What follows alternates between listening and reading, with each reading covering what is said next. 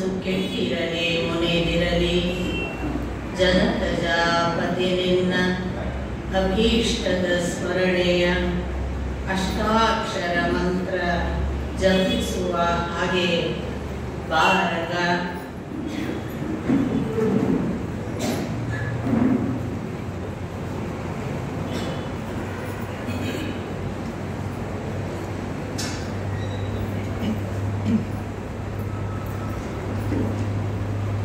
ನಾರಾಯಣಂ ನಮಸ್ಕೃತ್ಯ ನರಂ ಚೈವ ನರೋತ್ತಮಂ ದೇವೀಂ ಸರಸ್ವತೀಂ ವ್ಯಾಸಂ ತತೋ ಜಯಮುದೀರಯೇ.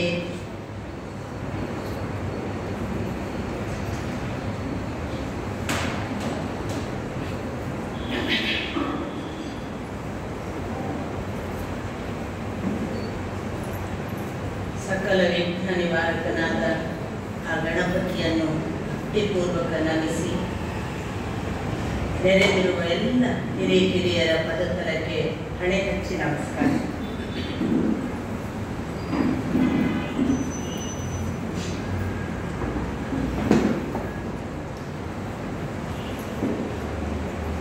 ನಿನ್ನೆಯ ದಿನ ನಾನು ನಿಮಗೆ ಕೃಷ್ಣ ಸಾಧ್ಯತೆಯ ಬಗೆಯನ್ನು ಕೃಷ್ಣನೇ ಹೇಳಿದ್ದು ಅವನದೇ ಭಾಷೆಯಲ್ಲಿ. ಅವನು ಹೇಗೆಲ್ಲ ಇದ್ದಾನೆ, ಅವನನ್ನು ಭಾವಿಸಬೇಕಾದ ರೀತಿ ಹೇಗೆ, ಅವನು ಸೂರ್ಯಚಂದ್ರರಲ್ಲಿ ಹೇಗಿದ್ದಾನೆ, ಭೂಮಿಯಲ್ಲಿ ಹೇಗಿದ್ದಾನೆ ಅಂತೆಲ್ಲ ನಿಮ್ಮ ಮುಂದೆ ನಾನು ನಿವೇದಿಸಿಕೊಂಡೆ. ಆಗ ಒಂದು ಮಾತು ಅವನು ನಮಗೆ ಬಹಳ ಬಾರಿ ದೊಡ್ಡದನ್ನು ಹೇಳಿಕೊಳ್ಳಿಕ್ಕೆ ಬಹಳ ಖುಷಿ.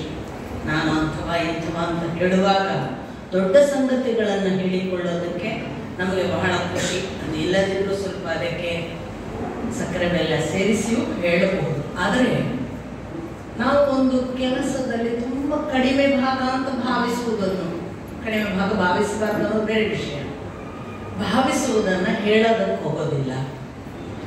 ಈ ಕಾರ್ಯಕ್ರಮ ಆಯೋಜನೆ ಮಾಡಿದ್ದು ನಾನು ಅಂತ ಬಹಳ ಬಹಳ ಹೆಮ್ಮೆಯಿಂದ ಹೇಳ್ತೇವೆ ನಾವು. ಆ ಕಾರ್ಯಕ್ರಮ ಆಯ್ತಲ್ಲ, ಅಲ್ಲೆಲ್ಲ ಕಸ ಗುಡಿಸಿ ಕುರ್ಚಿಗಳನ್ನು ಇಟ್ಟದ್ದು ನಾನು ಅಂತ ಹೇಳಲಿಕ್ಕೆ ಬರುವುದೂ ಇಲ್ಲ. ಅವರನ್ನು ನಾವು ಗುರುತಿಸೋದೂ ಇಲ್ಲ, ಅವರು ದೊಡ್ಡವರಾಗುವುದೂ ಇಲ್ಲ ನಮಗೆ. ಕೃಷ್ಣ ಅಂಥದ್ದನ್ನು ಕೂಡ ಗಮನಿಸಬೇಕು, ಅಂಥದ್ದು ಕೂಡ ಬಹಳ ದೊಡ್ಡದು ಅನ್ನುವ ಹಾಗೆ ಅಹಂ ವೈಶ್ವಾನರೋ ಭೂತ್ವ ಪ್ರಾಣಿನಾಂ ದೇಹಮಾಶ್ರಿತಃ ಪ್ರಾಣಾಪಾನ ಸಮಾಯುಕ್ತಃ ಪಚಾಮಿ ಅನ್ನಂ ಚತುರ್ವಿಧಂ ಅಂತ ನಾನು ಕೇವಲ ಸೂರ್ಯನನ್ನು ಬೆಳಗುವವನು, ಚಂದ್ರನನ್ನು ಬೆಳಗುವವನು, ಅಗ್ನಿಯ ತೇಜಸ್ಸು ನಾನು ಭೂಮಿಯನ್ನು ಧಾರಣೆ ಮಾಡಿದವನು, ನಾನು ಚಂದ್ರನ ತಂಪು ಅಂತ ಅಷ್ಟೇ ಹೇಳಲಿಲ್ಲ. ನಿಮ್ಮ ಹೊಟ್ಟೆಯ ಒಳಗೆ ಕೂತು ವೈಶ್ವಾನರ ಅಗ್ನಿಯಾಗಿ ನಾನೇ ಎಲ್ಲ ನೀವು ತಿನ್ನುವ ಆಹಾರವನ್ನು ಜೀರ್ಣಿಸ್ತಾ ಇರುವವನು.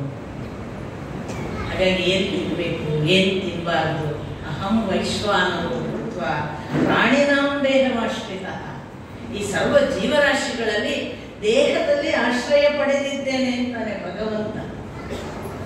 ಹಾಗೆ ಕೂತ್ಕೊಂಡು ಏನ್ ಮಾಡ್ತೇನೆ, ಪ್ರಾಣಾಪಾನ ಸಮಾಯುಕ್ತ.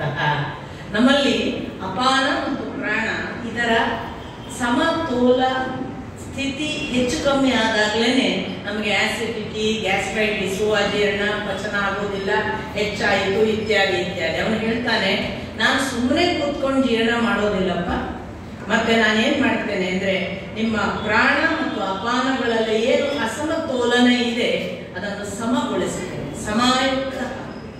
ಅಷ್ಟು ಮಾಡಿ ಪಚಾಮಿ ಅನ್ನಂ ಚತುರ್ವಿಧಂ, 4 ರೀತಿಯಿಂದ ನಾನು ಆಹಾರವನ್ನ ಸ್ವೀಕರಿಸ್ತೇನೆ ಮತ್ತು ಜೀರ್ಣಿಸ್ತೇನೆ. ತಿನ್ನುವುದು, ಚೀಕುವುದು, ಕುಡಿಯುವುದು, ನೆಕ್ಕುವುದು ಅಂತ 4 ವಿಧಗಳಲ್ಲಿ ಹೇಳ್ತಾರೆ. ಅದೇನು ಅಂತಲೂ ವಿವರಣೆಗಳೆಲ್ಲ ಇವೆ. ಆಗ ಅವನು ಹೇಳ್ತಾನೆ, ನಾನು ಪ್ರತಿಯೊಬ್ಬರ ಹೃದಯ ಸನ್ನಿವಿಷ್ಟ, ಪ್ರತಿಯೊಬ್ಬರ ಸರ್ವಭೂತಾನಿ ಹೃದಯ ಸನ್ನಿವಿಷ್ಟ, ಹೃದಯದಲ್ಲಿ ಇದ್ದುಕೊಂಡು ನಾನು ಏನ್ ಮಾಡ್ತೇನೆ ಅಂತಂದ್ರೆ ನಾನೇ ಕಾರಣನಾಗ್ತೇನೆ. ಯಾವುದಕ್ಕೆ? ಸ್ಮೃತಿ, ಜ್ಞಾನಂ, ಅಮೋಹನಂಚ. ಅಂದ್ರೆ ನಮ್ಗೆ ಯಾವ ಸ್ಮೃತಿ ಅಂತ ನಾವು ಬಾರಿ ನನಗೆ ನೆನಪು ಅಂತೇವಲ್ಲ, ಅದಕ್ಕೆ ನಾನೇ ಆ ಹೃದಯದಲ್ಲಿ ಇದ್ದು ನಾನು ಕಾರಣ.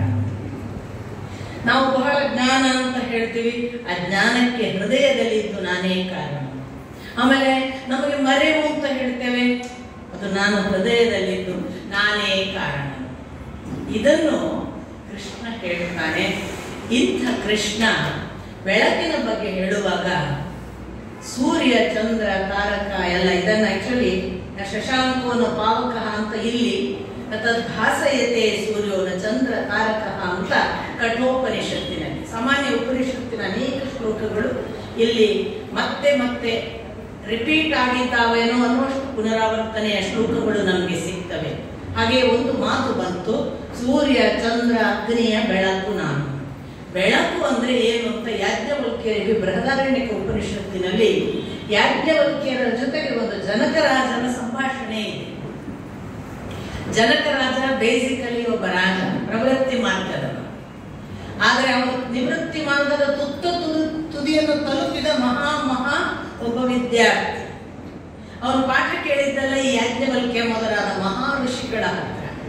ಈ ಜನಕರಾಜ ಒಂದು ದಿವಸ ಆ ವರವನ್ನ ಪಡೆಯುತ್ತಾನೆ ಯಾಜ್ಞವಲ್ಕ್ಯರಿಂದ. ನಿನಗೆ ಏನು ಬೇಕೋ ಅಂತಹ ಪ್ರಶ್ನೆಗಳನ್ನು ನೀನು ಕೇಳಬಹುದು ಅಂತ. ಎಲ್ಲರಿಗೂ ಪ್ರಶ್ನೆ ಕೇಳುವ ಹಕ್ಕುಗಳಿಲ್ಲ, ಸ್ವಲ್ಪ ಆದ್ರೂ ಎಲಿಜಿಬಿಲಿಟಿ ಬೇಕಲ್ಲ. ಕಂಡಂಗೆ ಪ್ರಶ್ನೆ ಕೇಳಿದ್ರೆ ನಿನಗೆ ವರ ಏನು ಅಂದ್ರೆ ನೀನು ಯಾವಾಗ ಏನು ಬೇಕೋ ಆ ಪ್ರಶ್ನೆ ಕೇಳಬಹುದು. ಒಂದು ಬಹಳ ಒಳ್ಳೆಯ ಡಿಸ್ಕಷನ್ ಬರುತ್ತೆ. ಅವನು ನಾನು ನಿಮ್ಮ ಪ್ರಶ್ನೆ ಕೇಳಬಹುದು ಅನ್ನೋ ಅನುಗ್ರಹವನ್ನು ಉಪಯೋಗಿಸಿಕೊಳ್ಳುತ್ತೇನೆ, ನಾನು ಪ್ರಶ್ನೆ ಕೇಳಬಹುದಾ ಅಂತಾನೆ. ಕೇಳಿ ಅಂತಾರೆ ಯಾಜ್ಞವಲ್ಕ್ಯರು. ಏನು ಪ್ರಶ್ನೆ ಕೇಳ್ತಾನೆ ಅಂದ್ರೆ, ಜಗತ್ತು ಇಡೀ ಕತ್ತಲಲ್ಲಿರುವಾಗ ಬೆಳಕು ಯಾರು ಅಂತ ಕೇಳ್ತಾನೆ. ಆಗ ಯಾಜ್ಞವಲ್ಕ್ಯರು ಹೇಳ್ತಾರೆ, ಸೂರ್ಯ ಬೆಳಕು. ಅವನು ಹೇಳ್ತಾರೆ, ಒಂದು ವೇಳೆ ಸೂರ್ಯ ಮುಳುಗಿದ್ದರೆ ಆ ಕತ್ತಲಿಗೆ ಯಾರು ಬೆಳಕು? ಯಾಜ್ಞವಲ್ಕ್ಯರು ಹೇಳ್ತಾರೆ, ಚಂದ್ರ ಬೆಳಕು. ಒಂದು ವೇಳೆ ಚಂದ್ರನು ಇಲ್ಲದಿದ್ದರೆ ಯಾರು ಬೆಳಕು? ಯಾಜ್ಞವಲ್ಕ್ಯರು ಹೇಳ್ತಾರೆ, ನಕ್ಷತ್ರ ಬೆಳಕು. ನಕ್ಷತ್ರಗಳು ಇಲ್ಲದಿದ್ದರೆ ಆಗ ಯಾರು ಬೆಳಕು? ಆಗ ಯಾಜ್ಞವಲ್ಕ್ಯರು ಹೇಳ್ತಾರೆ, ನಮಗೆ ಗೊತ್ತಿರುವ ಅಗ್ನಿ ಇದೆಯಲ್ಲ, ಅದನ್ನು ದೀಪ ರೂಪದಲ್ಲಿ ಬೆಳಗ್ತೇವಲ್ಲ, ಅದು ಬೆಳಕು. ಅಗ್ನಿಯೂ ಇಲ್ಲದೆ ಇದ್ದರೆ ಯಾರು ಬೆಳಕು? ಪ್ರಶ್ನೆ ಕೇಳುವವರು ಎಷ್ಟು ಆಳಕ್ಕೆ ಹೋಗ್ತಾರೆ ಅಂತ. ಅಗ್ನಿಯೂ ಇಲ್ಲದೆ ಇದ್ದರೆ ಯಾರು ಬೆಳಕು? ನೋಡಿ, ಬಹಳ ಅದ್ಭುತವಾದ ಉತ್ತರ ಯಾಜ್ಞವಲ್ಕ್ಯರು. ಆಗ ಶಬ್ದ ಬೆಳಕು, ಸೌಂಡ್ ಇಸ್ ಲೈಟ್ ಅಂತ. ಯಾಕೆ ಹೇಳಿ? ಇದು ದಟ್ಟ ಕತ್ತಲಿನ ಕೋಣೆ ಇತ್ತು ಇಟ್ಕೊಳ್ಳಿ. ನಾನು ಎಲ್ಲೋ ಈ ಆಚೆ ಮೂಲೆಯಲ್ಲಿದ್ದೆ, ಇಲ್ಲಿ ಯಾರಿದ್ದಾರೆ ನನಗೆ ಗೊತ್ತಿಲ್ಲ. ನಾನು ತಿಳಿಯುವುದು ಹೇಗೆ? ಅಲ್ಲಿ ಯಾರಿದ್ದೀರಿ? ಶಬ್ದ ಮುಖೇನ. ನನಗೆ ಮರಳಿ ಶಬ್ದ ಬಂದ್ರೆ ಓ ಅಲ್ಲೊಬ್ಬರಿದ್ದಾರೆ ಅಂತ, ಅದೇ ಬೆಳಕು ನನಗೆ. ಸೌಂಡ್ ಇಸ್ ಲೈಟ್, ಶಬ್ದವೇ ಬೆಳಕು. ದಟ್ಟ ಕತ್ತಲಿನಲ್ಲಿ ಯಾವುದು ಬೆಳಕು? ಶಬ್ದವೇ ಬೆಳಕು. ಒಂದು ವೇಳೆ ಶಬ್ದ ಇಲ್ಲದೆ ಇದ್ದರೆ ಅಂತ ಕೇಳ್ತಾರೆ ಜನಕರಾಜರು. ಅಂದ್ರೆ ಮಾತು ಬರದ ಮೂಕನಿದ್ದ, ಕಣ್ಣು ಕಾಣದ ಕುರುಡನಿದ್ದ ಅಂತ ಭಾವಿಸಿಕೊಳ್ಳಿ. ಕಿವಿ ಕೇಳದ ಕಿವುಡನಿದ್ದ. ಈ ಮೂರು ಅವಯವಗಳು ಕೆಲಸ ಮಾಡ್ತಿರ್ಲಿಲ್ಲ. ಅವನಿಗೆ ಬಹಳ ಅದ್ಭುತವಾದ ಉತ್ತರ ಯಾಜ್ಞವಲ್ಕ್ಯರು ಕೊಡ್ತಾರೆ, ಆತ್ಮನೇ ಬೆಳಕು. ಅವನಿಗೆ ಅವನು ಹೋಗ್ತಾ ಇರುವ ಅವನ ನಡೆಯೇ ಬೆಳಕು. ಅವನಿಗೆ ಹೋಗುವಾಗ ಗೊತ್ತಾಗುತ್ತೆ, ಈಗ ನಾನು ಹೋಗ್ತಿದ್ದೇನೆ, ನನ್ನ ಅಕ್ಕಪಕ್ಕ ಯಾವುದಿದೆ ಯಾವುದಿಲ್ಲ. ಏನದ್ಭುತವಾದ ಸೈನ್ಸ್ ಅನ್ನ ಅವರ ಆತ್ಮದರ್ಶನದಲ್ಲಿ ಇಟ್ಟರು. ಕೃಷ್ಣ ಇಂಥದೊಂದು ಬೆಳಕನ್ನು ಆತ್ಮಸ್ವರೂಪದ ಕಡೆಗೆ ಅರ್ಜುನನನ್ನು ತಿರುಗಿಸ್ಲಿಕ್ಕಾಗಿ ಇದೆಲ್ಲ ಹೇಳ್ತಿದ್ದಾನೆ. ನಾನು ಅದು, ನಾನು ಇದು, ನಾನು ಇದು, ನಾನು ಅದು. ನೋಡಿ, ಎಲ್ಲ ಕಡೆ ಅಹಂ ಪ್ರಯೋಗ. ಕೃಷ್ಣ ಎಲ್ಲ ಕಡೆ ಅಹಂ ಅಂತಲೇ ಹೇಳೋದು. ನಾನು ಬೆಳಕು, ನಾನು ಭೂಮಿಯನ್ನು ಧಾರಣೆ ಮಾಡಿದವ, ನಾನು ಅಶ್ವತ್ಥ, ನಾನು ಮತ್ತೊಂದು ವಜ್ರಾಯುಧ, ನಾನು ಇಂದ್ರ, ನಾನು ಮನಸ್ಸು, ನಾನು ನದಿ ಗಂಗೆ, ನಾನು ಅಹಂ. ಈ ಅಹಂ ಪ್ರಯೋಗದಲ್ಲಿದ್ದಂತಹ ಕೃಷ್ಣ ಮುಂದೆ ಹೇಳ್ತಾನೆ, ನಾನು ನಿನಗೆ ಇನ್ನೂ ಕೆಲವು ಸಂಪತ್ತಿನ ಕುರಿತು ಹೇಳ್ತೇನೆ.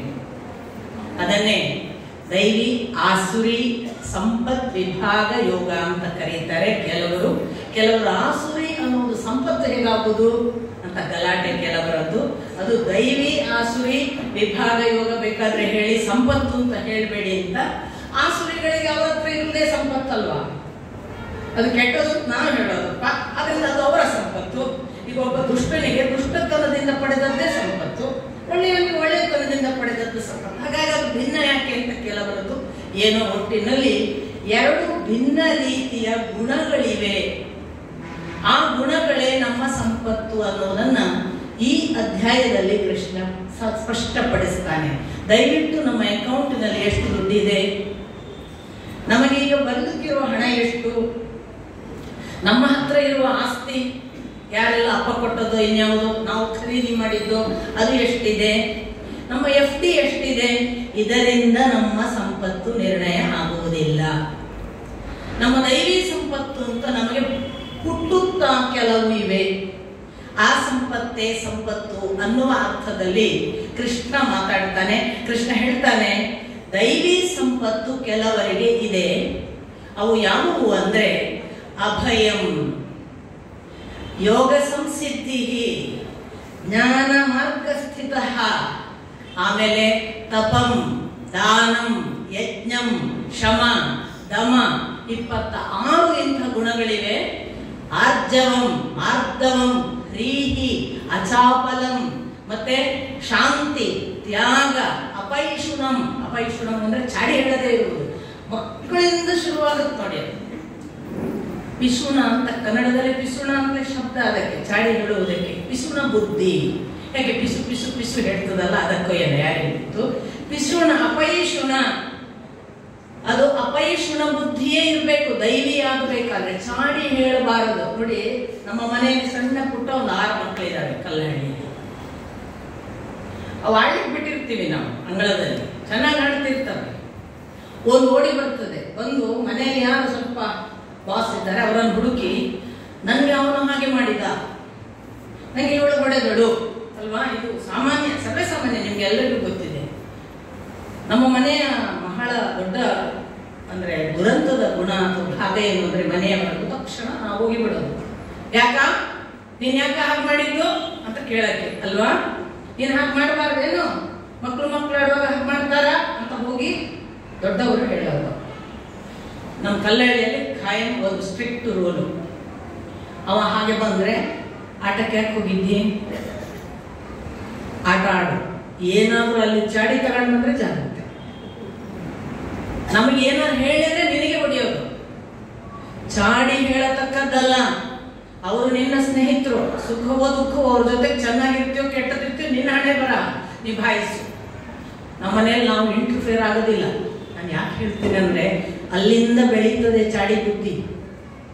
ಅಲ್ಲಿಯೇ ಅದನ್ನ ಚಿಮುಕಿ ಹಾಕಿದ್ರೆ ಬದಲಾಯಿಸಬಹುದು. ಅದಕ್ಕೆ ಅವನು ಕೃಷ್ಣ ಅಪೈಶುನಂ ಹೇಳಿದ, ಅಕ್ರೋಧ ಹೇಳಿದ, ನಾತಿ ಮಾನಿತ ಹೇಳಿದ, ಬಹಳ ನಾನು ನಾನು ಅನ್ನೋ ಗರ್ವ ಇರಬಾರದು ಅಂದ. ಇಂಥ 26 ಗುಣಗಳನ್ನು ಹೇಳುವಾಗ ಬಹುತೇಕ ಜ್ಞಾನಿಯ ಲಕ್ಷಣವನ್ನು ಹೇಳಿದ ನೋಡಿ. ಅಂಥದೇ ಗುಣಲಕ್ಷಣಗಳನ್ನ 26 ಇದ್ದರೆ ಅದು ದೈವಿ ಸಂಪತ್ತು. ಮುಂದೆ ಕೃಷ್ಣನೇ ಆ ದೈವಿ ಸಂಪತ್ತಿನ ನಂತರದ ಆಸುರಿ ಸಂಪತ್ತುಗಳನ್ನು ದರ್ಪ, ದಂಭ, ನಾವು ಜಂಭ ಅಂತ ಹೇಳ್ತೀವಲ್ಲ, ಅದನ್ನೇ ಜಂಬ ಅನ್ಕೊಳ್ಳಿ. ದರ್ಪ, ಸೊಕ್ಕು, ಅಭಿಮಾನ, ಪಾರುಷ್ಯ, ಕ್ರೋಧ ಮತ್ತು ಅಜ್ಞಾನ ಅಂತ 6 ವಿವರಿಸ್ತಾರೆ. ಪಾರುಷ್ಯ ಅಂದ್ರೆ ಕಠೋರವಾದ ಮಾತಿನಿಂದ ನಿಂದಿಸುವುದು, ಹಂಗಿಸುವುದು, ಮಾತಿನಲ್ಲಿ ಸಂಯಮವಿಲ್ಲ. ಅವ್ರು ಆಡೋದನ್ನು ಕೇಳಲಿಕ್ಕಾಗದೆ ನಾವು ಯಾರಪ್ಪ ಇವ್ರ ಸಹವಾಸ ಯಾಕೆ ಬೇಕು, ಅವ್ರ ಬಾಯಿಗೆ ಯಾಕೆ ನಾವು ಕೋಲ್ ಹಾಕೋದು, ಅವ್ರು ಏನಾದ್ರೂ ಮಾತಾಡಿಕೊಳ್ಳಿ ಅಂತ ಬರ್ತೇವೆ ನೋಡಿ. ಅದು ಅಂಥ ಬುದ್ಧಿ. ಕೆಲವರಿಗೆ ಏನು ಅಂದ್ರೆ, ನನ್ನ ಮಾತು ಕೇಳಿದ್ರೆ ಅವರು ಹೆದರಿಸಿ ಸಾಯ್ತಾರೆ ಅನ್ನೋದೇ ದೊಡ್ಡ ಹೆಗ್ಗಳಿಕೆ ಆಗ್ತದೆ. ಅಲ್ಲ, ಅವರ ಮಾತು ಯಾಕೆ ಹೆದರಿಸುವ ಹಾಗಾಗಿದೆ, ಆ ಹೆದರಿಕೆಗೆ, ಭಯಕ್ಕೆ ಧರ್ಮಶಾಸ್ತ್ರ ಕಾರಣವಾದ್ರೆ ಓಕೆ. ಆ ಕೂಗು, ಆರ್ಭಟ, ಅದರಲ್ಲಿರುವ ಅಜ್ಞಾನ, ಅದರಲ್ಲಿರುವ ಅಭಿಮಾನ, ಅದರಲ್ಲಿರುವ ದರ್ಪ, ಅದರಲ್ಲಿರುವ ಜಂಭ, ಆ ಕ್ರೋಧ, ಎಲ್ಲಕ್ಕಿಂತ ಬಹಳ ಬಹಳ ಮುಖ್ಯವಾಗಿ ಹೇಳುವುದೇ ಆ ಕೋಪ. ಆ ಕೋಪದಿಂದ ಹುಟ್ಟುವ ಪಾರುಷ್ಯ, ಕಠೋರ ಮಾತು, ಇವುಗಳು ಉಳ್ಳದ್ದಾದರೆ ಅದು ಆಸುರಿ. ಪಕ್ಕ ನಾವು ಈ 26 ಗುಣಗಳು, ಈ 26 ಗುಣಗಳನ್ನು ನಾನು ಬಡ ಬಡ ಬಡ ಬಡ ಲಿಸ್ಟ್ ಮಾಡಿದೆ. ಒಂದೊಂದಕ್ಕೆ ಎಷ್ಟೆಷ್ಟೋ ಗಂಟೆ ಎಕ್ಸ್ಪ್ಲನೇಷನ್ ಬೇಕು. ಶಾಂತಿ ಅಂದ್ರೆ ಏನು, ತ್ಯಾಗ ಅಂದ್ರೆ ಏನು, ದಮ, ಶಮ, ತಪಃ, ಜ್ಞಾನಂ, ಆಮೇಲೆ ಅಕ್ರೋಧ, ಕ್ರೋಧ ಇಲ್ಲದೆ ಇರುವುದು ಅಂತ, ಕೋಪ ಇಲ್ಲದೆ ಇರುವುದು. ತಕ್ಷಣ ಕೋಪ ಇಲ್ಲದೆ ಇರುವುದು ಅಂದ್ರೆ ನಮ್ಮಲ್ಲಿ ಹೇಗೆ ಅಂದ್ರೆ, ಅವರು ದೊಡ್ಡ ಸಾಧು ಸಂತರು ಹೇಳ್ತಾರೆ, ಕಂಡಪಟ್ಟೆ ಕೋಪ ಕೋಪ ಉಂಟು ಅಂತ ನಾವು ಮಾತಾಡ್ಕೊಳ್ತೇವೆ. ಕ್ರೋಧ ಇಲ್ಲದೆ ಇರುವುದು ಅನ್ನೋದಕ್ಕೆ ಬಹಳ ಡಿಫರೆಂಟ್ ಆದ ಅನಾಲಿಸಿಸ್ ಇದೆ. ಕೋಪಕ್ಕೆ ಬಹಳ ಭಿನ್ನವಾದ ಅನಾಲಿಸಿಸ್ ಇದೆ. ಕೋಪ ಯಾವಾಗ ಒಬ್ಬ ಮನುಷ್ಯನಿಗೆ ಬರ್ತದೆ ಅನ್ನೋದ್ರ ಮೇಲೆ ಅದು ಕೋಪವೋ ಕೋಪ ಅಲ್ಲದೆ ಇರುವುದು. ಈ ಉದಾಹರಣೆಗೆ ನನ್ನ ಅಹಂಕಾರಕ್ಕೆ ಭಂಗ ಆಗುವ ಯಾವುದೋ ಒಂದು ಕಾರಣಕ್ಕೆ ನನಗೆ ಕೋಪ ಬಂತು, ನನ್ನನ್ನೇನೋ ಚೀತು ಮಾಡಿದ್ರು, ನನಗೆ ಸಿಕ್ಕಾಪಟ್ಟೆ ಯಾರ ನೀನು ನನ್ನ ಬಗ್ಗೆ ಹಾಗಾಡ್ಲಿಕ್ಕೆ, ಅದು ನನ್ನ ಅಹಂಕಾರದ ಕೋಪ. ಯಾವುದೋ ಒಬ್ಬ ನನ್ನ ಎದುರಿಗಿರುವ ವ್ಯಕ್ತಿ, ಅವನು ನನಗೆ ಬಹಳ ಪ್ರಿಯನು, ಅವನು ಸರಿಯಾಗಿ ಬಿಹೇವ್ ಮಾಡ್ತಿದ್ದ, ನಾನು ಅವನ ಮೇಲೆ ತುಂಬಾ ನಿರೀಕ್ಷೆ ಇಟ್ಟುಕೊಂಡು ಅವನನ್ನು ಒಳಿತಿನ ಕಡೆ ಹೋಗಬೇಕು ಇವನು ಅಂತ ಅಪೇಕ್ಷೆ ಪಡುವಾಗ ಅವನು ಸ್ವಲ್ಪ ದಾರಿ ತಪ್ಪಿದ್ದಾನೆ ಅನ್ನಿಸುವಾಗ ನನಗೆ ಬರುವ ಕೋಪ ಇದೆಯಲ್ಲ, ಅದು ಅವನ ಬೆಳವಣಿಗೆ, ನನ್ನ ಅಹಂಕಾರಕ್ಕಲ್ಲ. ಆ ಕ್ರೋಧ ಪ್ರತಿ ಸಾಧು ಸಂತರಲ್ಲೂ ಇರುತ್ತೆ, ಜ್ಞಾನಿಗಳಲ್ಲೂ ಇರುತ್ತೆ. ಹಾಗಾಗಿ ದೈವಿ ಸಂಪತ್ತಿನ 26 ಗುಣಗಳನ್ನ ಶಾಂತಿ ಅಂತ ಒಂದು ಮಾತಿದೆ. ಮನಸ್ಸಮಾಧಾನ ಮಾತ್ರ ಅಲ್ಲ ಶಬ್ದಾರ್ಥ. ಶಾಂತಿ ಯಾರು ಅಂದ್ರೆ ಯಾರು ಭಗವಂತನ ಜೊತೆಗೆ ಮನಸ್ಸು ಸ್ಥಿರವಾಗಿದ್ದಾನೋ ಅವನು ಶಾಂತನು. ಯಾರ ಮನಸ್ಸಿನಲ್ಲಿ ಅವನನ್ನು ಬಿಟ್ಟು ಇನ್ನೊಂದು ಭಾವವಿಲ್ಲದ ತಾದಾತ್ಮ್ಯ ಬರ್ತದಲ್ಲ, ಆಗ ಅವನಿಗೆ ಅಶಾಂತಿ ಇರಲಿಕ್ಕೆ ಸಾಧ್ಯವೇ ಇಲ್ಲ. ಅದು ಭಗವತ್ ತತ್ವದ ಜೊತೆಗೆ ಸಮಾಗಮ, ಅದು ಶಾಂತ ಸ್ಥಿತಿ. ಹಾಗಾಗಿ ಒಂದು ಶಬ್ದ ಒಂದು ವಿವರಣೆಯನ್ನ ಅಪೇಕ್ಷೆ ಪಡೋದಿಲ್ಲ. ಇಂಥ ಬಹಳ ಸೂಕ್ಷ್ಮಾತಿ ಸೂಕ್ಷ್ಮ ವಿವರಣೆಗಳನ್ನು ಅಪೇಕ್ಷಿಸುವ 26 ಗುಣಗಳನ್ನ ದೈವಿ ಸಂಪತ್ತು ಅಂತ ಗುರುತಿಸಿದ. ಈ ಲೋಕದಲ್ಲಿ 2 ವಿಭಾಗಗಳಿರ್ತವೆ ಅನ್ನೋದನ್ನು ದಯವಿಟ್ಟು ನಾವು ಅರ್ಥ ಮಾಡಿಕೊಳ್ಬೇಕು. ಈ ಗುಣಗಳು 26 ಗುಣಗಳು ಇರುವವರು ದೈವಿ ಸಂಪತ್ತು ಉಳ್ಳವರು. ಯಾರಿಗೆ ಇವಿಷ್ಟೂ ಇಲ್ಲ, ಕೇವಲ ಅಭಿಮಾನ, ಕ್ರೋಧ, ಪಾರುಷ್ಯ, ಜಂಭ, ದರ್ಪ ಇವುಗಳೇ ಮಹಾಪರಾಕಾಷ್ಠೆಯಲ್ಲಿದ್ದು ಉಳ್ಳಗಳ ಬಗ್ಗೆ ಅಲಕ್ಷ್ಯ ಹೀಗಿದ್ದಾರ ಅಂತ ಕೇಳಿದ್ರೆ ಪೂರ್ವ ಇತಿಹಾಸದಲ್ಲಿ ದುರ್ಯೋಧನನೇ ಉದಾಹರಣೆ. ಈ ಇಷ್ಟು ಆಸುರಿ ಗುಣಗಳಿಗೆ ಅವನಿಗೆ ಅಜ್ಞಾನವೇ ಅವನ ಮಹತ್ತರವಾದ ಗುಣ. ನನಗೆ ಗೊತ್ತು ನೀವ್ಯಾರ ಏನನ್ನು ಹೇಳಕ್ಕೆ ಅಂತ ಪರಶುರಾಮರು ಹೇಳಿದ್ರು, ಲೋಮಶರು ಹೇಳಿದ್ರು, ವೇದವ್ಯಾಸರು ಹೇಳಿದ್ರು, ವಿದುರ ಹೇಳಿದ, ಭೀಷ್ಮಾಚಾರ್ಯರು ಹೇಳಿದ್ರು, ಕೃಷ್ಣನೇ ಸಾಕ್ಷಾತ್ ಹೇಳಿದ. ನನಗೆ ಗೊತ್ತಿಲ್ಲ ಅದು ನಿಮಗೆ ಗೊತ್ತಾ ಅನ್ನುವ ಹಾಗೆ ಅವನ ಅಜ್ಞಾನವೇ ಅವನಿಗೆ ದೊಡ್ಡ ಬಂಡವಾಳ. ಆಮೇಲೆ ಅವನ ಅಭಿಮಾನವೇ ಅವನಿಗೆ ದೊಡ್ಡದು. ನೀವ್ಯಾರು? ಕೃಷ್ಣ ಎಂತ ದೊಡ್ಡವ, ಭೀಷ್ಮ ಯಾವನವ ದೊಡ್ಡನವ, ಅವನ ಯಾವ ವಿದುರ, ನಮ್ಮ ಮನೆಯ ದಾಸಿಯ ಮಗ ಅಂದು ಬಿಟ್ಟ ವಿದುರನಿಗೆ, ಎಂಥ ಮಹಾಪುರುಷನಿಗೆ. ಹೀಗೆ ಈ ಒಂದು ಭಾವದಿಂದ ನೋಡಿದ್ರೆ ಅರ್ಜುನನಲ್ಲಿ ಆ ಜಂಬ, ಆ ಸೊಕ್ಕು, ಆ ಅಭಿಮಾನ, ಆ ಕಠೋರ ಮಾತು, ಪಾರುಷ್ಯ, ಅವನಷ್ಟು ದುಷ್ಟ ಮಾತುಗಳನ್ನು ನೀವು ಒಬ್ಬ ಭೀಷ್ಮಾಚಾರ್ಯರ ಜೊತೆಗೆ ಮಾತನಾಡುವ ಒಬ್ಬ ದುರ್ಯೋಧನ ತನ್ನ ಸಾಕ್ಷಾತ್ ಎದುರು ನಿಂತಹ ದ್ರೋಣಾಚಾರ್ಯರಿಗೆ ಹೇಳುವ ಕೆಟ್ಟ ಕೆಟ್ಟ ಅವರ ಸೇನಾಪತ್ಯವನ್ನು ವಹಿಸುವಾಗ ಮಾತನಾಡುವ ಮಾತುಗಳನ್ನ, ಈವನ್ ಅವನು ರಾಜ ಅರಮನೆಯಲ್ಲಿದ್ದಾಗ ಮಾತನಾಡುವ ಮಾತುಗಳನ್ನ ಯಾವ ಕಿವಿಯಿಂದಲೂ ಯಾರು ದೊಡ್ಡವರು ಕೇಳಬಾರದು. ಅಷ್ಟು ದುಷ್ಟ ಮಾತು. ಅದಕ್ಕೆ ದುಷ್ಟ ಪಾರುಷ್ಯ ಅಂದ್ರೆ ಏನು ಅನ್ನೋದಕ್ಕೆಲ್ಲ ದುರ್ಯೋಧನನ ಮಾತುಗಳನ್ನು ಓದಬೇಕು. ಕೆಲವರು ತಂದೆ ತಾಯಿಗೆ ಅಷ್ಟೇ ಕಠೋರ ಕನಿಷ್ಠ ಮಾತುಗಳನ್ನೆಲ್ಲ ಆಡ್ತಾರೆ. ಪಾರುಷ್ಯದ ಮಾತು ನಮಗೆ ತಂದೆ ತಾಯಿಯಲ್ಲಿ ಎಷ್ಟೋ ಭಿನ್ನಾಭಿಪ್ರಾಯಗಳಿವೆ. ಪಾರುಷ್ಯದಿಂದ ಅವರನ್ನ ಕೆಟ್ಟದಾಗಿ ಕಮ್ಮಿ ಮಾಡಿ ಮಾತನಾಡಬಾರ್ದು. ನಂಗೆ ನಿನ್ನ ಮಾತು ಒಪ್ಪಿಗೆ ಆಗಿಲ್ಲ ಅನ್ನೋದು ಬೇರೆ ವಿಷಯ. ಆದರೆ ಅದನ್ನು ಕಠೋರವಾಗಿ ನಿಂದಿಸಿ ಹಂಗಿಸಿ ಹೇಳುವ ಹಕ್ಕು ಯಾರಿಗೂ ಇಲ್ಲ. ಈ ದೃಷ್ಟಿಯಲ್ಲಿ ಅವನ ಆ 6 ಗುಣಗಳನ್ನು ನಾವು ಪಕ್ಕಾ ಉದಾಹರಣೆ ಅಂತ ದುರ್ಯೋಧನನನ್ನೇ ಹೇಳ್ತೇವೆ. ದುರ್ಯೋಧನ ಆಗಿ ಹೋದ್ಮೇಲೆ ಅಂಥವ್ರು ಬರಲೇ ಇಲ್ಲ ಅಂತ ಅರ್ಥ ಅಲ್ಲ. ನಿಮ್ಮ ಮನೆಗಳಲ್ಲೇ ನಮ್ಮಲ್ಲೇ ಅಂತ ಗುಣಗಳಿರ್ಬೋದು, ಯಾರಿಗೆ ಗೊತ್ತು. ಇನ್ನೊಬ್ಬರು ಸರಿಯಾಗಿ ಹೇಳಿ ಯಾವಾಗಲೂ ನಮ್ದು ಗುಣ ಹೇಗುಂಟಪ್ಪ ಅಂತ ಬೇರೆಯವರನ್ನು ಕೇಳಬೇಕು. ನಮಗೆ ಕಾನ್ವೆಂಟ್ನಲ್ಲಿರುವಾಗ ನಮ್ಮ ಸಿಸ್ಟರ್ಸ್ ಹೇಳ್ತಿದ್ರು, ನಮ್ಮ ಕಾನ್ವೆಂಟ್ ಸಿಸ್ಟರ್ಸ್ ಪಾಠದಲ್ಲೆಲ್ಲ, ನೀನು ಹೇಗಿದ್ದೆ ಅಂತ ನೀನೇ ತಿಳ್ಕೊಳ್ಬೇಡ, ನಿನ್ನ ಫ್ರೆಂಡ್ಸ್ ಹತ್ರ ಎಲ್ಲ ಕೇಳ್ತಾ ಇರು ಅಂತ. ನಿನ್ನ ಫ್ರೆಂಡ್ಸ್ ಹತ್ರ ಎಲ್ಲ ಕೇಳು, ನಾನು ಇರೋದು ಸರಿ ಇದೆ, ನನ್ನ ಬಿಹೇವಿಯರಲ್ಲಿ ನನಗೆ ದೋಷ ಕಾಣ್ತದೆ, ನಿಮಗೇನಾದ್ರೂ ನನ್ನ ತಪ್ಪು ಕಂಡ್ರೆ ಹೇಳಿ. ಯಾಕೆ ನಮಗೆ ನಮ್ಮ ಬಗ್ಗೆ ಗೊತ್ತಾಗೋದಿಲ್ಲ, ಇನ್ನೊಬ್ಬರಿಗೆ ಬೇಗ ಗೊತ್ತಾಗ್ತದೆ. ಹಾಗಾಗಿ ನಮ್ಮ ಜೊತೆಗೆ ಇರುವ ಕನ್ನಡಿ ರೂಪದ ಇನ್ನೊಂದು ಆತ್ಮೀಯ ಸಂಗಾತಿಯನ್ನು, ನಮ್ಮ ಕನ್ನಡಿಯನ್ನು ನಿತ್ಯ ಕೇಳಿಕೊಂಡು ನಮ್ಮ ಆತ್ಮಾವಲೋಕನ ಮಾಡುವುದಕ್ಕೆ ಇವನು ಕೊಟ್ಟ ಪಟ್ಟಿ. ಆಮೇಲೆ ಅವನು ಬಹಳ ಸ್ಪಷ್ಟವಾಗಿ ಹೇಳ್ತಾನೆ, ದೈವಿ ಸಂಪತ್ತು ವಿಮೋಕ್ಷಾಯ. ಪದೇ ಪದೇ ಕೃಷ್ಣ ಎರಡೇ ಸಂಗತಿಗಳನ್ನು ಹೇಳುವುದು ಆರಂಭದಿಂದ. ನೀವು ಗಮನಿಸಿ, ಒಂದು ವಿಮೋಕ್ಷ, ಇನ್ನೊಂದು ಬಂಧನ.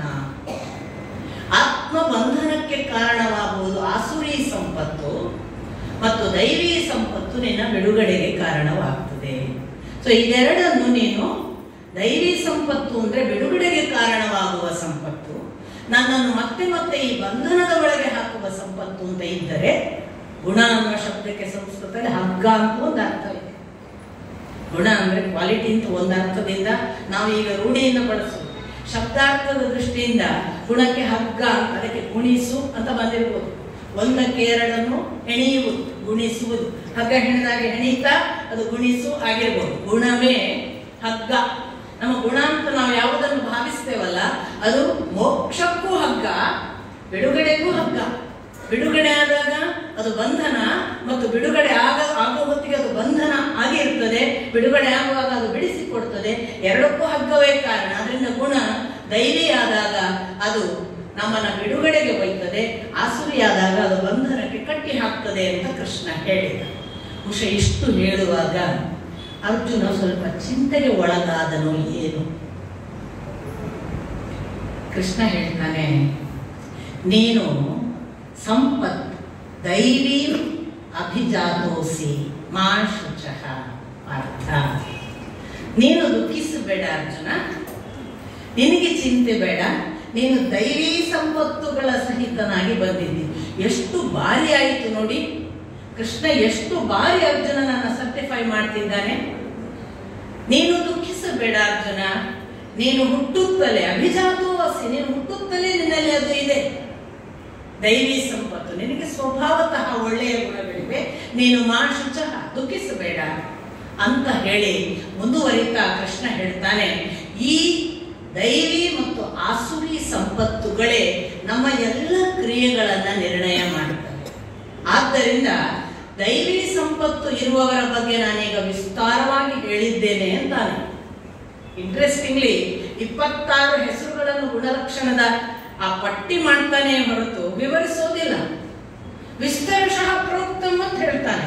ನಾನು ವಿಸ್ತರಶಃ ನಿಮಗೆ ದೈವಿ ವಿಷಯವನ್ನು ಹೇಳಿದ್ದೇನೆ, ಇನ್ನು ಆಸುರಿ ಗುಣಗಳ ಬಗ್ಗೆ ನಾನು ಹೇಳ್ತೇನೆ ಅಂತ.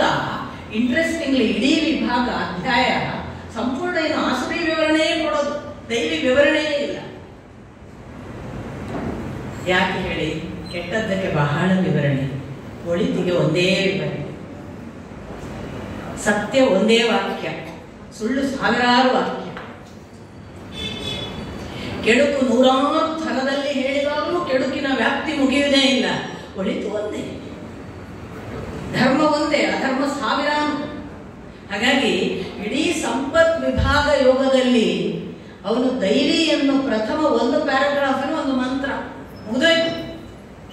ಮತ್ತೆ ಉಳಿದದ್ದೆಲ್ಲವೂ ಕೂಡ ಆಸುರಿ ಗುಣಲಕ್ಷಣಗಳ ವಿವರಣೆ. ಅವನು ಹೇಳ್ತಾನೆ, ಈ ಆಸುರಿ ಗುಣಗಳಿದ್ದಾರಲ್ಲ ಅವರು ಸಾಮಾನ್ಯರಲ್ಲ. ಅವರು ಹೇಗೆ ಅಂದ್ರೆ ಜಗತ್ತಿನ ಯಾವ ದೊಡ್ಡದನ್ನೂ ಒಪ್ಪುವುದಿಲ್ಲ. ಈ ಜಗತ್ತೆಲ್ಲವೂ ಕೂಡ ಯಾವುದೋ ಒಂದು ದೊಡ್ಡ ಶಕ್ತಿಯಿಂದ ನಡೆದಿದೆ ಅನ್ನುವುದನ್ನು ಕೂಡ ಅವರು ಹೋಗ ಅದೇನು ದೊಡ್ಡದು ಅಂತ ಅಲ್ಲಗಳೆಯುತ್ತಾರೆ. ಅಷ್ಟು ಮಾತ್ರ ಅಲ್ಲ, ಅಷ್ಟು ಮಾಡಿದ್ರೆ ತೊಂದರೆ ಇಲ್ಲ. ಅವರು ಅದಕ್ಕೆ ನಾನೇ ಕಾರಣ, ನನ್ನಿಂದಲೇ, ನಾನಿಲ್ಲದಿದ್ರೆ ಇದು ಯಾವುದು ನಡೆಯುವುದಿಲ್ಲ, ಇಲ್ಲಿರುವುದೆಲ್ಲ ನಾವು ಅಂದ್ರೆ ಈ ಚಾರ್ವಾಕ ಪರಂಪರೆಯವರು ಇದ್ದಾರಲ್ಲ ಈಗಲೂ ಕೂಡ, ಎಂತದ್ರಿ ನಂಬಿಕೆ, ಅದರ ಮೇಲೆ ಯಾಕೆ ಹೋಗ್ತೀರಿ? ನಾವೇ ಎಲ್ಲಕ್ಕೂ ಕಾರಣ, ನಮ್ಮ ಬೆಳವಣಿಗೆ ನಮ್ಮಿಂದ, ಬಿದ್ರೆ ನಾವು, ಎದ್ರೆ ನಾವು, ನಮ್ಮ ಬಿಟ್ಟು ಇನ್ನೇನಿದೆ ಅನ್ನುವ ಭಾವವನ್ನ ಪದೇ ಪದೇ ಹೇಳ್ತಾ ಕೃಷ್ಣ ಎಷ್ಟು ಕ್ರೂರವಾಗಿ ಅವರ ಬಗ್ಗೆ ಹೇಳ್ತಾನೆ ಅಂದ್ರೆ, ಇಂಥ ಆಸುರಿ ಗುಣದ ನಾನೇ ಎಲ್ಲದಕ್ಕೂ ಕಾರಣ ಹೇಳುವ ಜನ ಈ ಲೋಕ ಕೂಡ ಒಂದು ಭಗವಂತನ ಸೃಷ್ಟಿ ಅನ್ನುವುದನ್ನು ಒಪ್ಪುವುದಿಲ್ಲ. ಇದಕ್ಕೆ ಅವನೊಬ್ಬ ಕಾರಣಕರ್ತನಾಗಿ ಇದ್ದಾನೆ, ಇದಕ್ಕೊಂದು ಕಾರ್ಯಕಾರಣ ಸಂಬಂಧವಿದೆ ಅನ್ನುವ ತರ್ಕವನ್ನೇ ಅಲ್ಲಗಳೆಯುತ್ತಾರೆ. ಅಷ್ಟು ಮಾತ್ರ ಅಲ್ಲ, ಅದು ಯಾರು ಹೇಳಿದ್ರು ಭಗವಂತ ಸೃಷ್ಟಿಸಿದ್ದು ಅಂತ? ಎಲ್ಲ ನಮ್ಮ ಕಾಮ ಹೇತು, ನಮ್ಮ ಅಪೇಕ್ಷೆಗೆ ಇದೆಲ್ಲ ಉಂಟಾಯಿತು, ಅವನ್ಯಾವನು ಅಂತ ಧಿಕ್ಕರಿಸುವುದರ ಜೊತೆಗೆ ಇವರು ತಮ್ಮ ಪರಾಕಾಷ್ಠೆಯನ್ನೇ ಉದ್ಘೋಷ ಮಾಡಿ ತಾವೇ ದೊಡ್ಡವರು ಅನ್ನುವುದನ್ನು ಹೇಳ್ತಾ ಹೇಳ್ತಾ ಕೃಷ್ಣ ಹೇಳ್ತಾನೆ, ಇವರು ಕೇವಲ ಆತ್ಮನಾಶಕ್ಕೆ ಕಾರಣರಲ್ಲ, ಹೀಗೆ ಮಾಡಿ ಮಾಡಿ ಜನಾಂಗ ನಾಶಕ್ಕೆ ಕಾರಣರಾಗ್ತಾರೆ. ಈಗ ಒಂದು ಬಹಳ ಮಾತು ಹೇಳ್ತೇವಲ್ಲ, ಹಿಂದೂ ಧರ್ಮ ಎಲ್ಲವಾಗ್ತದೆ ಇಂಥವರಿಂದ. ಆದರೆ ಯಾಕೆ ಅವರೊಂದು ಜನಾಂಗ ನಾಶಕ್ಕೆ ಕಾರಣವಾಗ್ತಾರೆ, ಕೃಷ್ಣನದ್ದೇ ಮಾತು.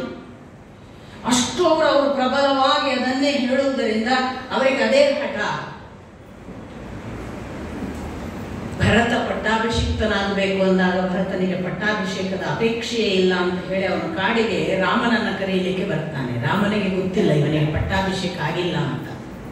ರಾಮ ಅವನನ್ನು ನೋಡಿಕೊಳ್ಳೆ, ಹೇಗಿದ್ದೀಯ, ಅಮ್ಮ ಹೇಗಿದ್ದಾರೆ, ಮನೆಯಲ್ಲಿ ಹೇಗಿದ್ದಾರೆ, ಅಪ್ಪ ಹೇಗಿದ್ದಾರೆ, ಸಾವಿರಾರು ಪ್ರಶ್ನೆಗಳನ್ನು ಕೇಳ್ತಾ ಕೇಳ್ತಾ, ಪಟ್ಟಾಭಿಷಿಕ್ತನಾದಿಯ, ಮಂತ್ರಿಮಂಡಲ ರಚಿಸಿದೆಯಾ, ಮಂತ್ರಿಗಳೆಲ್ಲ ಚೆನ್ನಾಗಿದ್ದಾರ, ನಿನ್ನ ಕಾನೂನು ಸಲಹೆಗಾರರು ಹೇಗಿದ್ದಾರೆ, ನಿನ್ನ ಸೇನೆಗೆ ಸಂಬಂಧಪಟ್ಟ ಮಂತ್ರಿಗಳು ಸರಿಯಾಗಿ ಸೇನಾ ನಿರ್ವಹಣೆ ಮಾಡ್ತಾರ, ಸೇನೆಗೆ ಬೇಕಾದ ಯೋಜನೆಗಳನ್ನು ಹಾಕಿಕೊಂಡಿದೆಯಾ, ಹೀಗೆ ನಿರರ್ಗಳವಾಗಿ ಪ್ರಶ್ನೆ ಕೇಳ್ತಾ.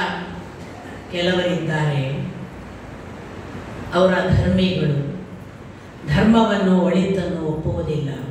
ಅವರು ನಿರಂತರವಾಗಿ ನಿನ್ನ ಹತ್ರ ಅದು ಸರಿಯಿಲ್ಲ ಇದು ಸರಿಯಿಲ್ಲ ಅಂತ ಹೇಳಿ ಪ್ರತಿ ಬಾರಿಯೂ ಕೂಡ ಧರ್ಮವನ್ನು ನಡೆಯದ ಹಾಗೆ, ಧರ್ಮಿಷ್ಠರು ಚೆನ್ನಾಗಿ ಇರದ ಹಾಗೆ ಪ್ರಯತ್ನ ಮಾಡಲಿಕ್ಕೆ ಮಂತ್ರಿಮಂಡಲದಲ್ಲಿ ಮೂಗು ಹಾಕಿಕೊಂಡು ನನ್ನದ ಅಭಿಪ್ರಾಯ ಕೇಳು ಅಂತ ಬರ್ತಾರೆ. ಅವರನ್ನು ಆದಷ್ಟು ದೂರ ಇಡು ಅಂತ ರಾಮ ಹೇಳ್ತಾರೆ. ಇವತ್ತು ಮಂತ್ರಿಮಂಡಲಕ್ಕೆ ಯಾರು ಹತ್ರ ಇರುವವರು ಏನ್ ಮಾಡ್ತಿದ್ದಾರೆ ಎಲ್ಲ ನೋಡಿದ್ರೆ ರಾಮ ಯಾಕೆ ಹೇಳಿದ್ದ ಅರ್ಥ ಆಗತ್ತೆ ನೋಡಿ. ಈ ರೆಲೆವೆನ್ಸ್ ನಾನು ಹೇಳಿದೆ, ಯಾವ ಕಾಲದ ಮಾತು.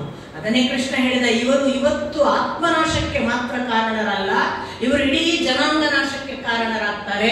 ಪದೇ ಪದೇ ತಮ್ಮ ತಪ್ಪುಗಳನ್ನೇ ಜಗತ್ತಿಗೆ ಒಳಿತು ಅಂತ ಭಾವಿಸ್ತಾ ಅದೇ ತಪ್ಪುಗಳನ್ನು ಮಾಡಿ ಅವರು ತಾವು ಮಾಡುವುದು ತಪ್ಪು ಅಂತಲೇ ಗೊತ್ತಿಲ್ಲದ ಹಾಗೆ ಜಗತ್ತನ್ನ ನಾಶಕ್ಕೆ, ವಿನಾಶಕ್ಕೆ, ಕೆಡುಕಿಗೆ ದೂಡುವುದನ್ನೇ ಆನಂದದಿಂದ ಇದು ನಾನು ಮಾಡಿದೆ ಮತ್ತೆ ಹೀಗೆ ಮಾಡುವವರು ಕೆಲವರು ಯಜ್ಞದಾನಗಳನ್ನು ಕೂಡ ಮಾಡ್ತಾರೆ. ಇಲ್ಲ ಅಂತಲ್ಲ, ಈ ಯಜ್ಞದಾನಗಳನ್ನೆಲ್ಲ ಮಾಡೋದು ನಾನು ಮಾಡುವವ, ನನ್ನ ಖುಷಿ ನನ್ನದು ಅನ್ನೋ ಕಾರಣದಲ್ಲೇ ಮಾಡ್ತಾರೆ. ನಿಮಗೆ ಗೊತ್ತು, ವೇನ ಅನ್ನುವ ಒಬ್ಬ ಧ್ರುವವಂಶದಲ್ಲೇ ಬಂದ.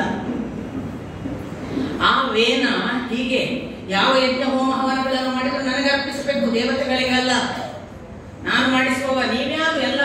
ಅವ ಪುರೋಹಿತರಿಗೆ ಹೇಳ್ತಾನೆ, ಈ ಗಂಡ ಇರುವಾಗ ಮಿಂಡನಿಗೆ ಯಾಕೆ ನೀವು ನಿಮ್ಮ ಆಹುತಿ ಕೊಡ್ತೀರಿ ಅನ್ನೋ ಮಾತುಗಳನ್ನೆಲ್ಲ ಆಡ್ತಾನ. ಅಲ್ಲಿಯವರೆಗೆ ನನಗೆ ಕೊಡಿ ಅಂತ. ಈ ತರದ ಭಾವದಿಂದ ಅವರು ಲೋಕವನ್ನ ಕಂಟಕಕ್ಕೆ ದೂಡುವುದು, ಕಂಟಕದ ಕೆಲಸಗಳಿಗೆ ಪ್ರಚೋದಿಸುವುದು, ಇದನ್ನು ಮಾಡಿ ಮಾಡಿ ಕೃಷ್ಣ ಹೇಳ್ತಾನೆ, ಇವರು ಎಷ್ಟು ಕೆಟ್ಟ ಕೆಲಸಗಳನ್ನು ಮಾಡ್ತಾರೆ ಅಂದ್ರೆ ಅವರು ಯಾವತ್ತೂ ಕೂಡ ಒಳಿತಿನ ಕಡೆಗೆ ಬರೋದಿಲ್ಲ. ಹಾಗಾಗಿ ಅವ್ರು ಏನಾಗ್ತಾ ಹೋಗ್ತಾರೆ ದಿನದಿಂದ ದಿನಕ್ಕೆ ಅಂತಂದ್ರೆ, ಅವರು ಮತ್ತೆ ಮತ್ತೆ ಮತ್ತೆ ಮತ್ತೆ ಮೂಢ ಯೋನಿಷು ಜನ್ಮನಿ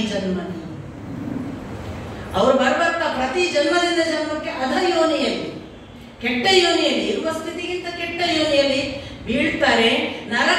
ನರಕಾಂಪದಿತೆ ಅಥವಾ ನರಕಂಪತಂತಿತೆ, ಅವರು ನರಕದಲ್ಲಿಯೇ ಬೀಳ್ತಾರೆ, ಅವರು ಎಂದೂ ಉದ್ಧಾರ ಆಗುವುದಿಲ್ಲ. ಆ ಮಾತುಗಳನ್ನು ಮಾತ್ರ ಹೇಳೋದಿಲ್ಲ ಕೃಷ್ಣ, ನಾನೇ ದೂಡುತ್ತೇನೆ ಅವರನ್ನು ಅಂತ ಹೇಳ್ತಾರೆ. ಕ್ಷಿಪ್ಯಾಮಿ, ನಾನೇ ಅವರನ್ನು ದೂಡುತ್ತೇನೆ, ಅಧೋ ಯೋನಿಯಲ್ಲಿ ಬೀಳಿ ಅಂತ. ಯಾಕೆ? ಅನುಭವ ಆಗ್ಬೇಕು. ಪಾಪ ಯೋನಿಯಲ್ಲಿ ಬಿದ್ದು ಬಿದ್ದು ಪಾಪಿ ಆಗಿ ಆಗಿ ಆಗಿ ಒಂದು ದಿನ ಗೊತ್ತಾಗ್ಬೇಕು ನಾನು ಪಾಪದಲ್ಲಿದ್ದೇನೆ.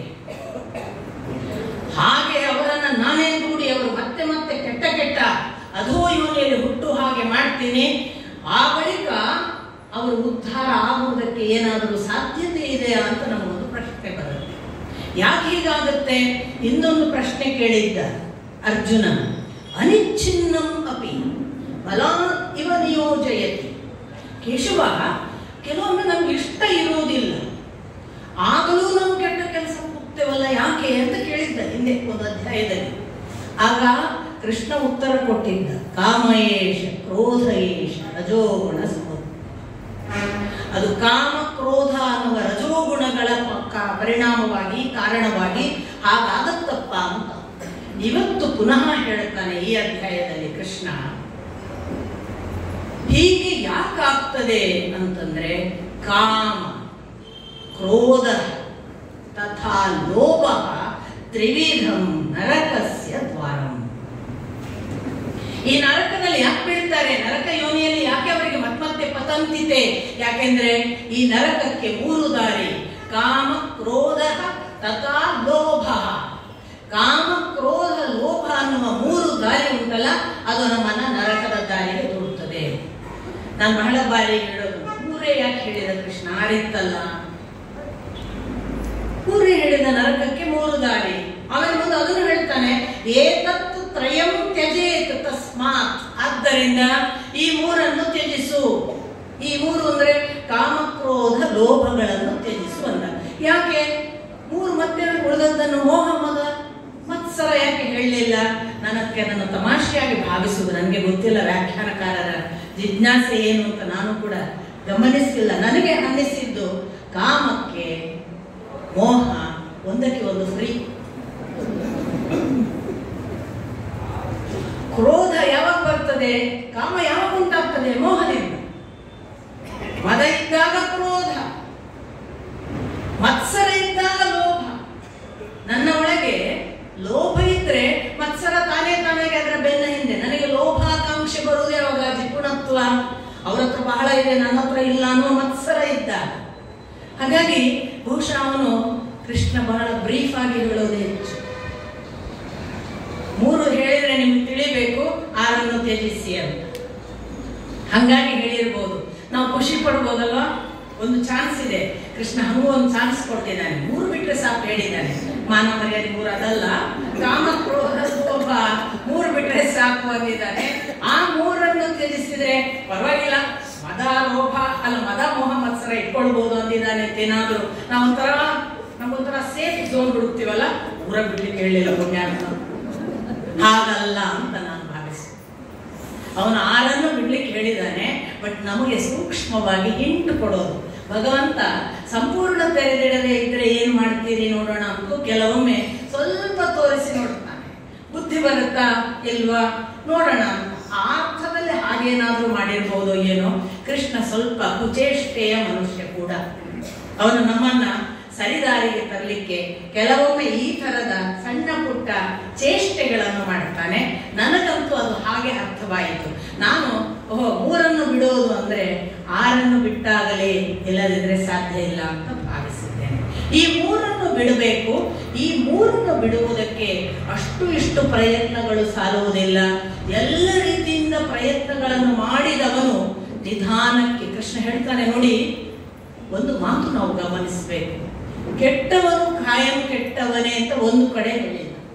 ಅವನಿಗೆ ಅಧೋ ಯೋನಿಯಲ್ಲೇ ಹಾಕ್ತೇನೆ, ಮತ್ತೆ ಮತ್ತೆ ಹಾಕ್ತೇನೆ ಅಂತಂದ. ನಮಗೇನ್ ತೀರ್ಮಾನ ಆಗುತ್ತೆ? ಕೆಟ್ಟವನ ಹಾಗೆ ಉದ್ಧಾರವೇ ಆಗುದಿಲ್ಲ. ನಾವೊಂದು ತೀರ್ಮಾನ ಮಾಡಿಬಿಡ್ತೇವೆ. ಕೃಷ್ಣನೇ ಹೇಳಿದ್ದಾನಲ್ಲ ಕೆಟ್ಟವನು ಒಳ್ಳೆಯವನಾಗುದಿಲ್ಲ ಅಂತ. ಹಂಗಲ್ಲ. ಕೃಷ್ಣ ಹೇಳಿದ ಈ 3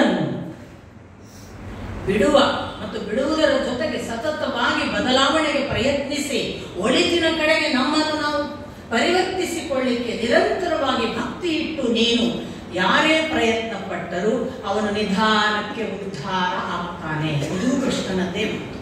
ಹಾಗಾಗಿ ಎಲ್ಲ ನಮ್ಮ ಹತ್ರ ಕೆಟ್ಟದ್ದೇ ಆಗ್ತದೆ ಮತ್ತೆಲ್ಲ ಬರ್ದಿಟ್ಟಿದೆ ಅಂತ ಇಂಥ ಪ್ರಶ್ನೆಗಳನ್ನೆಲ್ಲ ಬಹಳ ಜನ ಕೇಳ್ತಾರೆ. ಎಲ್ಲ ಮೊದಲೇ ಬರ್ದಿಟ್ಟಿದೆ ಅಂತ ಹೇಳ್ತಾರಲ್ರಿ, ನಾವು ಹೀಗೆ ಹುಟ್ಟುದು ಅಂತ ಮೊದಲೇ ನಿರ್ಣಯ ಆಗಿದೆ ಅಂತಲ್ಲ, ನಾವು ಕೆಲಸ ಮಾಡಬೇಕಾಗಿಲ್ಲ. ಹಾಗಾದ್ರೆ ನಾವು ಏನ್ ಮಾಡಿದ್ರು ಅದೇ ರಿಸಲ್ಟ್ ಅಲ್ವಾ ಅಂತ ಮಾತನಾಡೋರು ತುಂಬಾ ಜನ ಇದ್ದಾರೆ. ಒಂದು ನೆನಪಿಟ್ಕೊಳ್ಬೇಕು, ಕೃಷ್ಣ ಒಂದು ವೇಳೆ ನಮ್ಮ ಪ್ರಾರಬ್ಧ ಕರ್ಮದಿಂದ, ಪ್ರಾಕೃತ ಲಬ್ಧ ಇತಿ ಪ್ರಾರಬ್ಧ, ಹಿಂದೆ ಮಾಡಿದ ಪಾಪಕರ್ಮದ ಪರಿಣಾಮವಾಗಿ ನಮಗೇನೋ ನಮ್ಮ ಬದುಕು ಈಗ ಕೆಟ್ಟದಾದರೆ, ಮುಂದೆ ಆಗಾಮಿ ಕರ್ಮ, ಸಂಚಿತ ಕರ್ಮಗಳು, ಸಂಚಿತ ಕರ್ಮ ನಾನು ಈಗ ನಾಳೆಗಾಗಿ ಒಳಿತನ್ನು ಮಾಡುವುದಕ್ಕೆ ಕೂಡಿಡುವಂತು, ನನಗೆ ಒಳಿತಾಗಲಿ ಅಂತ ಮಾಡುವ ಕರ್ಮಗಳು ಸಂಚಿತ ಕರ್ಮಗಳು, ನನಗೆ ಮುಂದೆ ಒಳಿತಾಗಲಿ ಅಂತ ಸಂಗ್ರಹಿಸುವ ಕರ್ಮಗಳು. ಆಮೇಲೆ ಆಗಾಮಿ ನನ್ನ ಮುಂದಿನ ಒಳಿತಿಗೆ ಬರಲಿಕ್ಕಿರುವ ಕರ್ಮಗಳು. ಈ ಕರ್ಮ, ಆಮೇಲೆ ಕರ್ಮ, ಅಕರ್ಮ, ವಿಕರ್ಮಗಳನ್ನೆಲ್ಲ ಆರಂಭದಲ್ಲಿ ಕೃಷ್ಣ ಹೇಳಿದ್ದಾನೆ. ಕರ್ಮ ಅಂದ್ರೆ ಮಾಡಲೇಬೇಕಾದ ನಿತ್ಯ, ನೈಮಿತ್ತಿಕ ಮತ್ತು ಕಾಮ್ಯ ಕರ್ಮಗಳಿದ್ದಾವೆ. ನಿತ್ಯ ಕರ್ಮಗಳು ನಿಮಗೆ ಗೊತ್ತು, ಮಲಮೂತ್ರ ವಿಸರ್ಜನೆ, ಊಟ ಎಲ್ಲ ನಾವು ಮಾಡಲೇಬೇಕಾದದ್ದು, ಬಿಡ್ಲಿಕ್ಕೆ ಬರೋದೇ ಇಲ್ಲ, ಬದುಕೋದೇ ಇಲ್ಲ. ನೈಮಿತ್ತಿಕ ಕರ್ಮಗಳು ಅಂದ್ರೆ ನೇಮ. ಇವತ್ತು ಸಂಕಷ್ಟಿ, ಚಂದ್ರನ ನೋಡದೆ ಊಟ ಮಾಡಲ್ಲ, ಇವತ್ತು ರಾಯರ ದಿನ, ಗುರುವಾರ ನಮ್ದು ಉಪವಾಸ, ನೇಮ. ನೈಮಿತ್ತಿಕ, ನಿಮಿತ್ತಕ್ಕೆ ಕಾರಣವಾಗಿ ಆಗುವಂಥವು. ಕಾಮ್ಯ ಕರ್ಮ ಅಂದ್ರೆ ನಮಗೊಂದು ಅಪೇಕ್ಷೆ ಇಟ್ಕೊಂಡು ಮಾಡುವುದು. ಈಗ ಉದಾಹರಣೆಗೆ ಮಕ್ಕಳಾಗಲಿ ಅಂತ ಧೃತರಾಷ್ಟ್ರ ಪುತ್ರ ಕಾಮೇಷ್ಟಿ ಮಾಡಿದ. ಅದು ಕಾಮ್ಯದಿಂದ ಮಾಡುವುದು. ಹೀಗೆ 3 ಕರ್ಮಗಳು. ಕರ್ಮ ಅನ್ನೋದು ವಿಹಿತ ಕರ್ಮ, ನಾವೆಲ್ಲ ಮಾಡಲೇಬೇಕಾದದ್ದು. ನಾನು ನಿಮ್ಗೆ ಹೇಳಿದೆ, ಕೆಲವು ಇದ್ದಾಗ ಅದನ್ನು ಬಿಟ್ಟರೆ ಬದುಕಲ್ಲ ಅಂತ. ಉಸಿರಾಡೋದಿರ್ಬೋದು, ಕಣ್ಣು ಮುಚ್ಚೋದಿರ್ಬೋದು, ಎಲ್ಲ ವಿಹಿತ, ಊಟ ಮತ್ತೊಂದು ಮಗದೊಂದು. ಇದರ ಜೊತೆಗೆ ಅಕರ್ಮ, ಡಾಕ್ಟರ್ ಇದ್ದಾರೆ, ಅದೇ ಉದಾಹರಣೆ ಕೊಡೋದು ಒಳ್ಳೇದು ಅನ್ಸುತ್ತೆ. ಅಕರ್ಮ ಅಂತ ಒಂದು ಹೇಳ್ತಾನೆ ಕೃಷ್ಣ. ಅಕರ್ಮ ಯಾವುದು? ಅಕರ್ಮ ಯಾವುದು ಅಂದ್ರೆ ಮಾಡಬೇಕಾದ ಹೊತ್ತಿನಲ್ಲಿ ಮಾಡಬಾರದ ಕೆಲಸವನ್ನು ಮಾಡುವುದು. ಈಗ ಒಬ್ಬನು ಬಂದಿದ್ದಾನೆ, ಹೊಟ್ಟೆ ನೋವು ಅಂತ ಡಾಕ್ಟರ್ ಹತ್ರ. ಡಾಕ್ಟರಿಗೆ ಗೊತ್ತಾಗತ್ತೆ ಇದು ಕೇವಲ ಆಸಿಡಿಟಿ ಅಂತ. ಅವನು ಆಸಿಡಿಟಿ ಮಾತ್ರ ಕೊಟ್ಟು ಕಳುಹಿಸುವ ಬದಲು ನಿಮ್ಮ ಹೊಟ್ಟೆಯಲ್ಲಿ ಭಾರಿ ತೊಂದರೆ ಉಂಟು, ಒಂದು ಸ್ಕ್ಯಾನ್ ಮಾಡಬೇಕಾಗ್ತದೆ, ಒಂದು ತಕ್ಷಣ ಎಕ್ಸ್ರೇ ಸ್ಕ್ಯಾನ್ ಮಾಡಿ ಅದರ ರಿಪೋರ್ಟ್ ನೋಡಿ ನಾವು ಡಿಸೈಡ್ ಮಾಡ್ತೇವೆ ಅಂತ ಹೇಳಿ ಇವ್ರು ಮಾಡೋದಲ್ಲ ಪಾಪ, ಹಂಗ ಅವರನ್ನ ಭಾಗಿಸ ಹಾಗೆ ರಿಪೋರ್ಟ್ ಮಾಡಿ ಆ ರಿಪೋರ್ಟ್ ಅಲ್ಲಿ ಯಾರದೋ ರಿಪೋರ್ಟ್ ಅನ್ನು ತೋರಿಸಿ ಇವತ್ತು ನಡೀತಾ ಇರುವಂತ ಗೆಡ್ಡೆ ಇದ್ದ ಹಾಗೆ ತೋರಿಸಿ ಅವನ ಹೊಟ್ಟೆಯನ್ನು ಆಪರೇಷನ್ ಮಾಡುವ ಪ್ರೋಸೆಸ್ ಮಾಡಿ ಅವನಿಂದ ಹಣ ಪಡೆಯುವುದು ಅಕರ್ಮ, ಮಾಡಬಾರದ ಕರ್ಮ. ಒಬ್ಬನಿಗೆ ನಿಜವಾಗಿ ಹೊಟ್ಟೆಯಲ್ಲಿ ಗೆಡ್ಡೆ ಉಂಟು, ಅವನು ಒದ್ದಾಡ್ತಿದ್ದಾನೆ, ದುಡ್ಡು ಇಲ್ಲ ಅವನ, ದುಡ್ಡು ಬರುವುದಿಲ್ಲ, ಇವನಿಗೆ ಆಪರೇಷನ್ ಮಾಡಿದ್ರೆ ಉಪಯೋಗ ಇಲ್ಲ, ಏನಿಲ್ಲ, ನೀನು ಆರಾಮಾಗ್ತದೆ ಅಂತ 3 ಮಾತ್ರೆ ಕೊಟ್ಟು ಕಳಿಸಿಬಿಡುದು. ವಿಕರ್ಮ. ಇಂಥ ಉದಾಹರಣೆಗಳನ್ನ ಕರ್ಮ, ಅಕರ್ಮ, ವಿಕರ್ಮಕ್ಕೆ ಹೇಳ್ತಾನೆ. ಪಾಪಕರ್ಮ, ಪುಣ್ಯಕರ್ಮ, ಮಿಶ್ರಕರ್ಮ ಅಂತ ಇದೆ, ನಮಗೆ ಗೊತ್ತು.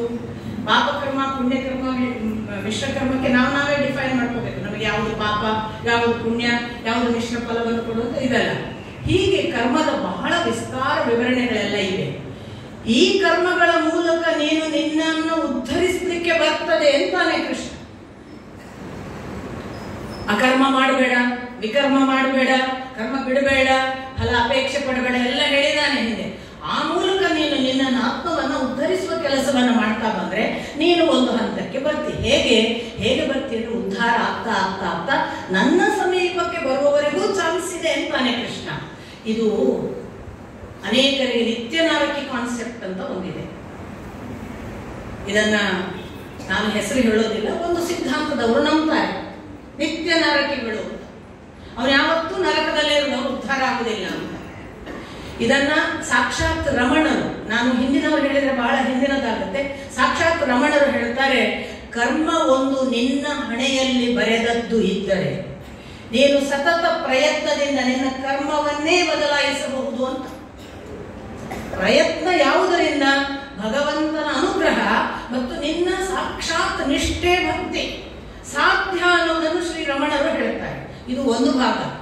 ನಮಗೆ ಸೈನ್ಸ್ ಹೇಳುತ್ತೆ, ನಮ್ಮಲ್ಲೊಂದು ಆರ್ಗ್ಯುಮೆಂಟ್ ಇದೆ, ಹುಳಿ ಅಂದ್ರೆ ಹುಳಿಯೇ, ಅದೆಂದೂ ಸಿಹಿ ಆಗಲ್ಲ. ಈಗ ಒಂದು ಥೈಲ್ಯಾಂಡ್ ನ ಹುಣಸೆ ಹಣ್ಣು ಬರುತ್ತೆ, ಯಾರು ತಗೊಂಡು ನೋಡಿದ್ರೆ ನೋಡಿ, ಖರ್ಜೂರ ಇದ್ದಂಗಿರುತ್ತೆ, ಹುಣಸೆ ಹಣ್ಣೆ. ಹುಳಿಯ ಅದರ ಸ್ವಭಾವವನ್ನು ಬದಲಾಯಿಸಬಹುದು ಅಂತ ಸೈನ್ಸ್ ಹೇಳ್ತಿದೆ. ಒಂದು ಮುಳ್ಳಿನ ಕಂಠಿಗೆ, ಮುಳ್ಳಿನ ಗಿಡ ಗುಡ್ಡದಲ್ಲಿ ಬಹಳ ಸ್ಟ್ರಾಂಗ್ ಬೆಳೀತದೆ, ಅದಕ್ಕೆ ನೀರು ಬೇಡ, ಗಟ್ಟಿ ಗಿಡ. ಆ ಮುಳ್ಳಿನ ಗಿಡವನ್ನ ಚಿಕ್ಕ ಗಿಡಕ್ಕೆ ಗ್ರಾಫ್ಟ್ ಮಾಡಿ ನಮ್ಮ ಮನೆಯಲ್ಲಿ ಹಚ್ಚಿದ್ದು ನಾನು ನೋಡಿದ್ದೆ. ಮುಳ್ಳು ಕಂಠಿಯ ಗಿಡ ಅದು ಗ್ರಾಫ್ಟ್ ಆದ್ಮೇಲೆ ಚಿಕ್ಕ ಗಿಡವಾಗಿ ಬೆಳೆಯುತ್ತದೆ. ಅಂದ್ರೆ ಒಂದು ದೊಡ್ಡದಕ್ಕೆ ಕೆಟ್ಟದ್ದು ತನ್ನನ್ನು ಅರ್ಪಿಸಿಕೊಂಡ್ರೆ ಅದೇ ಆಗಿ ಬಿಡ್ತದೆ. ಕೆಟ್ಟದ್ದೊಂದು ಮುಳ್ಳಿನ ಗಿಡ ಒಳ್ಳೆಯ ಸುಂದರ ಫಲ ಕೊಡುವ ಚಿಕ್ಕ ಹಣ್ಣಿನ ಮರವಾಗಿ ಬಿಟ್ಟದ್ದನ್ನ ಇವತ್ತು ಸೈನ್ಸಿನ ಗ್ರಾಫ್ಟ್ ಕೃಷಿ ಹೇಳ್ತಿದೆ. ಹಾಗಾಗಿ ನಾವು ದೊಡ್ಡದಕ್ಕೆ ನಾವು ಎಷ್ಟೇ ಕೆಟ್ಟವರಿದ್ರು ಅರ್ಪಿಸಿಕೊಂಡ್ರೆ ಮುಳ್ಳು ಗಂಟಿಯ ಕೆಟ್ಟ ಗುಣ ಹೋಗಿ ನಾವು ಚಿಕ್ಕ ಹಣ್ಣು ಆಗಬಹುದು. ಇದನ್ನು ಕೃಷ್ಣ ಹೇಳಿದ್ದು, ನೀನು ಹಾಗೆ ಮಾಡಲಿಕ್ಕೆ ಬರ್ತದೆ. ಆಗ ಒಂದು ಮಾತು ಹೇಳ್ತಾನೆ ಕೃಷ್ಣ, ಹೇಗೆ ಮಾಡಬೇಕು ಅಂದ್ರೆ ಶಾಸ್ತ್ರ ಪ್ರಮಾಣ ಬದ್ಧವಾಗಿ ಮಾಡಬೇಕು. ಅಂದ್ರೆ ಲೋಕ ರೂಢಿಯಲ್ಲಿ ಈಗಾಗಲೇ ಕೆಲವು ಶಾಸ್ತ್ರ ಅಂತ ಮಾಡಿದ್ದಾರೆ. ಆ ಶಾಸ್ತ್ರಕ್ಕೆ ಪ್ರಮಾಣಬದ್ಧವಾಗಿ ನಿನ್ನ ಕರೆಕ್ಷನ್ಸ್ ಅನ್ನು ಮಾಡಬೇಕೇ ಹೊರತು ನಾನು ಕರೆಕ್ಷನ್ ಮಾಡ್ತಲೇ ಇದ್ದೇನೆ, ರಿಸಲ್ಟ್ ಇಲ್ಲ. ಯಾಕಿಲ್ಲ ಅಂದ್ರೆ ನಿನ್ನ ಕರೆಕ್ಷನ್ಸ್ ಈಗಾಗಲೇ ಹಿರಿಯರು ಮಾಡಿಟ್ಟ ಒಂದು ಪರಂಪರೆಗೆ ಒಪ್ಪುತ್ತದ ಇಲ್ವಾ ತಾಳೆ ಹಾಕಿ ನೋಡು. ಅದು ಶಾಸ್ತ್ರ. ಇನ್ನು ಅನುಭವ ಪ್ರಮಾಣ ಕೂಡ ಒಂದುಂಟು. ಬೇರೆ ಬೇರೆ ಹಿರಿಯರ ಅನುಭವಗಳಿವೆ, ಅದನ್ನು ಪ್ರಮಾಣ ಮಾಡಿಕೋ.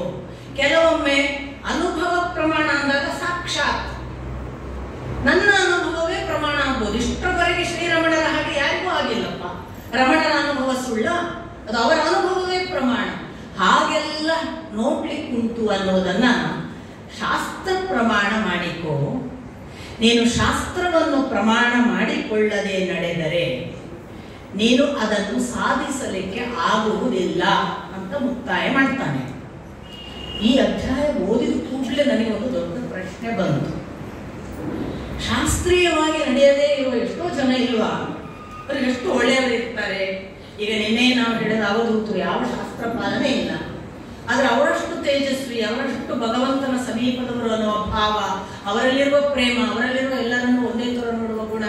ಅರೆ, ಅವರು ಅಷ್ಟು ಚೆನ್ನಾಗಿದ್ದಾರಲ್ಲ, ಯಾಕೆ ಶಾಸ್ತ್ರ ಅಂತ ಹೇಳ್ತಾರೆ ಕೃಷ್ಣ ಅಂತ ನನಗೆ ಅಧ್ಯಾಯ ಮುಗಿಯುವಾಗ ಪ್ರಶ್ನೆ ಬಂತು. ಇಂಥದ್ದು ಬೇಕಾದಷ್ಟು ಆಗಿದೆ ವೇದವ್ಯಾಸರನ್ನ ಓದುವಾಗ. ಯಾವ ಪ್ರಶ್ನೆ ಬಂತ ಅದರ ಮರು ಪ್ರಶ್ನೆಗೆ ಉತ್ತರ ಮುಂದಿನ ಅಧ್ಯಾಯದಲ್ಲಿ ಶ್ರದ್ಧಾತ್ರಯ ವಿಭಾಗ ಯೋಗದಲ್ಲಿ ಕೃಷ್ಣ ಅರ್ಜುನನ ಪ್ರಶ್ನೆಯೇ ಅದು. ಕೆಲವರು ತುಂಬಾ ಶ್ರದ್ಧೆಯಿಂದ ಇರ್ತಾರೆ, ಆದರೆ ಅವರಿಗೆ ನೀನು ಹೇಳುವ ಶಾಸ್ತ್ರ ನಿಷ್ಠೆ ಇರುವುದಿಲ್ಲ. ಅವರು ಶಾಸ್ತ್ರೀಯವಾಗಿ ಏನನ್ನು ಪಾಲಿಸುವುದಿಲ್ಲ. ಅವರು ಯಾವ ರೀತಿಯವರು ಅಂತ ಪ್ರಶ್ನೆ ಕೇಳ್ತಾರೆ. ಅವರ ನಿಷ್ಠೆ ಅವರ ನಿಷ್ಠೆ ಯಾವುದು? ತೇಷಾಂ ನಿಷ್ಠಾಂ ಕಾ ಕೃಷ್ಣ? ಅವರ ನಿಷ್ಠೆ ಯಾವುದು ಕೃಷ್ಣ? ಅದು ಶ್ರದ್ಧೆ ಇದೆ. ಶಾಸ್ತ್ರೀಯವಾಗಿ ಬೆಳಿಗ್ಗೆ ಎದ್ಕೊಳ್ಳಿ, ಇಂಥ ಹೊತ್ತಿಗೆ ಪೂಜೆ ಆಗ್ಬೇಕು, ಇಂಥ ಹೊತ್ತಿಗೆ ತೀರ್ಥ ತಗೋಬೇಕು, ಇಂಥ ಹೊತ್ತಿಗೆ ಊಟ ಮಾಡಬೇಕು ಅಲ್ಲ. ಅಥವಾ ಬೆಳಿಗ್ಗೆ ಎದ್ದ ಕೂಡಲೇ ನಿಜವಾಗಿ ನಮ್ಮ ಹಿಂದಿನ ಪರಂಪರೆಯವರು ಏನೇನು ಮಾಡಿದ್ದಾರೆ ಅದು ಯಾವುದು ಮಾಡಲ್ಲ. ಹಾಗಂತ ಸಾಕ್ಷಾತ್ ನಮಗೆ ಭಗವಂತನ ಒಂದು ಅನುಭವ ಕೊಡ್ತಾರೆ ಅವರೆಲ್ಲ ಇದ್ದಾರಲ್ಲ ಅನ್ನುವ ಹಾಗೆ ಈ ಪ್ರಶ್ನೆ ಕೇಳ್ತಾನೆ. ಶ್ರದ್ಧೆ ಇದೆ ಅವರಲ್ಲಿ, ಆದ್ರೆ ಅವರು ಹೀಗೆ ಹೇಗೆ? ಹಾಗಿದ್ರೆ ಅವರ ನಿಷ್ಠೆಯನ್ನ ಏನು ಅಂತ ಕೇಳ್ತಾನೆ ಅರ್ಜುನ. ಶ್ರದ್ಧಾತ್ರಯ ವಿಭಾಗ ಯೋಗದಲ್ಲಿ ಕೃಷ್ಣ ಹೇಳ್ತಾನೆ, ಶ್ರದ್ಧಾಮಯಂ ಅಯಂ ಪುರುಷಃ. ಈ ಮನುಷ್ಯ ಅನ್ನುವ ಇಲ್ಲಿ ಇದ್ದಾನೆ ಅಂದ್ರೆ ಅವನು ಶ್ರದ್ಧೆ ಇಲ್ಲದೆ ಇಲ್ಲ. ಯಾರೇ ಇರಲಿ ಅವನು ಶ್ರದ್ಧೆ ಇಲ್ಲದೆ ಇಲ್ಲ. ಹೌದಲ್ವಾ? ಕೆಲವರಿಗೆ ದೇವರಿಲ್ಲ ಅಂತಾನೆ, ಅದು ಒಂದು ಶ್ರದ್ಧೆ ಅಲ್ವಾ? ಕೃಷ್ಣ ಹೇಳುವ ಅರ್ಥ ಹಾಗೆ. ಅವನಿಗೆ ನಂಬಿಕೆ ಇದೆ, ದೇವರಿಲ್ಲ, ಅದು ಒಂದು ಶ್ರದ್ಧೆ ಅಲ್ವಾ? ಹಿರಣ್ಯಕಶಿಪುಗಿತ್ತು, ದೊಡ್ಡವರಿಲ್ಲ ನಾನೇ, ಅದು ಶ್ರದ್ಧೆ. ಅಯಂ ಪುರುಷಃ ಶ್ರದ್ಧಾಮಯಂ. ಇಲ್ಲೊಬ್ಬ ಮನುಷ್ಯ ಇದ್ದಾನೆ ಅಂದ್ರೆ ಅವನು ಶ್ರದ್ಧೆ ಇದ್ದೇ ಇರ್ತಾನೆ. ಶ್ರದ್ಧೆ ಇಲ್ಲದವನು ಇಲ್ಲ. ಮತ್ತೆ ಶ್ರದ್ಧೆಯನ್ನು ನೋಡುವಾಗ ಶ್ರದ್ಧೆಯಲ್ಲಿ ಯಾವ ಯಾವ ರೀತಿ ಇದೆ ಅನ್ನೋದರ ಮೇಲೆ ಅವರು ಹೇಗೆ ಅಂತ. ನೀನು ಯಾರು ಹೇಗೆ ಅಂತ ಕೇಳಿದ್ಯಲ್ಲ. ಶ್ರದ್ಧೆಯಲ್ಲಿ 3 ವಿಭಾಗ. ಅದು ಸಾತ್ವಿಕ, ಅದು ರಾಜಸ, ಅದು ತಾಮಸ ಅಂತ 3 ವಿಭಾಗ ಇದೆ ಶ್ರದ್ಧೆಗಳಲ್ಲಿ. ಯಾವುದೆಲ್ಲ?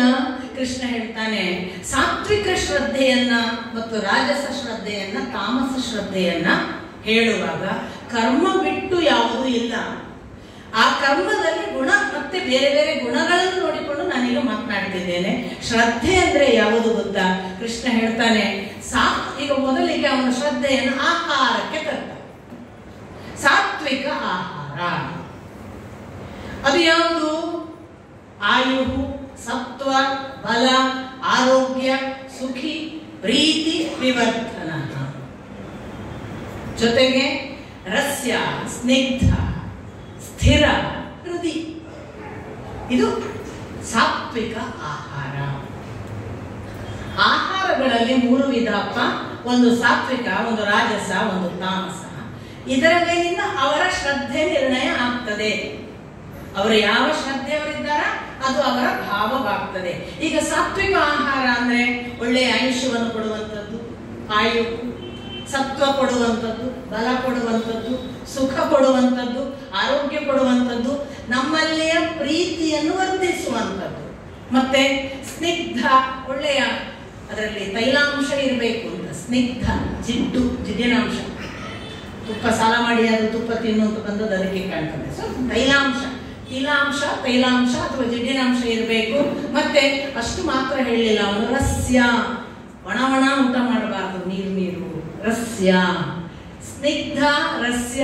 ಆಮೇಲೆ ಬಹಳ ಹೃದಯಂಗಮಾಗಿರ್ಬೇಕು ಆಹಾರ. ಸ್ಥಿರ, ನಮಗೆ ಬಹಳ ಹೊತ್ತು ಹಸಿ ಹುಟ್ಟಿಸಬಾರ್ದು.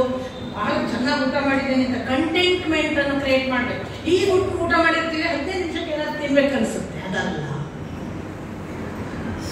ಅದು ಸುಖೀ ಭಾವವನ್ನ ನಮಗೆ ಕೊಡಬೇಕು. ಊಟ ಮಾಡಿಸಿದವರ ಬಗ್ಗೆಯೂ ನಮ್ಮ ಒಂದು ಸುಖೀ ಭಾವ ಇರಬೇಕು. ನಮಗೆ ಅವರು ಊಟ ಮಾಡಿಸಿದ್ದವರ ಬಗ್ಗೆ ಪ್ರೀತಿವರ್ಧನ, ನಮ್ಮ ಪ್ರೀತಿ ಹೆಚ್ಚಿಸುವ ಹಾಗೆ ಆ ಊಟ ಇರಬೇಕು. ಏನ್ ಊಟ ಮಾಡಿಸಿದ್ರು ಮಾರೆ, ಇನ್ನೊಮ್ಮೆ ಹೋಗ್ಬಾರ್ದು ಅಂದ್ರೆ ಅಲ್ವಾ? ಪ್ರೀತಿವರ್ಧನ ಅಲ್ಲ, ಪ್ರೀತಿ ವರ್ಧಿಸಬೇಕು. ಅವ್ರು ಮತ್ತೆ ಯಾವಾಗ ಊಟಕ್ಕೆ ಕರೀತಾರೆ, ಎಷ್ಟು ಚೆನ್ನಾಗಿ ಊಟ ಮಾಡಿದ್ರು, ಮರೆಯಕ್ಕೆ ಸಾಧ್ಯ ಇಲ್ಲ. ಏನು ಅಡಿಗೆ? ನನ್ನ ಗುರುಗಳು ಹೇಳ್ತಿದ್ರು, ಮಗಳೇ ಊಟ ಮೆಚ್ಚಬೇಡ, ಮಾಡಿದವರ ಮನಸ್ಸು ನೋಡು. ಊಟ ಮಾಡುವಾಗ ಊಟ ಮೆಚ್ಚಿ ಬರುವವರೇ ಹೆಚ್ಚು. ನಾವು ಮಾಡಿದ ತಾಯಿಯ ಮನಸ್ಸು ನೋಡು. ಪ್ರತಿ ಅಡುಗೆ ತುಂಬಾ ಚೆನ್ನಾಗಿ ಆಗಿದ್ರೆ ತಾಯಿಯ ಮನಸ್ಸು ಚೆನ್ನಾಗಿ ಅಲ್ಲಿ ಕೆಲಸ ಮಾಡಿದೆ ಅಂತ. ಯಾಕೆ ಒಂದು ಕಾಲಕ್ಕೆ ಹೋಟೆಲಿಗೆ ನಾವು ಯಾರು ಹೋಗ್ತಿರ್ಲಿಲ್ಲ, ಈಗ ಹೋಟೆಲೇ ಹುಡುಕುದು ಬೆಳಗಾದ ಕೂಡಲೇ. ಇವತ್ತು ಶನಿವಾರ ಭಾನುವಾರ ಮನೆಯಲ್ಲಿ ಇದ್ದೇವೆ, ರೆಸ್ಟ್.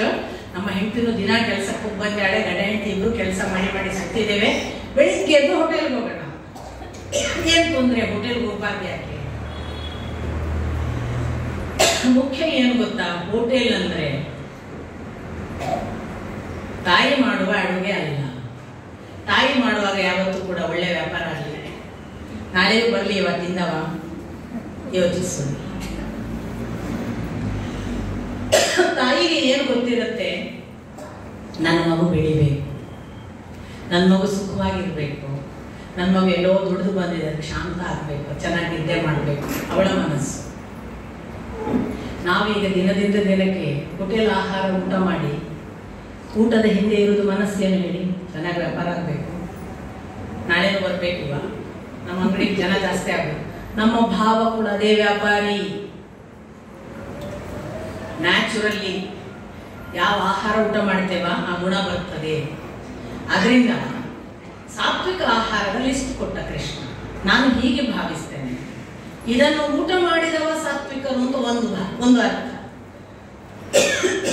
ಇನ್ನೊಂದು ಅರ್ಥ, ಸಾತ್ವಿಕರಾಗಬೇಕಾದರೆ ಇಂಥ ಊಟ ಮಾಡಿ.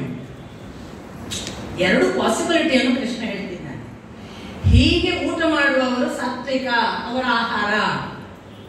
ಒಂದು ವೇಳೆ ನಿಮಗೆ ಸಾತ್ವಿಕರಾಗುವ ಅಪೇಕ್ಷೆ ಇದ್ರೆ ಈ ನಾನು ಹೇಳಿದ ಲಿಸ್ಟಿನ ಊಟ ಮಾಡಿ. ಅದು ಸುಖ ಕೊಡೋದು ಯಾವುದು? ಯಾವುದು ಆಯುಷ್ ಕೊಡ್ತದೆ, ಯಾವುದು ಬಲ ಕೊಡ್ತದೆ, ಯಾವುದು ಸತ್ವ ಕೊಡ್ತದೆ, ಯಾವುದು ಸ್ನಿಗ್ಧ, ಯಾವುದು ರಸ್ಯ, ಯಾವುದು ಸ್ಥಿರ, ಯಾವ ಹೃದಯ, ಯಾವುದು ಪ್ರೀತಿವರ್ಧನ, ಯಾರು ಡಿಸೈಡ್ ಮಾಡುವವರು? ನಾವೇ ಅಲ್ವಾ? ನಮಗೆ ಒಳ್ಳೆ ಭಯಂಕರ ಖಾರ ತಿಂದ್ರೆ ಖುಷಿ ಆಗ್ತಿದ್ರೆ ಅಲ್ವಾ?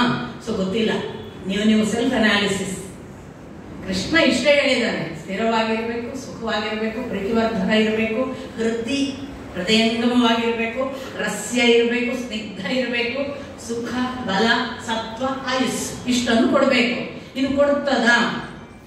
ಬಹಳ ಇದನ್ನೇ ತಿನ್ಬೇಡಿ, ಫ್ಯಾಟ್ ಹೆಚ್ಚಾಗ್ತದೆ, ಬಹಳ ಇದನ್ನೇ ತಿನ್ಬೇಡಿ, ಆಯುಷ್ ಕಮ್ಮಿ ಆಗ್ತದೆ ಹೇಳ್ತಾರಲ್ಲ, ಅದನ್ನೆಲ್ಲ ಬಿಡಿ ಅಷ್ಟೇ. ಕೃಷ್ಣನದ್ದು ಸಾತ್ವಿಕ ಆಹಾರದ ಗುಣಲಕ್ಷಣಗಳಲ್ಲಿ ಅದರ ರುಚಿಯ ಉಲ್ಲೇಖ ಕಡಿಮೆ, ಅದರ ಪರಿಣಾಮದ ಉಲ್ಲೇಖ ಇದೆ. ನೆಕ್ಸ್ಟ್ ಅವನು ರಾಜಸ ಆಹಾರ ಹೇಳುವಾಗ ಕಟು, ಅಮ್ಲ, ಲವಣ, ತೀಕ್ಷ್ಣ, ರೂಕ್ಷ, ವಿದಾಹಿನ. ಮತ್ತೆ ರಾಜಸಿ ಇಷ್ಟ ಆಹಾರ ಪರಿಣಾಮ ಕೂಡ ಹೇಳ್ತಾನೆ, ದುಃಖ, ಶೋಕ, ಆಮಯ ಪ್ರದ. ಕೆಲವು ಆಹಾರ ಇದೆ ಕಟು, ಖಾರ ಅಂತ ಕೆಲವರು ಬರೀತಾರೆ. ಅದು ಮುಂದೆ ತೀಕ್ಷ್ಣಕ್ಕೆ ಅದನ್ನು ಬಳಸಿದ್ರೆ ಅತಿ ಉಷ್ಣ, ತೀಕ್ಷ್ಣ, ರೂಕ್ಷ, ವಿದಾಹಿನ ಅಂತ ಬಂದಾಗ ಬಿಸಿ ಅಲ್ಲಿ ಇದೆ, ಖಾರ ಅಲ್ಲಿ ಇದೆ ಅಂತ ನಾನು ಭಾವಿಸಿ ಕಟು ಅಂದ್ರೆ ಕಹಿ ಅಂತ ಭಾವಿಸ್ತೇನೆ. ಕಹಿ ಪದಾರ್ಥ ಇಷ್ಟ ಆಗೋದು, ಹುಳಿ ಪದಾರ್ಥ ಇಷ್ಟ ಆಗೋದು. ಸೆಲ್ಫ್ ಅನಾಲಿಸಿಸ್ ಮಾಡಿ, ಇನ್ನೊಬ್ಬರನ್ನು ಯೋಚನೆ ಮಾಡಬೇಡಿ. ಕಹಿ ಪದಾರ್ಥ ಇಷ್ಟ ಆಗೋದು, ಹುಳಿ ಹುಳಿ ಆಮ್ಲ, ಉಪ್ಪು ಬೇಕು, ಉಪ್ಪು ಅಡಿಗೆ ಆಗ್ಬೇಕು. ಉಪ್ಪು ಹಾಕ್ಲೇ ಇಲ್ಲ ನೀನೊಂದು ಜಗಳ, ಅದಕ್ಕಾಗಿ ಜಗಳ ಬಹಳ ಆಗುತ್ತೆ. ಲವಣ, ಅತಿ ಉಷ್ಣ, ಬಿಸಿ ಬಿಸಿ ಬಿಸಿ ಇರ್ಬೇಕು. ಯಾವಾಗ ಮಾಡಿದ್ದು? ಬಿಸಿ ಮಾಡಿ ಬರಲ್ವಾ?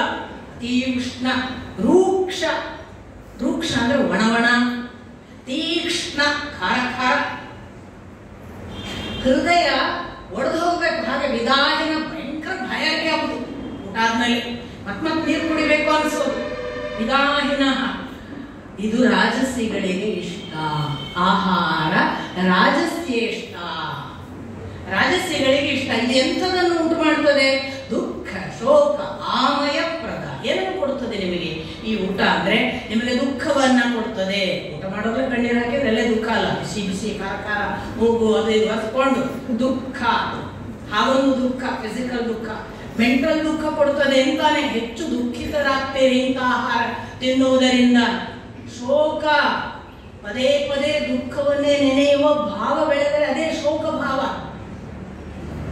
ಆಮಯ, ರೋಗ, ರೋಗ ಹೆಚ್ಚುತ್ತದೆ. ನಿರಾಮಯ ಅನ್ನೋದು ಶಬ್ದ ಅದಕ್ಕೆ ಬಂತು ಭಗವಂತನಿಗೆ, ರೋಗವಿಲ್ಲದವನು. ಆಮಯಪ್ರದ, ಈ ರೋಗಗಳನ್ನು ಕೊಡುತ್ತದೆ ಅಂತ ಕೃಷ್ಣ.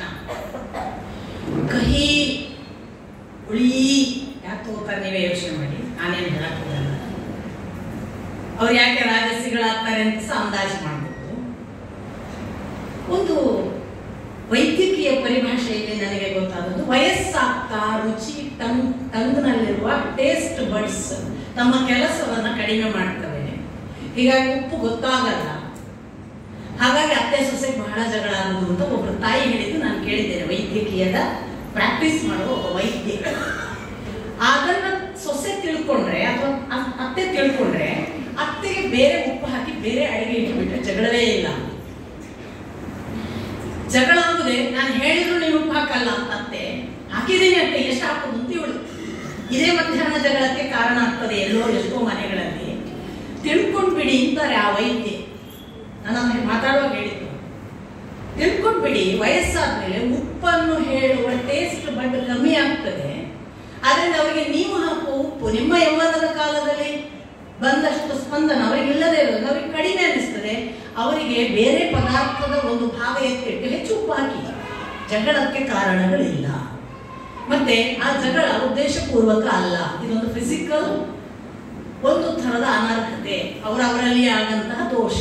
ಸೊ ಫಿಸಿಕಲ್ ದೋಷವನ್ನ ಜಗಳಕ್ಕೆ ಕಾರಣ ಮಾಡಬೇಡಿ ಅಂತ ಕೃಷ್ಣನ ಈ ಮಾತನ್ನ ಹೇಳುವಾಗ ನನಗೆ ಅದು ನೆನಪಾಯಿತು. ಲವಣಕ್ಕೆ ಜಗಳ, ಆದರೆ ಸ್ವಭಾವತಃ ಉಪ್ಪನ್ನು ಹೆಚ್ಚು ತಿನ್ನುವವರಿದ್ದಾರೆ.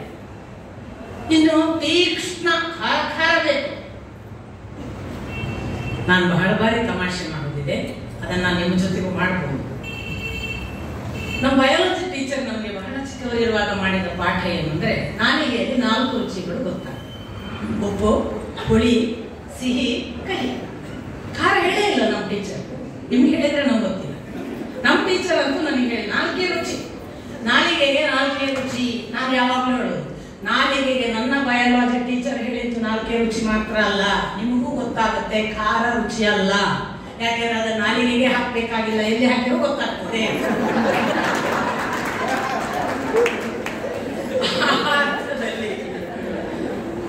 ಖಾರ ರುಚಿ ಅಲ್ಲ. ಆದರೆ ಕೆಲವರಿಗೆ ಖಾರವಿಲ್ಲದೆ ಊಟವೇ ಹೋಗಲ್ಲ. ಬೆಳಿಗ್ಗೆ ಎದ್ದವರು ದೇವರನ್ನು ನೆನೆಯುವುದಲ್ಲ, ಮೆಣಸಿನಕಾಯಿ ಪ್ರಾತಸ್ಮರಣೀಯರು. ಕೂತಾಗ ಗೊತ್ತಾಗುತ್ತೆ ಅಲ್ಲಿ ಖಾರ ತಿಂದದ್ರ ಪರಿಣಾಮ. ಅದಕ್ಕೆ ಅವ ಆಮಯ ಅನ್ನೋದು. ರೂಕ್ಷ, ಒಣವಣ ತಿನ್ನೋದು, ಡ್ರೈ ಊಟ. ಆಮೇಲೆ ಅದು ಎಷ್ಟು ರೂಕ್ಷ, ತೀಕ್ಷ್ಣ, ಅತಿ ಉಷ್ಣದಿಂದ ದುಃಖ, ಶೋಕ, ಆಮಯ ಪ್ರದ. ನಿಮಗೆ ದುಃಖವನ್ನು, ಶೋಕವನ್ನು, ರೋಗವನ್ನು ಕೊಡ್ತದೆ ಅಂತ ಸ್ಪಷ್ಟವಾಗಿ ಕೃಷ್ಣ ರಾಜಸಿ ಗುಣಗಳನ್ನ ಹೇಳ್ತಾರೆ. ಒಂದು ವೇಳೆ ಒಬ್ಬ ಯೋಧ ಆಗಬೇಕು ಅಂತ ನಿಮಗಿದ್ರೆ ಇಂಥ ಫುಡ್ಡೇ ಕೊಡ್ಬೇಕು. ಸಹಜ. ನೀವು ಏನಾಗಬೇಕಾ ಆ ಆಹಾರ ತಿನ್ನಿ, ಏನಾಗಬಾರ್ದ ಆ ಆಹಾರ ಬಿಡಿ. ಸಿಂಪಲ್. ಅವ್ನು ಎಷ್ಟು ಲಾಜಿಕಲ್ ಇದ್ದಾನೆ ಕೃಷ್ಣ ಅಂದ್ರೆ, ನೀವು ರಾಜಸಿ ಆಹಾರ ಅಂದ್ಕೊಳ್ಳೆ, ಓಹೋ ಇದು ರಾಜಸಿಗಳು ತಿನ್ನೋದು, ಅದು ಬ್ರ್ಯಾಂಡ್ ಮಾಡಿ ಬಿಡಬೇಡಿ. ನೀನು ರಾಜಸಿ ಆಗ್ಬೇಕಾ, ಟೇಕ್ ದಟ್, ತಗೋ. ಅದಕ್ಕೆ ಅಲ್ವಾ ರಾಜಸ್ಯ ಆಹಾರವನ್ನು ಕೊಟ್ಟೆ ಅವರನ್ನು ಟ್ರೈನ್ ಮಾಡಲಾಗುತ್ತದೆ. ಯಾಕೆ ಅವರಿಗೆ ಆವೇಶ ಬೇಕು, ಅವರಿಗೆ ಕ್ರೋಧ ಬರಬೇಕು, ಅವರಿಗೆ ನಾನು ಅಂತ ಕೆಲಸ ಮಾಡುವ ಪ್ರವೃತ್ತಿ ಬರಬೇಕು, ಇನ್ನೊಬ್ಬನ ಬಗ್ಗೆ ಮಾಡಿದ್ದು ಸಾಲದು ನಾನೇ ಮಾಡಬೇಕು ಅನ್ನುವ ಮಾಡುವ ಹಠ ಹೆಚ್ಚಬೇಕು. ಅವರು ರಾಜಸ್ಯ ಫುಡ್ ತಗೊಂಡ್ರೆ ಅವರು ಅದಕ್ಕೆ ಸಿದ್ಧರಾಗ್ತಾರೆ. ಹಾಗಾಗಿ ನೀನು ಸಾತ್ವಿಕ ಆಗ್ತೀಯ, ಸಾತ್ವಿಕ ಆಹಾರದ ಕಡೆಗೆ ಹೋಗು. ರಾಜಸ್ಯ ಆಗ್ತೀಯ, ರಾಜಸ್ಯ ಆಹಾರ ಯಾವ ಶ್ರದ್ಧೆ ಉಂಟ ಆ ಶ್ರದ್ಧೆಯಂತೆ ನೀನು ಆಗ್ತಿ. ಕೃಷ್ಣನಿಗೆ ಭೇದ ಇಲ್ಲ. ಕೃಷ್ಣ ಹೀಗುಂಟ ನಿನ್ನ ಶ್ರದ್ಧೆ ಅದಾಗು. ತಾಮಸಿ ಯಾಮಯಾಂತ ಯಾಮಯಾತ ಪುರೀಶ ಪೂತಿ ಈ ಎಲ್ಲ ಗುಣಗಳನ್ನು, ಆಮೇಲೆ ಗತರುಚಿ ಉಚ್ಚಿಷ್ಟ ಅಮೇತ್ ಲೆಕ್ಕ ಮಾಡಿ ಒಂದು ಜಾವ ಕಳೆದದ್ದು. ಒಂದು ಜಾವ ಬಹುತೇಕ 8 ಗಂಟೆ ಅಂತ ಇಟ್ಕೊಳ್ಳಿ. ಅಂದ್ರೆ 8 ಗಂಟೆ ಮೇಲೆ ಅಡಿಗೆ ಊಟ ಮಾಡಬಾರ್ದು ಅಂತ ಕೃಷ್ಣ ಹೇಳೋದು. ಮಾಡಿದ್ರೆ ತಾಮಸ ಅಂತ. ಯಾಮಯ ಒಂದು ಜಾವ ಕಳೆದಿದೆ, ಆಮೇಲೆ ಗತರಸ ಅದರ ರಸ ಎಲ್ಲ ಹೋಗಿದೆ, ಆಮೇಲೆ ಅದು ಭಯಂಕರ ತಣ್ಣಗಾಗಿದೆ, ತಂಗಳನ್ನ ಪೂತ ವಾಸನೆ ಬರುತ್ತೆ, ಹಳಸಿದೆ ವಾಸನೆ ಬರುತ್ತೆ. ಜೊತೆಗೆ ಇನ್ನೆರಡು ಹೇಳಿದ ಉಚ್ಚಿಷ್ಟ ಯಾರದ್ದೋ ಎಂಜಲು, ಮತ್ತೆ ಅಮೇಧ್ಯ ತಿನ್ನಬಾರದ್ದು, ನೋಡಿದ್ರೆ ಅದನ್ನು ತಿನ್ನಬಾರದು, ಆಕ್ಚುಲಿ ಆದ್ರೂ ಹೋಗಿ ತಿಂತಾರೆ ಅಂಥದ್ದು ತಾಮಸ. ತುಂಬಾ ಕಾಂಪ್ಲಿಕೇಟೆಡ್ ವಿವರಿಸು. 8 ಗಂಟೆ ಆದದ್ದು ಊಟ ಮಾಡಬೇಡಿದ್ರೆ ಅಮ್ಮ 2 ಸರಿ ಅಡಿಗೆ ಮಾಡುದು ಒಂದು ಭಾಗ. ಅಡುಗೆ ಮಾಡ್ತಾಳೋ ಬಿಡ್ತಾಳೋ, ನಾವು ಆ 8 ಗಂಟೆಯಿಂದ ಇಮಿಡಿಯೇಟ್ 4 ಗಂಟೆಗೆ ಇನ್ನೊಮ್ಮೆ ಬಿಸಿ ಮಾಡಿಟ್ಟು ಅದು ಹಳೆಯದಾಗದ ಹಾಗೆ ನೋಡಿಕೊಂಡು ಊಟ ಮಾಡ್ಬೋದೇನೋ, ಅದಾದ್ರೂ ಬಿಡೋಣ. ಗತ ರುಚಿ ಅದರ ರುಚಿ ಕಳ್ಕೊಂಡಿದೆ ಅನ್ನೋದನ್ನು ಬಿಡೋಣ. ತಂಗಳಾದದ್ದು ಅಂತ ಅಂದ್ರೆ ಈಗ ನಿನ್ನೆ ಅನ್ನಕ್ಕೆ ನಾವು ಸಾಮಾನ್ಯವಾಗಿ ಇವತ್ತು ಊಟ ಮಾಡಿದ್ರೆ ತಂಗಳನ್ನ ಅಂತ ಹೇಳೋದು. ನಿನ್ನೆ ಅನ್ನವನ್ನು ಇವತ್ತು ಬಿಸಾಡುದ ಅಂತ ಪ್ರಶ್ನೆ ಬಂದಿದೆ ಇವತ್ತಿನ ಕಾಲಘಟ್ಟದಲ್ಲಿ. ಆದ್ರೆ ಅವನು ಹೇಳ್ತಾನೆ ಅದನ್ನು ತಿನ್ನೋದ್ರಿಂದ ನಿಮಗೆ ತಾಮಸ ಬುದ್ಧಿ ಹೆಚ್ಚುತ್ತೆ, ಅಥವಾ ಹಾಗೆ ತಿನ್ನುವವರು ತಾಮಸಿಗಳು. 2 ಅರ್ಥ ನಾನು ಹೇಳಿದಲ್ಲ, 2 ಅರ್ಥ. ಹಾಗೆ ತಿನ್ನುವವರು ತಾಮಸಿಗಳು, ಅಥವಾ ಹಾಗೆ ತಿನ್ನುವುದರಿಂದ ತಾಮಸ ಬುದ್ಧಿ ಹೆಚ್ಚುತ್ತೆ. ವಾಸನೆ ಬರುವಂಥದ್ದು, ಹಳಸಿದ್ದು, ಉಚ್ಚಿಷ್ಟ ಎಂಜಲು. ಸ್ವಲ್ಪ ಇದನ್ನು ಡ್ರಿಂಕ್ಸಿಗೆ ಅಪ್ಲೈ ಮಾಡಿ ಎಲ್ಲ ಲಿಸ್ಟ್ ಹೊಂದಿ ಬಿಡುತ್ತೆ. ಊಟಕ್ಕಲ್ಲ, ಯಾತಾಯಾಮ ಮಾಡಿ ಎಷ್ಟೋ ಕಾಲ ಆಗಬೇಕು. ಓಲ್ಡ್ ಇಸ್ ಗೋಲ್ಡ್ ಅಲ್ವಾ? ಯಾತಾಯಾಮ ಊತಿ ವಾಸನೆ ಬರಬೇಕು. ಬಿಯರ್ ವಾಸನೆ ಮತ್ತೊಂದು ಭಾರಿ ಚೆನ್ನಾಗಿದೆ ಅಂತ ಕುಡಿಯೋರಿಗೆ ಗೊತ್ತು. ವಾಸನೆ ಅಂತ ನೋಡುವವರಿಗೆ ಗೊತ್ತಿಲ್ಲದವರಿಗೆ ಅದು ವಾಸನೆ, ಗೊತ್ತಿರೋರಿಗೆ ಭಾರಿ ಪರಿಮಳ.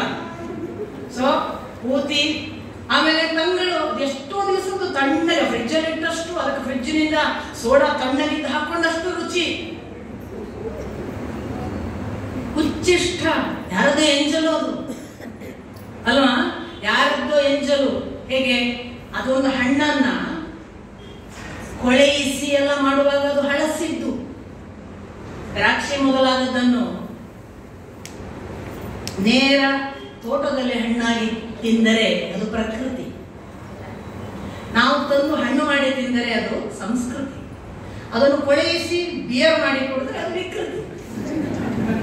ಸಿಂಪಲ್. ಅದನ್ನು ಹೇಳ್ತಿದ್ದ ಉಚ್ಚಿಷ್ಟ ಅಮೇಧ್ಯ ತಿನ್ನಬಾರದನ್ನು ತಿನ್ನುವುದು. ಆಕ್ಚುಲಿ ಅದೆಲ್ಲವೂ ಕೂಡ ತಿನ್ನಬಾರದಲ್ವ? ಕೊಳೆತ ಹಣ್ಣು ನಾವು ತಿಂತೇವ?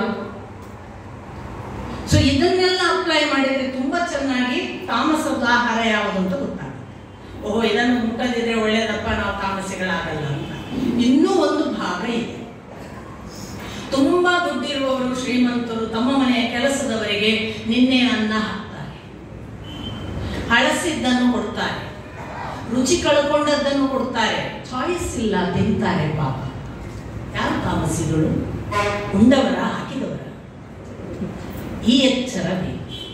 ಆಮೇಲೆ ಉಚ್ಚಿಷ್ಟ ಮತ್ತು ಅಮೇಧ್ಯ ನೋಡಿ, ನಾವು ಬಾಲ್ಯದಲ್ಲಿರುವಾಗ ನಾನು ಕಣ್ಣಾರೆ ನೋಡಿದ್ದೇನೆ. ಒಂದು ನಿರ್ದಿಷ್ಟ ಜನಾಂಗ ನಾವು ಎಲೆ ಬಿಸಾಡುವುದನ್ನೇ ಕಾಯ್ತಿರ್ತಿತ್ತು. ನಮ್ಮಲ್ಲಿ ವಿಶೇಷದ ಊಟ ಆದ್ರೆ ಒಂದು 20, 30, 100 ಅವರವರ ಶ್ರೀಮಂತಿಕೆಗೆ ಅನುಗುಣವಾಗಿ ಊಟ. ಆ 50, 100 ಎಲೆಗಳನ್ನು ಅಲ್ಲೇ ಹಾಕುವಾಗ ನಾಯಿಗಳಿಗೆಲ್ಲ ಹೊಡೆದು ತಮ್ಮ ಪಾತ್ರೆಗೆ ಹಾಕಿ ಉಂಡು ಹೋಗುವ ಮಂದಿಯನ್ನು ನಾನು ಕಣ್ಣಾರೆ ಕಂಡಿದ್ದೇನೆ. ಅಷ್ಟರ ಮಟ್ಟಿಗೆ ನಮ್ಮ ಬಡತನ ಈಗ ಇಂಪ್ರೂವ್ ಆಗಿದೆ. ಪುಣ್ಯವಶ ಈಗ ಆ ಸ್ಥಿತಿ ಇಲ್ಲ. ಹಾಗಾಗಿ ಎಂಜಲು ತಿನ್ನುವಂತಹ ಒಂದು ಸ್ಥಿತಿಯ ತಾಮಸಿ ಗುಣವನ್ನು ಪ್ರಚೋದಿಸುವ ಬಡತನ ಇದ್ರೆ ಏನ್ ಮಾಡೋದು? ಬರಬೇಡಿ ಅಂದ್ರೆ ಅವ್ರು ಬರ್ತಿದ್ರು.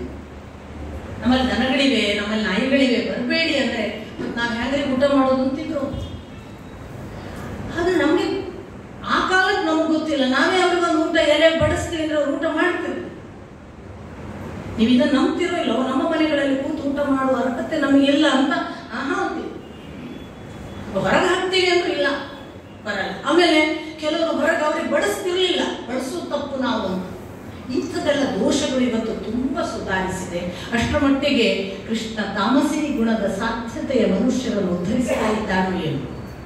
ಹಾಗಾಗಿ ನನ್ನ ಗುರುಗಳು ತನ್ನ ಮನೆಯಲ್ಲಿ ನಾನು ನೋಡಿದ ಹಾಗೆ 4 ವರ್ಷ ನಾನು ಅವರ ಜೊತೆಗೆ ಅವರ ಮನೆಗಳಲ್ಲಿ ಇದ್ದದ್ದು. ಕೆಲವು ದಿನಗಳಲ್ಲಿ ನನ್ನ ಗುರುಗಳ ಮನೆಯ ಸಿಸ್ಟಮ್ ಹೇಗೆಂದ್ರೆ, ನಮ್ಮ ಮನೆಗಳಲ್ಲಿ ಒಂದು 10-12 ಜನ ಊಟಕ್ಕೆ ಕಾಯಂ ಇರ್ತಿದ್ರು. ರಾತ್ರಿ ಕಾಯಂ 4 ಜನ ಊಟ ಮಾಡ್ತಿದ್ರು, ಮಧ್ಯಾಹ್ನ 12 ಜನ. ನಮ್ಮ ಮನೇಲಿ ಕುಕ್ಕರ್ ಇಳಿಸಿದ್ರೆ ಫಸ್ಟ್ 12 ತಟ್ಟೆಗೆ ಬಡಿಸಿ ಅವ್ರಿಗೆ ಕೊಟ್ಟ ಮೇಲೆ ನಮ್ಮ ಮನೇಲಿ ಒಳಗಡೆ ಊಟ. ಸಂಜೆನೂ 4 ಜನರಿಗೆ ಅವ್ರಿಗೆ ಬಡಿಸಿ ಊಟ ಕೊಟ್ಟ ಮೇಲೆ ನಮ್ಮ ಒಳಗೆ ಊಟ. ಯಾವಾಗ ಕೊಡ್ತಾರೆ ಅಂತ ಕಾಯುವ ಸ್ಥಿತಿಯವರನ್ನು ಕಾಯಿಸಬಾರದು ಅಂತ ಅವರಿಗೆ ಕೇಳಲಿಕ್ಕೆ ಆಗಲ್ವಲ್ಲ, ಹಸಿವಾಗಿದೆ ಕೊಡು ಅಂತ. ಅದನ್ನ ಫಸ್ಟ್ ಅವರಿಗೆ ಕೊಡಬೇಕು. ಹಾಗಾಗಿ ನಾವು ತಾಮಸಿಗಳಾಗದ ಹಾಗೆ ನೋಡಿಕೊಳ್ಳುವುದನ್ನು ಈ ಒಂದು ಶ್ಲೋಕ ಸೂಚಿಸುತ್ತದೆ ಅಂತ ನಾನು ಭಾವಿಸ್ತೇನೆ. ಹಾಗಾಗಿ ಸುಮ್ಮನೆ ನಾವು ಯಾರ್ಯಾವ ಆಹಾರ ತಿಂತಾರೆ ಅಂತ ನೋಡುವುದಕ್ಕಿಂತ ಯಾವ ಆಹಾರ ತಿನ್ನುವುದರಿಂದ ನಾವೇನಾಗ್ತೇವೆ ಮತ್ತು ನಾವು ಯಾವ ಆಹಾರವನ್ನು ನಮಗೆ ಏನಾಗಬೇಕು ಅಂತ ಡಿಸೈಡ್ ಮಾಡಿ ಆ ಆಹಾರ ಸೆಲೆಕ್ಟ್ ಮಾಡಬೇಕು ಅಂತ ನಾನು ಯಾವಾಗಲೂ ಆ ಶ್ಲೋಕಗಳನ್ನು ಓದುವಾಗ ಭಾವಿಸ್ತೇನೆ. ಇನ್ನು ಅವನು ಹೇಳಿದ ಯಾವ ದಾನ, ತಪಸ್ಸು, ಯಜ್ಞ ಅಂತ ಇದೆ, ಅವು 3ರಲ್ಲೂ ಕೂಡ 3 ರೀತಿ ಇದೆ. ಎಲ್ಲ ಜ್ಞಾನ ಶ್ರದ್ಧೆಗಳಲ್ಲಿ ದಾನ, ತಪಸ್ಸು ಮತ್ತು ಯಜ್ಞ 3 ಇದೆಯಪ್ಪ. ಯಜ್ಞದಲ್ಲಿ 3 ವಿಧ ಅಂದ. ಯಜ್ಞದಲ್ಲಿ 3 ವಿಧ ಅಂದಾಗ ತಿಳಿದು ಮಾಡುವ ಯಜ್ಞ, ಸಾತ್ವಿಕ ಯಜ್ಞ. ತಿಳಿದು ಮಾಡುವಾಗ ಫಲಾಪೇಕ್ಷೆ ಇಲ್ಲದೆ ಭಗವಂತನಿಗಾಗಿಯೇ ತನ್ನನ್ನು ಅರ್ಪಿಸಿ ಭಗವಂತನೇ ಇದನ್ನು ಸ್ವೀಕರಿಸಲಿ ಅಂತ ಯಾವ ರಿಟರ್ನು ನನಗೆ ಬೇಡ ಅಂತ ಅವನಿಗೆ ಅರ್ಪಿಸುವ ಗುಣವಿದ್ದರೆ ಅದು ಸಾತ್ವಿಕ ಯಜ್ಞ.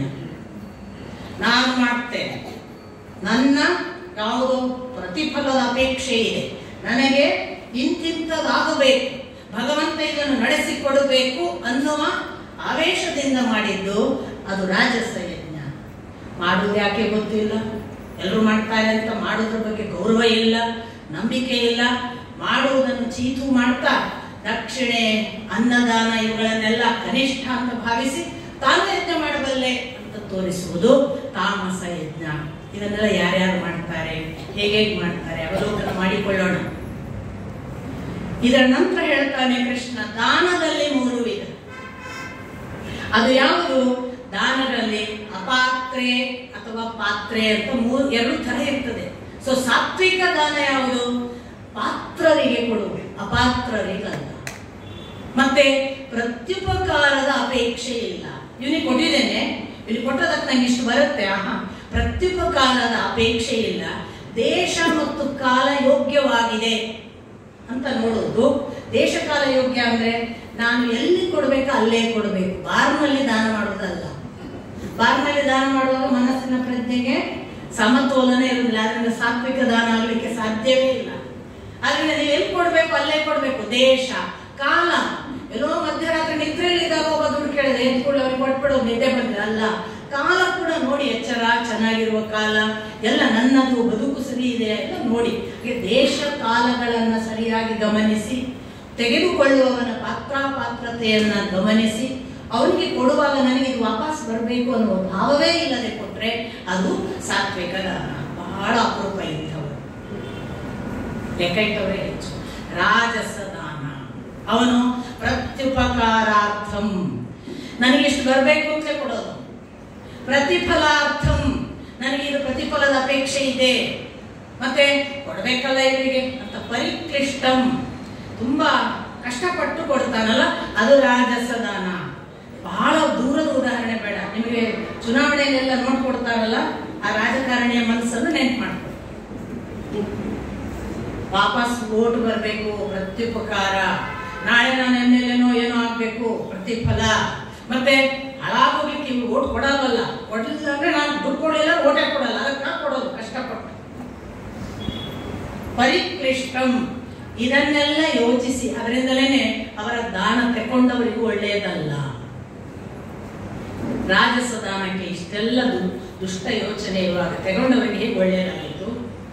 ತಾಮಸ ದಾನ ಇದೆ, ಅದಕ್ಕೆ ಕಾಲ ದೇಶ ಗೊತ್ತಿಲ್ಲ, ಪಾತ್ರ ಅಪಾತ್ರತ್ವ ಗೊತ್ತಿಲ್ಲ, ಕೊಡುವವರನ್ನ ಗೌರವಿಸಿ ಗೊತ್ತಿಲ್ಲ, ಆಮೇಲೆ ಕೊಡುವವರನ್ನ ನಿಂದಿಸಿ ಕೊಟ್ಟರೆ, ಕೊಡುವವರ ಬಗ್ಗೆ ಗೌರವ ಇಲ್ಲದೆ ನಿಂದಿಸಿ, ಯಾವ ದೇಶ ಯಾವ ಕಾಲ ನಡೆದ ಎಲ್ಲೆಲ್ಲೋ ಕೊಟ್ಟು, ಆಮೇಲೆ ಆ ಹಣದ ಬಗ್ಗೆ ಅವನಿಗೆ ಕೊಟ್ಟವನ ಬಗ್ಗೆ ಅಗೌರವ ಮಾಡಿ ಅದು ಕೊಟ್ಟರೆ, ಆ ವ್ಯಕ್ತಿಯು ಅರ್ಹನಿಲ್ಲದೆ ಇದ್ದರೆ ಅದು ತಾಮಸ ದಾನ. ಯೋಚನೆ ಮಾಡಿ ದಾನ ಕೊಡಬೇಕು ಅನ್ನೋದಕ್ಕೆ ಈ 3 ಹೇಳಿದ. ಯಜ್ಞ 3 ಹೇಳಿದ, ತಪಸ್ಸು 3 ಅಂದ. ತಪಸ್ಸಿನಲ್ಲಿ 3 ಹೇಳುವಾಗ ಅವನು ಪೂರ್ವದಲ್ಲಿ ಹೇಳ್ತಾನೆ, ತಪಸ್ಸಿನಲ್ಲಿ 3 ವಿಧ ಹೌದು, ಆದರೆ ತಪಸ್ಸಿನಲ್ಲಿ 3 ವಿಧ ಯಾವುದು ಗೊತ್ತಾ? ಮೊದಲು ಕಾಯ ವಾಚ ಮನಸ ತಪಸ್ಸು ಒಂದು ಇದೆ, ಆಮೇಲೆ ಅದು ಸಾತ್ವಿಕ, ರಾಜಸ ಮತ್ತು ತಾಮಸ ಆಗ್ತದೆ. ಕಾಯ ವಾಚ ಮನಸ ತಪಸ್ಸು ಯಾವುದು? ಶಾರೀರಿಕ ಶುದ್ಧಿ. ಶುದ್ಧಿ ಅಂದ್ಕೂಡ್ಲೆ ನಾವು ಪಕ್ಕ ಹೊರಗೆ ಯೋಚನೆ ಮಾಡ್ತೇವೆ, ಅವ್ರು ಹೇಳುದಲ್ಲ ಆಂತರಂಗಿಕ ಶುದ್ಧಿ. ಸಂತ ಜ್ಞಾನೇಶ್ವರರು ಭಗವದ್ಗೀತೆಗೆ ವ್ಯಾಖ್ಯಾನ ಬರೆದಿದ್ದಾರೆ. ಯಾವತ್ತಾದ್ರೂ ಸಾಧ್ಯ ಆಗಿ ನೋಡಿ, ಸಣ್ಣ ವಯಸ್ಸಿನಲ್ಲಿ ತೀರಿ ಹೋದ ಮಹಾನ್ ಭಾವರು ಜ್ಞಾನೇಶ್ವರ ಅವ್ರದ್ದೇ ಒಂದು ಭಗವದ್ಗೀತೆಗೆ ಅರ್ಥ ವ್ಯಾಖ್ಯಾನ ತುಂಬಾ ಚೆನ್ನಾಗಿ ಒಳ್ಳೊಳ್ಳೆ ಉದಾಹರಣೆಗಳನ್ನು ಕೊಡ್ತಾರೆ. ಸಂತ ಜ್ಞಾನೇಶ್ವರರು ಒಂದು ಉದಾಹರಣೆ ಕೊಡ್ತಾರೆ. ಹೆಂಡದ ಗಡಿಗೆ ಇಟ್ಟು ಹೊರಗೆ ತೀರ್ಥ ಹಾಕಿದ್ರೆ ಶುದ್ಧ ಆಗುತ್ತಾ? ಶುದ್ಧಿ ಒಳಗಾಗಬೇಕಪ್ಪ. ಅದರಿಂದ ಎಲ್ಲಿ ಎಲ್ಲ ಕೃಷ್ಣ ಶುಚಿ ಅಂತ ಹೇಳ್ತಾನೆ, ಶುದ್ಧಿ ಅಂತ ಹೇಳ್ತಾನೆ, ಅದು ಅಂತರಂಗ ಶುದ್ಧಿ ಅಂತ ಭಾವಿಸಿ ಅಂತ ಒಳ್ಳೆಯ ಉದಾಹರಣೆ. ನಾವು ಹೊರಗೆ ಏನ್ ಮಾಡಿದ್ರು? ಹೊರಗಿದ್ದಲ್ಲ, ಒಳಗೆ ಶುದ್ಧಿ. ಹಾಗಾಗಿ ಇದೇ ಅಂತರಂಗ ಶುದ್ಧಿ, ಇದೇ ಬಹಿರಂಗ ಶುದ್ಧಿ ಅಂತ ಕಳಬೇಡ ಕೊಲಬೇಡದ ಮುಕ್ತಾಯ ಬಸವಣ್ಣನಲ್ಲಿ. ಸೊ ಅಂತರಂಗ ಶುದ್ಧಿ ಅದನ್ನ ಹೇಳಿ ಕೃಷ್ಣನ ಮುಂದಿನ ಮಾತು, ನಾವು ಶಾರೀರಿಕ ಶುದ್ಧಿ ಮಾಡಿಕೊಂಡು ಆಚಾರ್ಯರು, ದೊಡ್ಡವರು, ಗುರುಗಳು, ದ್ವಿಜರು ಮುಂತಾದವರನ್ನ ಸೇವನೆ ಮಾಡಿ ಅಥವಾ ಸೇವೆ ಮಾಡಿ ಅವರನ್ನ ಗೌರವಿಸಿ, ಪೂಜಿಸಿ, ವಂದಿಸಿ, ಇದರ ಜೊತೆಗೆ ಭಕ್ತಿ, ನೇಮ, ನಿಷ್ಠೆ, ವ್ರತ, ಸ್ವಾಧ್ಯಾಯ, ಅಧ್ಯಯನ, ಅಧ್ಯಾಪನ ಇವುಗಳನ್ನೆಲ್ಲ ಮಾಡ್ಕೋತಾ ಇದ್ದರೆ ಆಗ ಅದು ಶಾರೀರಿಕ ತಪಸ್ಸು. ಸಪೋಸ್ ಅದು ವಾಚಿಕ ಆಗಬೇಕಾದ್ರೆ ಮಾತಿನಲ್ಲಿ ಮೃದುತ್ವ, ನಿರಂತರವಾಗಿ ಒಳ್ಳೆಯ ಮಾತುಗಳನ್ನೇ ಓದುವುದು, ಕೇಳುವುದು, ನಿರಂತರವಾಗಿ ಹೇಳುವ ಮಾತುಗಳು ಕೂಡ ಆದಷ್ಟು ಒಳಿತನ್ನು ಮಾಡುವುದರ ಕಡೆಗೆ ಇರಲಿ ಅಂತ ಅಪೇಕ್ಷಿಸಿ ಮಾತಿನಲ್ಲೆಲ್ಲ ಶುದ್ಧತೆಯನ್ನು ಮಾಡಿಕೊಂಡು ಓಂಕಾರ ಮೊದಲಾದ ವಾಂಗ್ಮಯ ತತ್ವಗಳನ್ನು ಅನುಸಂಧಾನ ಮಾಡ್ತಾ ಈ ಶಾಸ್ತ್ರದ ಓದುಗಳನ್ನು ಹೆಚ್ಚು ಹೆಚ್ಚು ಮಾಡುವ ಮೂಲಕ ನಾಲಿಗೆಯಲ್ಲಿ ಅಂಥದೇ ಮಾತುಗಳು ಹೆಚ್ಚು ಹೆಚ್ಚು ಬೆಳೆದರೆ ಅದು ವಾಚಿಕ ತಪಸ್ಸು. ಮುಂದೆ 3ನೇದು ಹೇಳ್ತಾನೆ, ಕಾಯ ವಾಚ ಮನಸ. ಮನಸ್ಸಿನಲ್ಲಿ ನಿರಂತರವಾಗಿ ಒಳಿತನ್ನೇ ಮನನ ಮಾಡುವುದು, ಧ್ಯಾನ ಮಾಡುವುದು, ಮಂತ್ರವನ್ನು ಮನನಾತ್ ತ್ರಾಯತೆ ಇತಿ ಮಂತ್ರ ಅಂತ ಮಂತ್ರಕ್ಕೆ ವಿಶ್ಲೇಷಣವೇ ಹಾಗೆ. ಮನಸ್ಸಿನಲ್ಲಿ ನಿರಂತರವಾಗಿ ಧ್ಯಾನಿಸುವುದರಿಂದ ಯಾವುದು ನಮ್ಮನ್ನು ಕಾಯುತ್ತದೋ ಅದು ಮಂತ್ರ. ಸೊ ಅಂತ ಮನಸ್ಸಿನಲ್ಲಿ ಅಂಥದನ್ನೇ ಮನನ ಮಾಡಿಕೊಂಡು ಮೌನವಾಗಿ ಇದ್ದುಕೊಂಡು ಆತ್ಮನಿಗ್ರಹವನ್ನ ಆ ಮೂಲಕ ಸಾಧ್ಯವಾಗಿಸಿಕೊಂಡ್ರೆ ಅದು ಮನಸ ತಪಸ್ಸು. ಈ 3ನ್ನು ಸಾತ್ವಿಕ, ರಾಜಸ, ತಾಮಸ ಆಗುವಾಗ ಸಾತ್ವಿಕ ತಪಸ್ಸು ಯಾವುದು?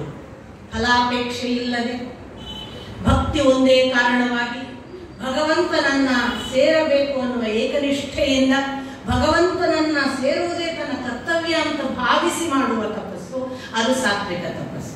ಯಾವುದು ರಾಜಸ?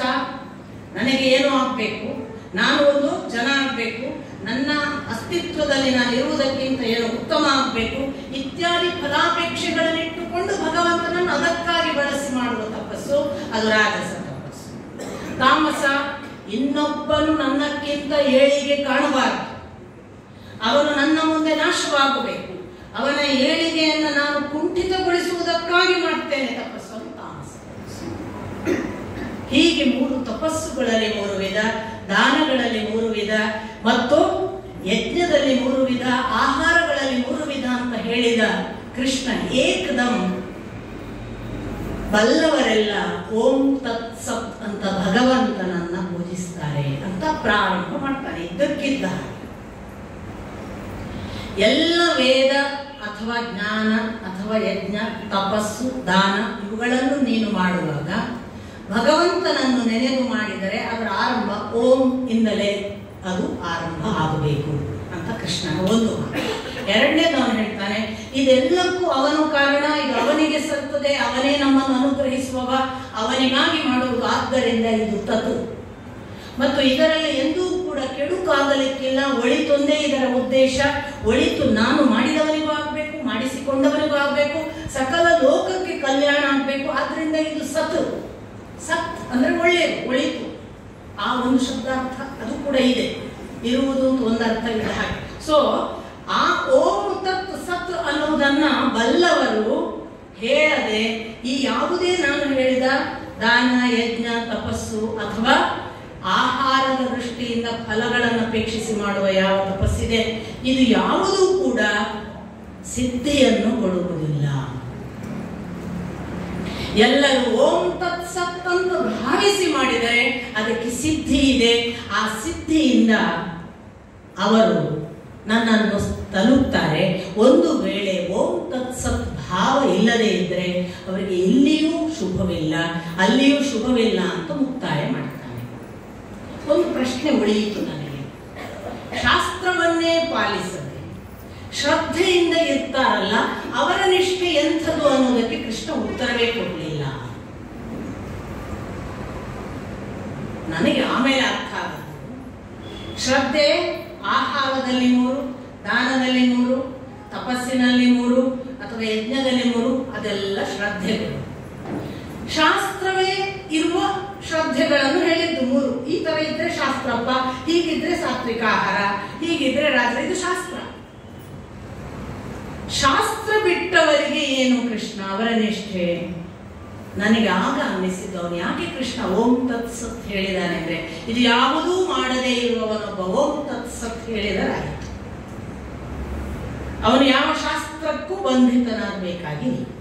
ಅವ ಯಾವ ಶಾಸ್ತ್ರದ ಬಂಧನದಲ್ಲಿಯೇ ಮಾಡಬೇಕು, ಹಾಗಿದ್ದರೆ ಅವನಿಗೆ ಸಿದ್ಧಿ ಅಂತ ಅವನು ಎಕ್ಸೆಪ್ಷನ್. ಉಳಿದವರಿಗೆಲ್ಲ ಶಾಸ್ತ್ರ ಪ್ರಮಾಣ, ಶಾಸ್ತ್ರ ಬಂಧನ, ಶಾಸ್ತ್ರಕ್ಕೆ ಅನುಗುಣವಾಗಿ ಮಾಡಿದರೆ ಸಿದ್ಧಿ. ಈ ಒಬ್ಬ ಒಂದು ನಿರ್ದಿಷ್ಟ ಈ ಅಂಶಕ್ಕೆ ಶಾಸ್ತ್ರ ಬಂಧನ ಇಲ್ಲ ಅಂತ ಕೃಷ್ಣ ಆ ಅರ್ಥದಲ್ಲಿ ಅವ ಓಂ ತತ್ ಸತ್ ಹೇಳಿದ್ದಾನೆ ಅಂತ ನಾನು ಭಾವಿಸುವುದಿಲ್ಲ. ಏಕಾಏಕಿ ಓಂ ತತ್ ಸತ್ ಯಾಕೆ ಹೇಳಿದ? ಹಾಗಾಗಿ ಶಾಸ್ತ್ರವನ್ನೇ ಬಿಟ್ಟವರ ಶ್ರದ್ಧೆ ಎಂಥದ್ದು? ಅವರ ಅಂತರಂಗದಲ್ಲಿ ನನ್ನನ್ನು ಓಂ ತತ್ ಸತ್ ನೆನೆಯುತ್ತಾರೆ ಸಾಕು. ಹಾಗೆ ಹೇಳಬೇಕಾಗಿಯೂ ಇಲ್ಲ. ಅವರ ಅಂತರಂಗದಲ್ಲಿ ನನ್ನನ್ನು ನೆನೆಯುತ್ತಾರೆ ಅಕ್ಷರ ರೂಪವಾಗಿ ಸಾಕು ಅಂತ ಕೃಷ್ಣ ಹೇಳ್ತಿದ್ದಾನೆ ಅಂತ ನನಗೆ ಈ ಅಧ್ಯಾಯದಲ್ಲಿ ಅನ್ನಿಸಿದ್ದು. ಮತ್ತೆ ಮುಂದಿನ ಮೋಕ್ಷ ಸನ್ಯಾಸ ಯೋಗ, ಕೊನೆಯ ಯೋಗ, 18ನೇ ಅಧ್ಯಾಯ. ಭಾರತ 18 ಪರ್ವ, ಮಹಾಭಾರತ 18 ಯುದ್ಧ, ಭಗವದ್ಗೀತೆಗೆ 18 ಅಧ್ಯಾಯಗಳು, 18 ನಾವು ಇರಬೇಕಾದ ನಂಟು ಅಂತ ಅಪ್ಪನು. ಸಾಕು ಈ 8ರ ನಂಟು ಬೇಕು, 18 ಅಂತ ಅವರು ಕವಿತೆ ಕೂಡ ಬರೆದಿದ್ದಾರೆ. ಸೊ ಈ 18 ಯಾವುದು ಅನ್ನುವ ಆ ನಂಟುಗಳ ಲೆಕ್ಕವನ್ನೆಲ್ಲ ನೀವು ಯೋಚನೆ ಮಾಡಿದರೆ ನಮ್ಮ ಸದ್ಯದ ನಂಟು ಯಾವುದಂದ್ರೆ ಇದು ಕೊನೆಯದ್ದು ಅಂತ. ಈ 18ರ ನಂಟು ಕೊನೆಯದ್ದು. ಯಾಕೆಂದ್ರೆ ನಮಗೆ ಅವನನ್ನು ಮುಟ್ಟಿಸುವುದಕ್ಕಿರುವ ಮೋಕ್ಷ ಸನ್ಯಾಸ ಯೋಗ. ಈ ಅಧ್ಯಾಯದಲ್ಲಿ ಪ್ರಥಮ ಪ್ರಶ್ನೆ ಅರ್ಜುನನದ್ದು, ನನಗೆ ಕರ್ಮ ಸನ್ಯಾಸ ಮತ್ತು ಕರ್ಮ ತ್ಯಾಗ ಇದರ ಡಿಫರೆನ್ಸ್ ಹೇಳು. ಎಷ್ಟು ಸಾರಿ ಆಗಿದೆ. ಆರಂಭದಲ್ಲಿಯೂ ಕೇಳಿದ್ದಾನೆ ಅವನು, ಈಗ ಮತ್ತೆ ಕೇಳ್ತಾನೆ, ಕರ್ಮ ಸನ್ಯಾಸ ಅಂದ್ರೆ ಏನು, ಕರ್ಮ ತ್ಯಾಗ ಅಂದ್ರೆ ಏನು? ದಯವಿಟ್ಟು ಹೇಳು ಕೃಷ್ಣ, ಕ್ಲಿಯರ್ ಆಗಿ ಹೇಳು. ಕೃಷ್ಣ ಒಂದೊಂದು ಸಾಲಿನ ಬಹಳ ಅದ್ಭುತ ಉತ್ತರ ಕೊಡ್ತಾನೆ. ಕಾಮ್ಯ ಕರ್ಮಗಳನ್ನು ಮಾಡದೇ ಇರುವುದು ಕರ್ಮ ಸನ್ಯಾಸ.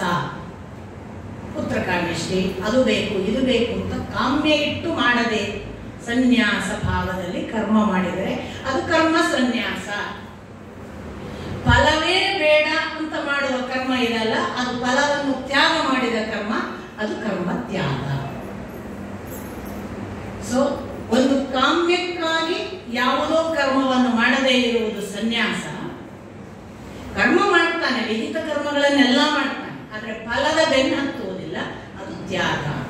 ಇಲ್ಲಿ ಒಂದು ಮುಂದೆ ಬರ್ತಾ ವಿವರಣೆಯಲ್ಲಿ ಕೃಷ್ಣ ತ್ಯಾಗ ಅನ್ನುವುದನ್ನು ನಾವು ಬಳಸುವ ಸ್ಯಾಕ್ರಿಫೈಸ್ ಅನ್ನೋ ಅರ್ಥದಲ್ಲಿ ಹೇಳೋದಿಲ್ಲ. ಇನ್ನು ಮುಂದಿನ ಕೆಲವು ಶ್ಲೋಕ ಇಲ್ಲಿ ಅವನು ತ್ಯಾಗ ಅಂತ ಹೇಳೋದು ತ್ಯಜಿಸುವುದು ಅನ್ನೋ ಅರ್ಥದಲ್ಲಿ.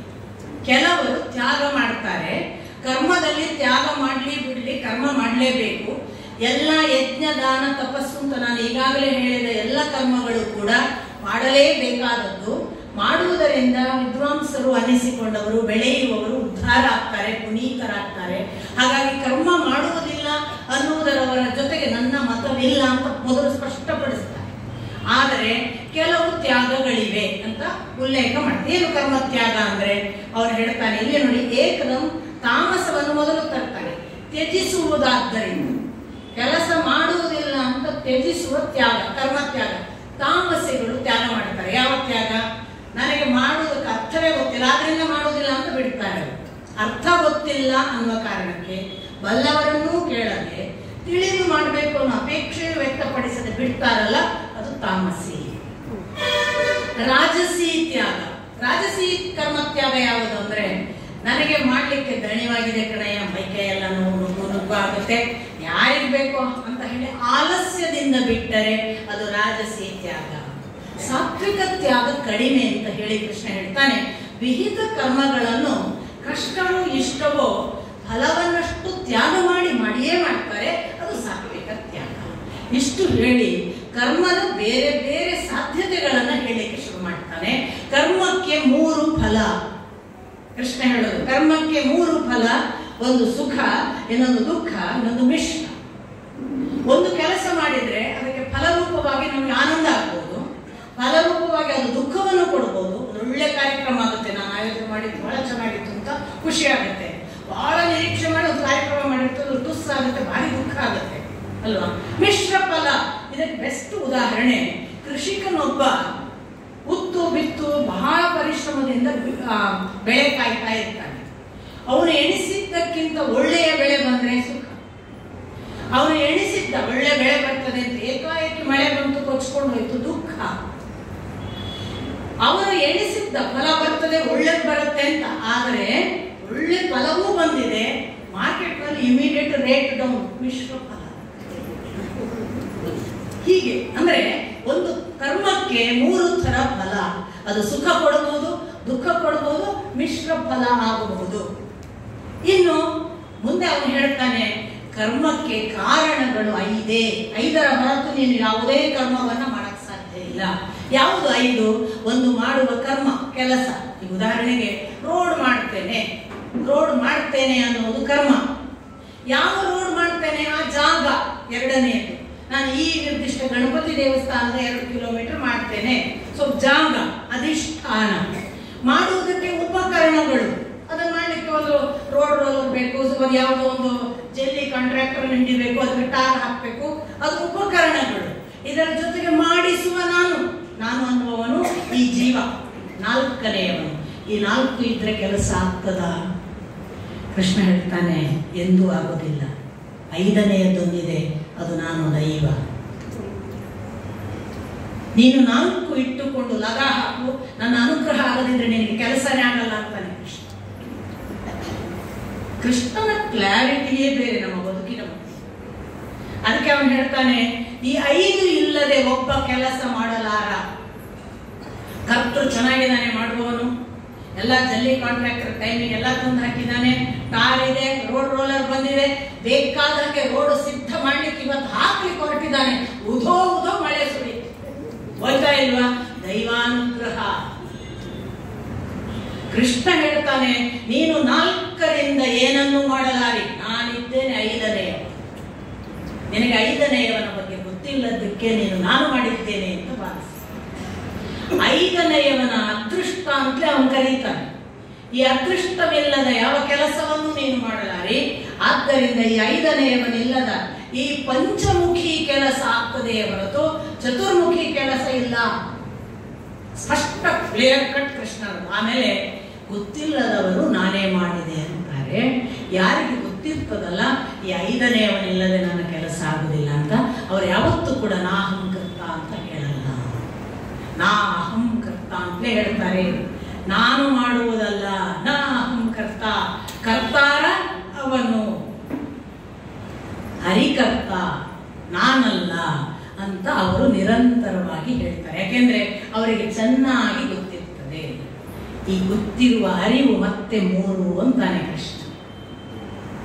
ಯಾವುದು ಮೂರು ಅಂದ್ರೆ, ಒಂದು ಸಾತ್ವಿಕ ಅರಿವು, ಒಂದು ರಾಜಸ ಅರಿವು, ಮತ್ತೊಂದು ತಾಮಸ ಅರಿವು. ಸಾತ್ವಿಕ ಅರಿವು ಏನ್ ಮಾಡ್ತದೆ? ಎಲ್ಲ ಅವನಿಗೆ ಇದರ ಫಲ, ಅವನಿಗಾಗಿಯೇ ನಾನು ಎಲ್ಲವನ್ನು ಮಾಡುವುದು, ಅವನನ್ನು ಬಿಟ್ಟು ನನಗೆ ಮಾಡಲಿಕ್ಕೆ ಸಾಧ್ಯವೇ ಇಲ್ಲ ಅನ್ನುವ ತನ್ಮಯೀ ಭಾವದಿಂದ ಭಗವಂತನನ್ನೇ ನೆನೆದು ಮಾಡುವ ತಿಳಿವಳಿಕೆ. ಅದಕ್ಕೆ ಧರ್ಮಾಧರ್ಮ ಗೊತ್ತಿರ್ತದೆ, ಅದಕ್ಕೆ ತನ್ನ ಜ್ಞಾನ ಅಜ್ಞಾನಗಳ ಅಳತೆ ಗೊತ್ತಿರುತ್ತದೆ, ಅದು ಸ್ಪಷ್ಟವಾಗಿ ನಿರ್ಣಯವನ್ನು ತೆಗೆದುಕೊಳ್ತದೆ ಸಾತ್ವಿಕ ಅರಿವು.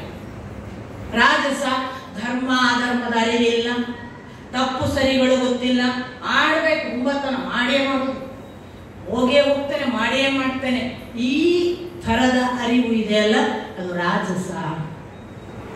ತಪ್ಪನ್ನೇ ಸರಿ ಅಂತ ವಾದ, ಅಧರ್ಮವೇ ಧರ್ಮ ಅಂತ ತಿಳುವಳಿಕೆ, ಯಾವುದನ್ನು ಯಾರೆಲ್ಲ ಏನ್ ಹೇಳಿದ್ದಾರೋ ಅದಕ್ಕೆ ಸಂಪೂರ್ಣ ವಿಪರೀತ ಅರ್ಥ ಭಾವಿಸುವ ಒಂದು ತಿಳುವಳಿಕೆ ಇದೆ, ಅದಕ್ಕೆ ತಾಮಸ ಅರಿವು ಅಂತ ಹೆಸರು. ನಾನು ಉದಾಹರಣೆಗಳನ್ನು ಕೊಡೋದಿಲ್ಲ. ಸಾತ್ವಿಕಕ್ಕೆ ಉದಾಹರಣೆ, ರಾಜಸಕ್ಕೆ ಉದಾಹರಣೆ, ತಾಮಸಕ್ಕೆ ಉದಾಹರಣೆ ಕೊಟ್ಟು ಕೂಡಲೇ ನಾವು ಕೂಡ ಒಂಥರದ ಭೇದ ಭಾವಕ್ಕೆ ಯಾಕೆ ಬೀಳೋದು?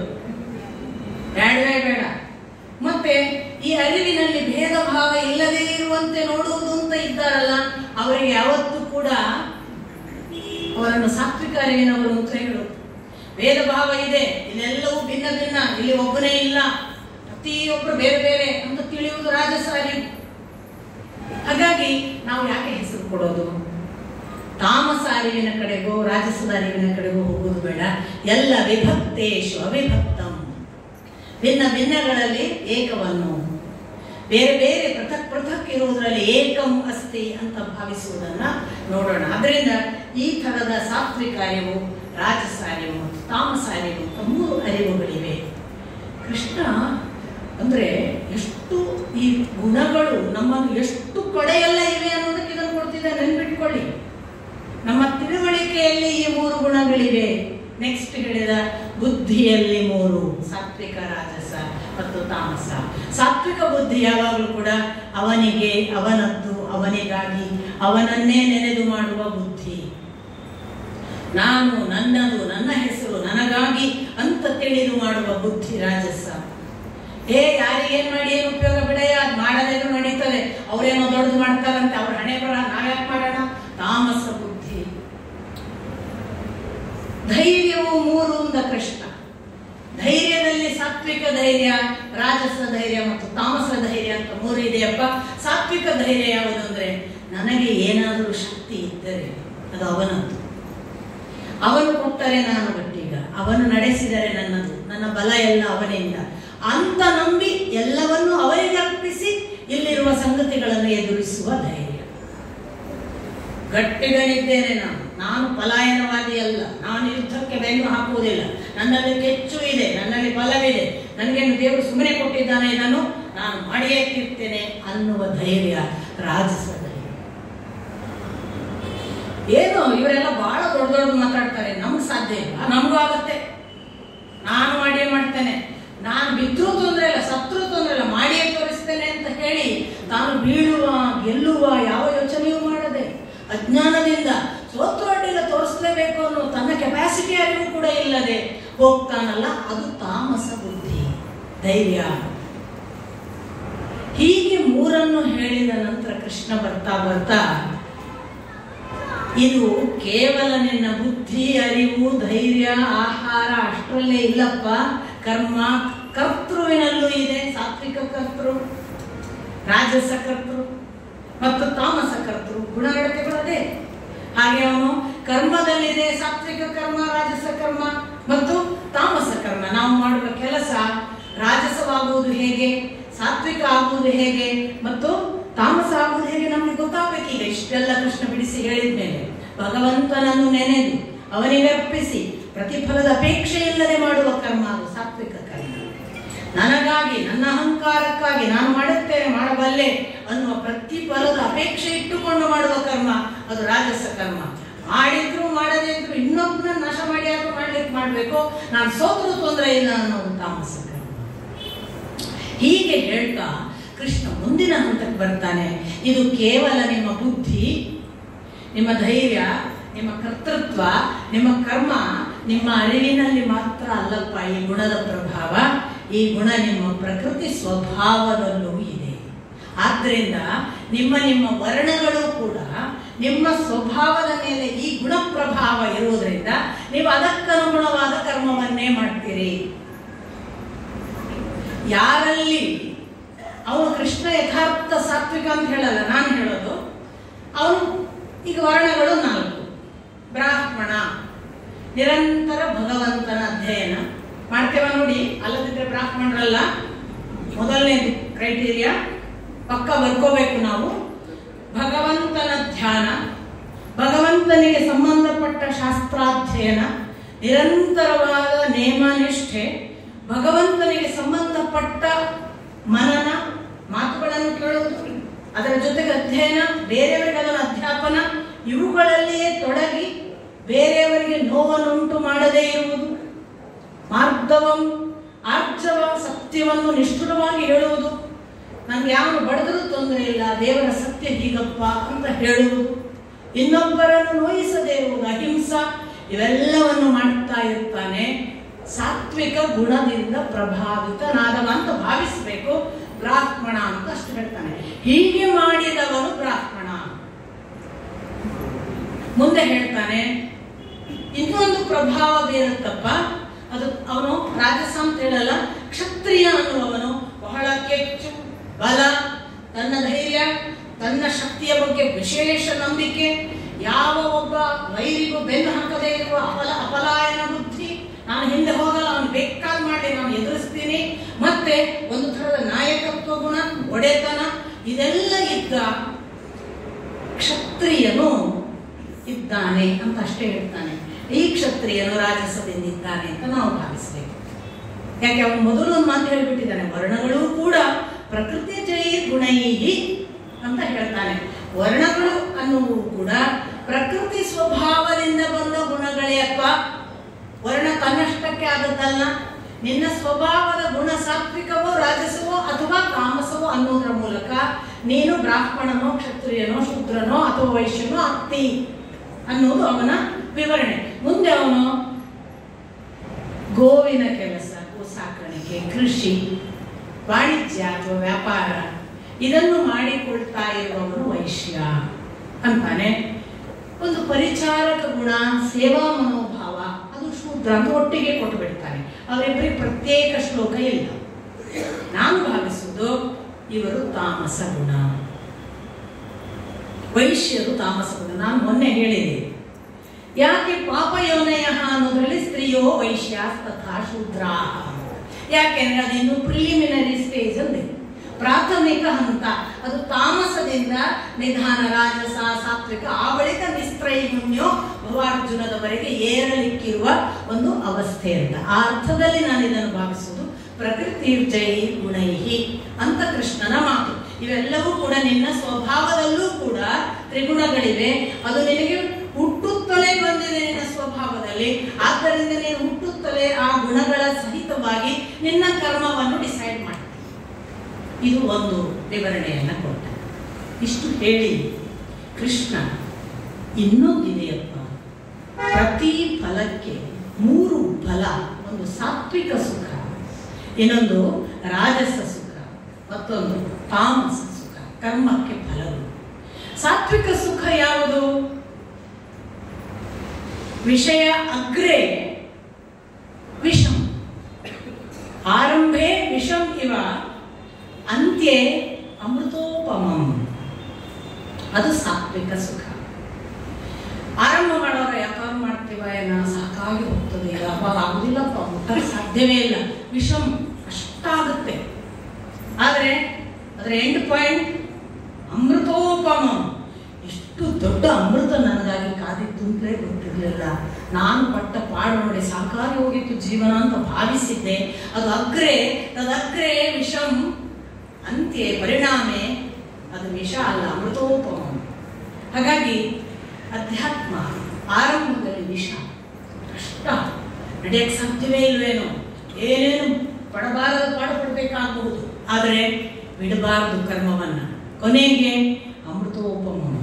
ಒಂದು ಉದಾಹರಣೆ ನಾನು ಹೇಳಿದ್ದೆ ಅಧ್ಯಾತ್ಮ ಅಂತ. ನೀವು ಯಾವುದನ್ನು ನಿಮಗೆ ಹೌದು ಇದು ಆರಂಭದಲ್ಲಿ ಕಷ್ಟ, ನಾನು ಮಾಡಿಯೇ ಮಾಡ್ತೇನೆ ಅಂದರೆ ಯಾವುದ್ಯಾವುದೋ ಕೆಲಸಗಳು ನಿಮ್ಮ ಅನುಭವದಲ್ಲಿ. ಎರಡನೆಯದು ಆರಂಭೆ ಅಮೃತಂ ಅಂತ್ಯೇ ವಿಷಂ ಪರಿಣಾಮೇ ವಿಷಂ. ಬಹಳ ಪೂರ್ವಗ್ರಹ ಇಲ್ಲದೆ ಹೇಳೋದು, ಆರಂಭದಲ್ಲಿ ಅಮೃತೋಪಮಂ ಭಾರಿ ಖುಷಿ ಮದುವೆ, ಪರಿಣಾಮೇ ವಿಷಂ, ಅಂತ್ಯದಲ್ಲಿ ಅದರ ಎಂಡ್ ಪಾಯಿಂಟ್ ಯಾಕ ಅದು ಮಕ್ಕಳೇ. ಒಂದು ಉದಾಹರಣೆ ಕೊಟ್ಟದ್ದು, ಶ್ರೀಕೃಷ್ಣನಾಗಲಿ ನಾನಾಗಲಿ ಮದುವೆಗೆ ವಿರೋಧಿಗಳಲ್ಲ. ಗೃಹಸ್ಥಾಶ್ರಮ ನನಗೆ ಬಹಳ ಗೌರವದ ಒಂದು ಆಶ್ರಮ. ಉದಾಹರಣೆ ಕೊಟ್ಟದ್ದು ಕಾರಣ ಏನು ಅಂದರೆ ಅದು ಅಂತ್ಯದಲ್ಲಿ ವಿಷ ಅಂತ ಎಚ್ಚರ ಇಲ್ಲದ್ರಿಂದ ನೀವು ಆರಂಭದಲ್ಲಿ ಅಮೃತ ಮಾಡಿಕೊಂಡು.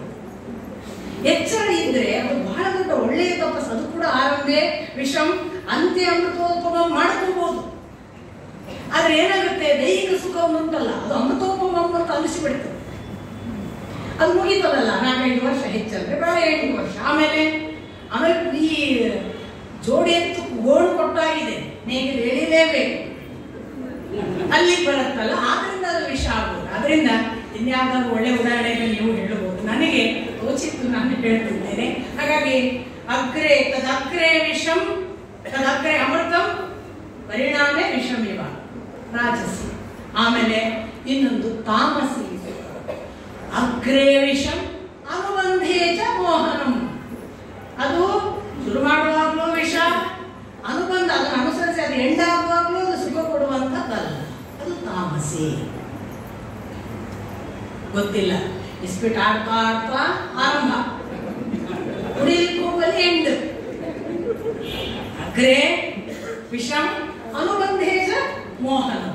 ಗೊತ್ತಿಲ್ಲ, ಆತಕ್ಕೂ ಯಾವ್ದಾದ್ರು ಉದಾಹರಣೆ ಇರ್ಬೋದು. ಸೊ ಆರಂಭವೂ ಕೆಟ್ಟದ್ದು, ಅಂತ್ಯದಲ್ಲೂ ಕೆಟ್ಟದ್ದು ಪರಿಣಾಮ ಕೊಟ್ರೆ ಅದು ತಾಮಸಿ ಸುಖ. ಹೀಗೆ 3 ಸುಖ ಫಲಗಳನ್ನು ಕೃಷ್ಣ ಹೇಳಿ, ಹೀಗೆಲ್ಲ ಕರ್ಮಗಳಿವೆಯಪ್ಪ, ನೀನು ಯಾವುದೇ ಒಂದು ದೃಷ್ಟಿಯಿಂದ ನಾನು ಕರ್ಮ ಮಾಡುವುದಿಲ್ಲ ಅಂತ ನಿಂತರೂ ನಿನ್ನ ಸ್ವಭಾವಕ್ಕೆ ಅನುಗುಣವಾಗಿ ಆ ಒಂದು ವಿಧಿ ನಿನ್ನ ಕರ್ಮಕ್ಕೆ ನಿನ್ನನ್ನು ಎಳೆದೇ ತರ್ತದೆ. ಅವಶೋಸಿ, ನಿನಗೆ ಗೊತ್ತೇ ಇಲ್ಲದೆ.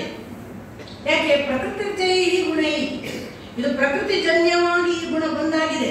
ನೀನು ಮಾಡುವುದಿಲ್ಲ ಅಂದ್ರೆ ನಿನಗೆ ನಿನ್ನ ಗುಣಕ್ಕನುಗುಣವಾಗಿ ಆ ಮೂಲ ಸೂತ್ರ ನಿನ್ನನ್ನು ಕರ್ಮ ಮಾಡಿಸ್ತದೆ. ಹಾಗಾಗಿ ಕರ್ಮ ಮಾಡು, ಕರ್ಮ ಮಾಡುವುದಿಲ್ಲ ಅನ್ಬೇಡ.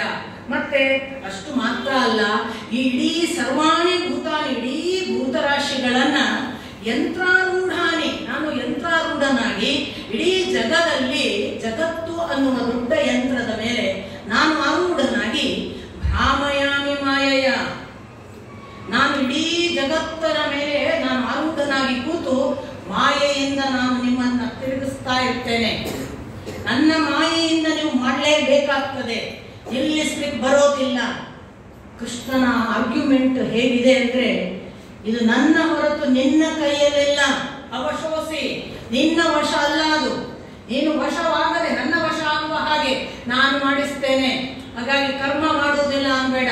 ಮುಂದೆ ಕೃಷ್ಣ ಹೇಳ್ತಾನೆ ನೋಡು, ಇಷ್ಟರವರೆಗೆ ಕೂಡ ಅತಿ ಗುಹ್ಯಕರಂ, ಅತಿ ಗುಹ್ಯವಾದ ಈ ಜ್ಞಾನಂ ಆಖ್ಯಾತು, ನಾನು ಇಷ್ಟರವರೆಗೆ ನಿನಗೆ ಅತ್ಯಂತ ಗುಹ್ಯತರವಾದ, ಇಲ್ಲಿಯವರೆಗೆ ಯಾರಿಗೂ ಹೇಳದ ಅತ್ಯಂತ ದೊಡ್ಡ ಜ್ಞಾನದ ರಹಸ್ಯವನ್ನ ನಿನಗೆ ಹೇಳಿದ್ದೇನೆ. ಯಾಕೆ? ಇಷ್ಟೋ ಅಸಿ. ಹೆಂಗೆ ಕೃಷ್ಣನಿಗೆ ಅರ್ಜುನನ ಮೇಲೆ ಕೋಪ ಬಂತು ಅಂತ ಎಲ್ಲಿಂದ ತೆಗಿತಾರೆ ಅಂತ ನನಗೆ ಅರ್ಥ. ಪುನಃ ಇಲ್ಲಿ ಹೇಳ್ತಾನೆ ಕೃಷ್ಣ, ಇಷ್ಟೋ ಅಸಿನೇ, ನೀನು ನನಗೆ ತುಂಬಾ ಇಷ್ಟ, ಆದ್ದರಿಂದ ನಾನು ಹೇಳಿದ್ದೇನೆ. ಪುನಃ ಹೇಳ್ತಾನೆ ಭೂಯಃ, ನಾನು ಮತ್ತೆ ನಿನಗೆ ಗುಹ್ಯತರವಾದದ್ದು ಹೇಳ್ತೇನೆ ಅರ್ಜುನ. ಯಾಕೆ ಗೊತ್ತಾ? ಪ್ರತಿಜಾನೆ, ಆಣೆ ಇಟ್ಟು ಹೇಳ್ತೇನೆ, ಮಾಮೇವ ಯಶ್ಯಸಿ ತ್ವಂ, ನಾನು ನಿನಗೆ ಸತ್ಯ, ಇದು ಸತ್ಯಂ, ನಾನು ನಿನಗೆ ಸತ್ಯವಾದ ಮಾತು ಹೇಳ್ತೇನೆ. ಮತ್ತು ಮಾಮೇವ ಯಶ್ಯಸಿ ಅನ್ನುವಾಗ ನಿಮಗೆ ನಾನು ನಿನ್ನೆ ಹೇಳಿದೆ, ಮಾಮೇವ ಯಶ್ಯಸಿ ಅಂತ ಹೇಳ್ತಾನೆ, ಸಹ ಅಧಿಗಚ್ಚತಿ ಅಂತ ಹೇಳ್ತಾನೆ, ಮಾಂ ಯಾಂತಿ ಅಂತ ಹೇಳಿ ಬೇರೆ ಬೇರೆ ಪ್ರಯೋಗಗಳಿವೆ. ಮಾಂ ಏವ ಯಶ್ಯಸಿ ಅಂದ್ರೆ ನೀನು ನನ್ನನ್ನೇ ಸೇರುತ್ತಿ. ಅರ್ಜುನನಿಗೆ ಕೊಟ್ಟ ಪ್ರಾಮಿಸ್ ಕೃಷ್ಣ, ಇದು ಸತ್ಯಂ, ನೀನೇನಾದ್ರೂ ಸಂಶಯ ಪಡಬೇಡ. ನಿನಗೆ ಪ್ರಿಯ, ನೀನು ನನಗೆ ಅತ್ಯಂತ ಪ್ರಿಯನಾದದ್ದರಿಂದ ಈ ಜ್ಞಾನವನ್ನು ಹೇಳಿದ್ದೇನೆ ಅರ್ಜುನ. ಮತ್ತೆ ಅಷ್ಟು ಮಾತ್ರ ಅಲ್ಲ, ನಿನಗೆ ಸತ್ಯವನ್ನು ಹೇಳ್ತೇನೆ, ನೀನು ನನ್ನನ್ನೇ ಸೇರುತ್ತೀಯ ಅರ್ಜುನ. ಎಂಥ ಪ್ರೀತಿ! ಮುಂದಿನ ಮಾತು ಏನು ಗೊತ್ತಾ ಕೃಷ್ಣನದ್ದು? ಪ್ರತಿ ಜಾನೆ ಮೇ ಪ್ರಿಯೋ ಅಸಿ, ನೀನು ನನಗೆ ಅತ್ಯಂತ ಪ್ರಿಯನು, ಇದನ್ನು ಆಣಿಟ್ಟು ಹೇಳ್ತೇನೆ ಅರ್ಜುನ. ನಿನ್ನಷ್ಟು ಪ್ರಿಯರು ನನಗೆ ಯಾರೂ ಇಲ್ಲ. ನನಗೆ ಗೊತ್ತಿಲ್ಲ, ಕೃಷ್ಣನ ಸಮಗ್ರ ಓದಿನಲ್ಲಿ ಇದನ್ನೊಂದು ಕಣ್ಣಲ್ಲಿಟ್ಟು ಓದಬೇಕು ನಾನು. ಹೀಗೆ ನೀನು ನನಗೆ ಇಷ್ಟು ಪ್ರಿಯ, ನೀನು ನನಗೆ ಇಷ್ಟ, ನಾನು ಆಣೆಯಿಟ್ಟು ಹೇಳ್ತೇನೆ, ನಿನ್ನಷ್ಟು ಒಳ್ಳೆಯ ಸಂಪತ್ತನ್ನು ಪಡೆದು ಬಂದವರು ಯಾರೂ ಇಲ್ಲ, ದುಃಖಿಸಬೇಡ, ನೀನು ನನ್ನನ್ನೇ ಸೇರ್ತಿ. ನಮೇ ಭಕ್ತ ಪ್ರಣಶ್ಯಸಿ ಒಂದು ಕಡೆ ಆಯಿತು, ಪ್ರಣಶ್ಯತಿ ಇನ್ನೊಂದು ಕಡೆ ಭಕ್ತನಿಗೆ ನಾನು ನಾಶವಾಗುವುದಿಲ್ಲ, ನನಗೆ ಭಕ್ತ ನಾಶವಾಗುವುದಿಲ್ಲ ಅನ್ನೋ ಮಾತನ್ನು ಭಕ್ತಿಯ ಸಂದರ್ಭದಲ್ಲಿ ಹೇಳ್ತಾನೆ ಕೃಷ್ಣ. ಎಲ್ಲ ಮಾತುಗಳನ್ನು ಈ ತರ ಅರ್ಜುನನಿಗೆ ಹೇಳಿದ ಹಾಗೆ ದ್ರೌಪದಿಗೋ ಅಥವಾ ಉದ್ಧವನಿಗೋ ಅಥವಾ ಯಾವುದಾದ್ರೂ ಗೋಪಿಕೆಯರಿಗೋ ಹೇಳಿಲ್ಲ ಅಂತ ನನಗನ್ಸುತ್ತೆ. ಸಾಕ್ಷಾತ್ ದೇವಕಿಗೋ ಯಶೋದೆಗೋ ಅರ್ಜುನನಿಗೆ ಮಾತ್ರ ಇಷ್ಟು ದೊಡ್ಡ ಪ್ರೀತಿಯ ಧಾರೆ. ಬಹುಶಃ ಕೃಷ್ಣ ಇಷ್ಟು ಓಪನ್ ಆಗಿ ನಾನು ಪ್ರೀತಿಸ್ತೀನಿ, ನನಗೆ ನೀನು ಇಷ್ಟ, ನನಗೆ ನೀನು ಇಷ್ಟ, ನಾನು ಸತ್ಯ ಹೇಳ್ತೇನೆ, ನೀನು ನನ್ನನ್ನೇ ಸೇರ್ತಿ, ನನಗೆ ನೀನು ಬೇಕು ಅನ್ನುವ ಹಾಗೆ ಹೇಳುವ ಮಾತುಗಳು. ನಮ್ಮ ಮತ್ತೆ ಶ್ರೀರಾಮಕೃಷ್ಣ ಪರಮಹಂಸ ವಿವೇಕಾನಂದ ನೆನಪಾಗ್ತಾರೆ. ಹಾಗಿರುತ್ತೆ ಗುರುವಿನ ಹಸಿವು. ನಂಗೆ ಆ ಶಿಷ್ಯ ಬೇಕು, ಇವ ನನ್ನನ್ನು ಸೇರ್ಬೇಕು, ಇವನು ನನ್ನನ್ನು ಬಿಟ್ಟಿರಬಾರ್ದು, ಇವನು ನನ್ನನ್ನು ಪ್ರೀತಿಸಬೇಕು, ಇವ ನನ್ನನ್ನು ನಂಬಬೇಕು. ಅದಕ್ಕೆ ಇವನು ನನ್ನನ್ನು ನಂಬದೇ ಇದ್ರೆ ಇವನು ನನ್ನನ್ನು ಬಿಟ್ಟು ಹೋಗ್ತಾನೆ. ಅದಕ್ಕೆ ಪದೇ ಪದೇ ಅಸಂಶಯಂ ನಾಸ್ತಿ ಅತ್ರ ಸಂಶಯಂ ಅಸಂಶಯ ಮಹಾಪಾಪೋ ಹೇಳ್ತಾ ಇರ್ತಾನೆ ನೋಡಿ.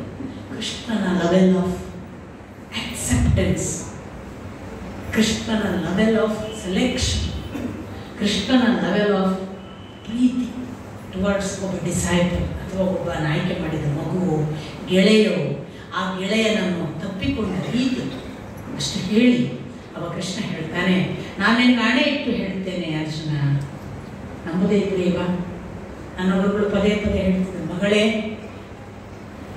ನನ್ನ ಎದೆಯಲ್ಲಿರುವುದು ಎಲ್ಲವನ್ನು ನಿನ್ನ ಎದೆಯಲ್ಲಿ ಇಟ್ಟು ಹೋಗ್ತೇನೆ, ನನ್ನನ್ನು ನಂಬು, ಸಂಶಯ ಪಡಬೇಡ. ನನ್ನ ಜೀವನದ ಕೊನೆಯ ಟೇಲೆಂಡಲ್ಲಿ ಬಂದವಳು ನೀನು, ನಿರಾಶೆಗೊಳಿಸಬೇಡ. ಕೃಷ್ಣನ ಮಾತಿಗೆ ಎಷ್ಟು ಗೊತ್ತಿರ. ಒಬ್ಬ ಗುರುವಿನ ಕರುಣೆ ನೋಡಿ, ಗುರು ಎಷ್ಟು ತನ್ನನ್ನು ಧಾರೆ ಇರುತ್ತಾನೆ. ಅರ್ಜುನನಿಗೆ ಯಾವ ಲೆವೆಲ್ ಆಫ್ ಒಂದು ಧಾರೆ, ಹಾಗೆ ಕೃಷ್ಣನಿಗೆ ಹೇಳ್ತಾ, ಅರ್ಜುನನಿಗೆ ಹೇಳ್ತಾ ಕೃಷ್ಣ ಹೇಳ್ತಾನೆ, ನೋಡು ಎಲ್ಲ ಹೇಳಿದ್ದೇನೆ, ಎಲ್ಲ ಆಖ್ಯಾತ ಏಕ ವಿಮರ್ಶೆ ಹೇಗೆ ಅಶೇಷದಿಂದ ಇಷ್ಟು ಹೇಳಿದ ಮೇಲೆ ಕೃಷ್ಣ ಕೊಡುವ ಸ್ವಾತಂತ್ರ್ಯ ನೋಡಿ ಭಕ್ತನಿಗೋ ಶಿಷ್ಯನಿಗೋ. ಎಲ್ಲವನ್ನು ಶೇಷವಿಲ್ಲದಂತೆ ವಿಮರ್ಶಿಸುತ್ತಾ, ಏಕ ವಿಮರ್ಶ್ಯ ಅಶೇಷೇಣ, ಒಂದು ಚೂರು ಉಳಿಬಾರ್ದು, ಹಾಗೆ ವಿಮರ್ಶೆ ಮಾಡು. ಆಮೇಲೆ ಯಥಾ ಇಚ್ಛಿಸಿ ತಥಾ, ನಮ್ಗೆ ಬೇಕಾದಾಗ ಮಾಡಬೇಕು ಅಂತ ಹೇಳಲ್ಲ. ಇಷ್ಟು ಹೇಳಿದ್ದಾನೆ, ಇಷ್ಟು ಪರಿಶ್ರಮ ತಗೊಂಡಿದ್ದಾನೆ, ಇಷ್ಟು ಧಾರೆ ಎಳೆದಿದ್ದಾನೆ. ನನಗೆ ಬೇಕಾದ ಹಾಗೆ ಇರುವಂತ ನನ್ನ ಅಪೇಕ್ಷೆ ಇಲ್ಲಪ್ಪ. ಯಥಾ ಇಚ್ಛಿಸಿ ತಥಾ, ನಿನಗೆ ಹೇಗೆ ಬೇಕೋ ಹಾಗೆ, ನಿನಗೆ ಹೇಗೆ ಬೇಕೋ ಹಾಗೆ ಇರು ಅಂತ ಹೇಳುವ ಸ್ವಾತಂತ್ರ್ಯವೇ ನಮ್ಮ ಇಡೀ ಧರ್ಮದಲ್ಲಿ ಇವತ್ತಿಗೂ ಇರುವುದು. ಅದು ಕೃಷ್ಣನಿಂದ ಆರಂಭ. ಎಲ್ಲವನ್ನು ಕೇಳು, ತಿಳಿ, ಓದು, ವಿಮರ್ಶಿಸಿ, ನಿನಗೆ ಬೇಕಾದ ಹಾಗೆ ಇರು. ನಮ್ದು ಕೊನೆ ಮಾತ್ರ ತಗೊಂಡಿದ್ದೇವೆ, ಏತತ್ ವಿಮೃಶ್ಯ ಅಶೇಷೇಣ ಯಥಾ ಇಚ್ಛಸಿ ತಥಾ ಹಾಕುದು. ಅವನು ಅಧರ್ಮದ ಮಾತು ಒಂದು ಆಡಲ್ಲ ಕೃಷ್ಣ. ಯಾರೋ ಕೃಷ್ಣನ ಕೋಟ್ ಮಾಡಿ ಅವನು ಹೇಳಿದಾನಲ್ಲ ಯಥಾ ಇಚ್ಛಸಿ ತಥಾ ಕುರು ಅಂತ, ಅದನ್ನೇ ಮಾಡುದಯ್ಯ, ಮೊದಲೇದೇನು ಹೇಳಿದ್ದಾನೆ ನೋಡಯ್ಯ ಅನ್ಬೇಕು. ಹಂಗಿದೆ ಕೃಷ್ಣನ ಮಾತು. ಎಲ್ಲವನ್ನೂ ತಿಳಿ, ಎಲ್ಲವನ್ನೂ ಓದಿಕೋ, ಓದಿದ್ದನ್ನು ಒಂದು ಬಿಡದೆ ವಿಮರ್ಶಿಸು, ಆಮೇಲೆ ಯಥಾ ಇಚ್ಛಸಿ. ಹಾಗೆ ಹೇಳಿ ಕೃಷ್ಣ ಪುನಃ ಎಷ್ಟು ಒಂದು ಪ್ರೀತಿ ಇರಬಹುದು ಅಂತ ನಾನು ಕೇಳಿಸೋದು. ಏನಪ್ಪ ಅರ್ಜುನ, ಕೇಳಿದ್ಯಾ ನಾನು ಹೇಳಿದ್ದನ್ನು? ಏತದ್ ಏಕಾಗ್ರೇಣ ಚೇತಸ ಶ್ರುತಂ ವಾ. ಕೇಳಿದ್ಯಾ? ಏಕಾಗ್ರ ಚಿತ್ತದಿಂದ ಇದೆಲ್ಲವನ್ನು ಕೇಳಿದ್ದೇನಪ್ಪ ಅರ್ಜುನ? ನಿನ್ನ ಮೋಹ, ನಿನ್ನ ಅಜ್ಞಾನ ನಷ್ಟ ಆಯಿತೇನಪ್ಪ ಧನಂಜಯ? ಪ್ರನಷ್ಟ ತೇ ಧನಂಜಯ ಅಜ್ಞಾನಂ ಮೋಹಂ. ಕೃಷ್ಣ ಕೇಳೋದು, ಕಿಮೇತ ಆಗಿದೇನಪ್ಪ? ನಿನ್ನ ಅಜ್ಞಾನ ಮೋಹ ನಷ್ಟ ಆಯಿತಾ? ಇಷ್ಟ ಆಗುವಾಗ ಅರ್ಜುನ ಹೇಳ್ತಾನೆ, ನಷ್ಟೋ ಮೋಹ ಗತ ಸಂಶಯ ಗತ ಸಂದೇಹ ನಷ್ಟೋ ಮೋಹ. ನನ್ನ ಮೋಹ ಹೋಗಿದೆ, ನಷ್ಟವಾಗಿದೆ ಕೃಷ್ಣ. ಮತ್ತೆ ಗತ ಸಂದೇಹ, ನನ್ನ ದೊಡ್ಡ ಸಂದೇಹ ಎಲ್ಲ ಇತ್ತಲ್ಲ, ಅದು ಸಂದೇಹ ಕೂಡ ಹೋಗಿದೆ. ತ್ವಯಿ ಪ್ರಸಾದಾನ್ಮಯಾಚ್ಯುತ. ಅವನಿಗೆ ಗೊತ್ತಾಯ್ತು, ಇದು ಹೋದದ್ದು ನನ್ನ ಏನು ಸಾಮರ್ಥ್ಯದಿಂದ ಅಲ್ಲ. ತ್ವಯಿ ಪ್ರಸಾದಾತ್ ಮಯಾಚ್ಯುತ, ನೀನು ನನ್ನ ಮೇಲೆ ಮಾಡಿದ ಅನುಗ್ರಹದಿಂದ. ಯಾಕೆ? ನೀನು ಅಚ್ಯುತ, ಚ್ಯುತಿಯನ್ನು ಉಳಿಸುವವನಲ್ಲ, ದೋಷ ಉಳಿಸುವವನಲ್ಲ ನೀನು. ಆದ್ದರಿಂದ ಅಚ್ಯುತ, ನಿನ್ನ ಪ್ರಸಾದದಿಂದ ನನ್ನ ದೋಷಗಳೆಲ್ಲ ಹೋಗಿವೆಯಪ್ಪ. ಸ್ಥಿತೋ ಅಸ್ಮಿ ಸ್ಥಿರೋ ಅಸ್ಮಿ. ನಾನೀಗ ನಿಲ್ಲ ಬರಲಿ, ಕೂತ್ಕೊಂಡು ಬಿಟ್ಟಿದ್ದಲ್ಲ, ನಿಲ್ಲಿಕ್ಕಾಗಲ್ಲ. ನೈ ಶಕ್ನೋಮಿ ಅವಸ್ಥಾತು ಅಂದಿದ್ದ, ನನಗೆ ಎದ್ದು ನಿಲ್ಲಕ್ಕಾಗಲ್ಲ ಅಂದಿದ್ದ. ಈಗ ಹೇಳ್ತಾನೆ ಸ್ಥಿರೋ ಅಸ್ಮಿ, ನಿಂತು ಬಿಟ್ಟಿದ್ದೇನೆ, ದೃಢವಾಗಿದ್ದೇನೆ, ನನಗೆ ಎಲ್ಲ ಸಂದೇಹಗಳು ಹೋಗಿದ್ದೇವೆ. ಮುಂದಿನ ಮಾತು ಅವನದ್ದು ಕೂಡ ಎಷ್ಟು ಪ್ರಾಮಾಣಿಕ. ಅವನು ಏನು ಹೇಳಿದ? ಯಥಾ ಇಚ್ಛಸಿ ತಥಾ ಕುರು. ಇವ ಹೇಳಿದ, ಕರಿಷ್ಯೆ ತವ ವಚನಂ, ನಿನ್ನ ಮಾತನ್ನೇ ನಡೆಸಿದೆ.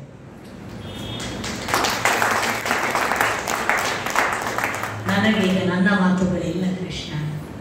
ನನ್ನ ಬಳಿ ಏನಿದ್ದರೂ ಅದು ನೀನು ಕೊಟ್ಟ ಪುಣ್ಯ. ನನ್ನ ಮಾತುಗಳು, ನನ್ನ ಕೆಲಸ, ನನ್ನ ಕೈಯ ಬಲ, ನನ್ನ ಶಕ್ತಿ ಎಲ್ಲ ನೀನು.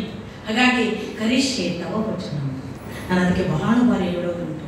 ಭಗವದ್ಗೀತೆ ಓದಿದಾಗ ಆರಂಭದ ಅರ್ಜುನ ಎಷ್ಟು ಬದಲಾಗಿ ಹೇಳ್ತಾನೆ.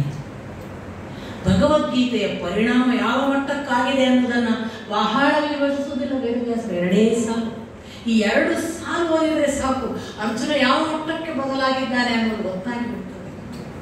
ಗತ ಸಂದೇಹ ಮೋಹ ನಷ್ಟ ತ್ವಯಿ ಪ್ರಸಾದಾತ್ಮಯ ಅಚ್ಯುತ.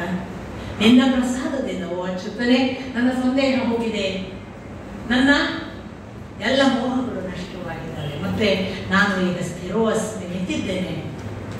ಸ್ಥಿರೋಸ್ಮಿ, ಹೌದು ನಾನು ದೃಢವಾಗಿ ನಿಂತಿದ್ದೇನೆ. ಆದರೆ ಕರಿಷ್ಯೆ ತವ ವಚನ, ನಿನ್ನ ಮಾತು ನಡೆಸಲಿಕ್ಕೆ ನಾನೀಗ ಸ್ಥಿರವಾಗಿ ನಿಂತಿದ್ದೇನೆ. ಭಗವದ್ಗೀತೆ ಓದಿದವರೆಲ್ಲ ಓದಿಲ್ಲ ಅಂತ ನಾನು ಯಾವಾಗಲೂ ಹೇಳೋದು. ನಾವ್ಯಾರೂ ಓದಲಿಲ್ಲ. ಯಾಕೆ?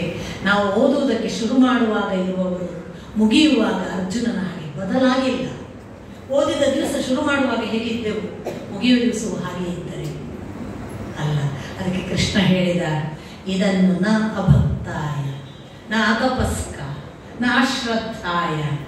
ಈಗ ನಾನು ಹೇಳಿದ ಈ ಗುಹ್ಯತರವಾದ ವಿದ್ಯೆಯನ್ನು ಶ್ರದ್ಧೆ ಇಲ್ಲದವರಿಗೆ, ಭಕ್ತಿ ಇಲ್ಲದವರಿಗೆ, ತಪಸ್ಸು ಇಲ್ಲದೆ ಇರುವವರಿಗೆ ಹೇಳಬೇಡ.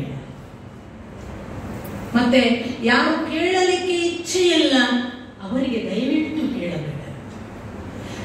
ಆಮೇಲೆ ಅದು ಮಾತ್ರ ಹೇಳಲಿಲ್ಲ, ಯಾರು ನನ್ನ ಬಗ್ಗೆ ಅಸೂಯೆ ತಾಳ್ತಾರೆ ಅವನೇ ದೊಡ್ಡ ಕೃಷ್ಣ, ಹೇಳಬೇಡ.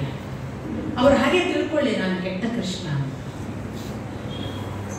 ನಿಜವಾಗಿ ಶ್ರದ್ಧೆ ಇರುವವರಿಗೆ, ಭಕ್ತಿ ಇರುವವರಿಗೆ, ತಪಸ್ಸು ಇರುವವರಿಗೆ ಹೇಳು.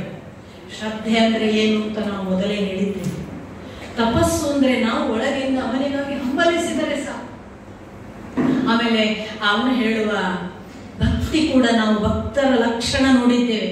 ಅಂಥದ್ದು ಸ್ವಲ್ಪ ಆದರೂ ನಮ್ಮಲ್ಲಿ ಶಾಂತಿ, ಆಮೇಲೆ ದಮ ಶಮ, ಮತ್ತೊಂದು ಅವರು ಆರ್ಜವಂ ಅಕ್ರೋಧ ಎಲ್ಲ ಹೇಳಿದಲ್ಲ, ಸ್ವಲ್ಪ ಆದರೂ ರೂಢಿಸಿಕೊಂಡ್ರೆ ಆ ಎಲ್ಲ ಗುಣಗಳು. ಭಕ್ತಿ ಮಾಡ್ತಾ ಭಗವದ್ಗೀತೆ ಕೇಳಬೇಡ. ಖಂಡಿತ ಅಲ್ಲ.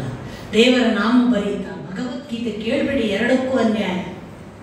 ಮಾಡೋದಿದ್ರೆ ಮನೆಯಲ್ಲಿ ಬರೀರಿ, ಬರೆಯುವುದಿದ್ರೆ ಫೋನ್ ಕೂಡ ತಗೊಳ್ಬೇಡಿ. ಆ ಹೊತ್ತಿಗೆ ಬರೆಯುವ ನಿಷ್ಠೆಗೆ ಕೊಟ್ಟುಕೊಳ್ಳಿ. ಒಂದು ಮಾಡ್ತಾ ಇನ್ನೊಂದು ಮಾಡ್ತೇನೆ ಅನ್ನೋವನಿಗೆ ಏಕಾಂತದ ಆ ಕೃಷ್ಣ ಹೇಳಿದ ಉಪಾಸನೆ ಸಾಧ್ಯವೇ ಇಲ್ಲ. ಇದು ನಂದೊಂದು ಕೆಲಸ ಇತ್ತು, ಇದು ಆಯ್ತು, ನಾನಲ್ಲಿ ಭಗವದ್ಗೀತೆ ಕೇಳಿದೆ, 4 ಜನರಿಗೆ ತೋರಿಸ್ಲಿಕ್ಕಾಗಿತ್ತು. ಮಾಡಬೇಡಿ, ನನ್ನದಂತಲ್ಲ. ನಿಮಗೆ ಭಗವದ್ಗೀತೆ ಕೇಳಬೇಕಾ, ಒಂದು ಟೇಪ್ ಹಾಕೊಂಡು ಕೂತಿದ್ದೀರಾ, ಕಣ್ಮುಚ್ಚಿ, ಅದು ಬಿಟ್ಟು ಯಾರನ್ನು ಕೋಣೆಗೆ ಕರ್ಕೋಬೇಡಿ, ಬಾಗಿಲಾಕಿ ಕೇಳಿ. ಭಗವದ್ಗೀತೆ ಬರಿಬೇಕು ಅಂತಿದ್ದೇನ, ಭಗವದ್ಗೀತೆ ಬರೆಯುವ ಹೊತ್ತಿಗೆ ಫೋನ್ ಕೂಡ ಹೊರಗಿಡಿ, ಸೈಲೆಂಟ್ ಇಡಿ, ಕೇಳಿ ಮಾತಾಡ್ಲಿಕ್ಕೆ ಹೋಗ್ಬೇಡಿ. ಬರೆದು ಮುಗಿದ ಮೇಲೆ ಅದನ್ನು ನೋಡಿ. ಭಕ್ತಿ ಬಂದ್ರೆ ಹೋಯ್ತು, ಅಶ್ರದ್ಧೆ ಬಂದ್ರೆ ಹೋಯ್ತು, ತಪಸ್ಕನಿಗೆ ಹೇಳಬೇಡ. ಮುಂದಿನ ಮಾತು ನಮ್ಮಂಥವರಿಗೆ ಅವರು ಮಾಡುವ ಕೃಪೆ. ಕೃಷ್ಣ ಹೇಳ್ತಾನೆ, ನನ್ನ ಕುರಿತು ಯಾರಾದರೂ ಭಕ್ತರಿಗೆ, ಶ್ರದ್ಧೆ ಇರುವವರಿಗೆ, ತಪಸ್ಕರಿಗೆ ಹೇಳಿದರೆ ಅವರು ನನಗೆ ಅತ್ಯಂತ ಪ್ರಿಯರು. ಆಮೇಲೆ ಕೃಷ್ಣ ಇನ್ನೊಂದು ಮಾತು ಹೇಳ್ತಾನೆ, ಅವರು ನನ್ನನ್ನೇ ಸೇರ್ತಾರೆ. ಕೃಪೆ ಏನು ಗೊತ್ತಾ? 2 ರೀತಿಯಿಂದ ಕೇಳುವ ಶ್ರದ್ಧಾವಂತರು, ಕೇಳುವ ಭಕ್ತರು, ಕೇಳುವ ತಪಸ್ಕರು ಸಿಗ್ತಾರಲ್ಲ, ಎಲ್ಲರಿಗೂ ಸಿಗಲ್ಲ. ಸಿಕ್ಕಿದ್ದರ ಪುಣ್ಯ, ಅವನ ಕೃಪೆಯೂ ಆದರೆ ಅವನನ್ನೇ ಸೇರ್ತೇವೆ ಅಂತ ಹೇಳ್ತಾನಲ್ಲ, ಅದಕ್ಕಿಂತ ದೊಡ್ಡ ಭಾಗ್ಯ ಯಾವುದು? ಅಷ್ಟು ಹೇಳಿದ ಪ್ರಾಮಿಸ್ ಇದೆಯಲ್ಲ. ಕೃಷ್ಣ ಹೇಳುವಾಗ ಒಂದು ಮಾತು ಹೇಳಿದ್ರೆ ಅವ ನಮ್ಮನ್ನ ಬೀಳಕ್ಕೆ ಬಿಡೋದೇ ಇಲ್ಲ. ನನ್ನ ಗುರುಗಳು ಒಂದು ಮಾತು ನನಗೆ ಹೇಳಿದರು, ಮಗಳೇ, ನಾನು ಸತ್ತರೂ ನೀನು ಬೀಳುವುದಕ್ಕೆ ಬಿಡುವುದಿಲ್ಲ. ನಿಮಗೆ ನಾನು ಬಿದ್ದದ್ದೆಷ್ಟು ಗೊತ್ತಿಲ್ಲ, ನಾನು ಬಿದ್ದಾಗ ಎತ್ತಿದವರು ಯಾರು, ಬಿದ್ದದ್ದೆಷ್ಟು ನನಗೆ ಮಾತ್ರ ಗೊತ್ತು.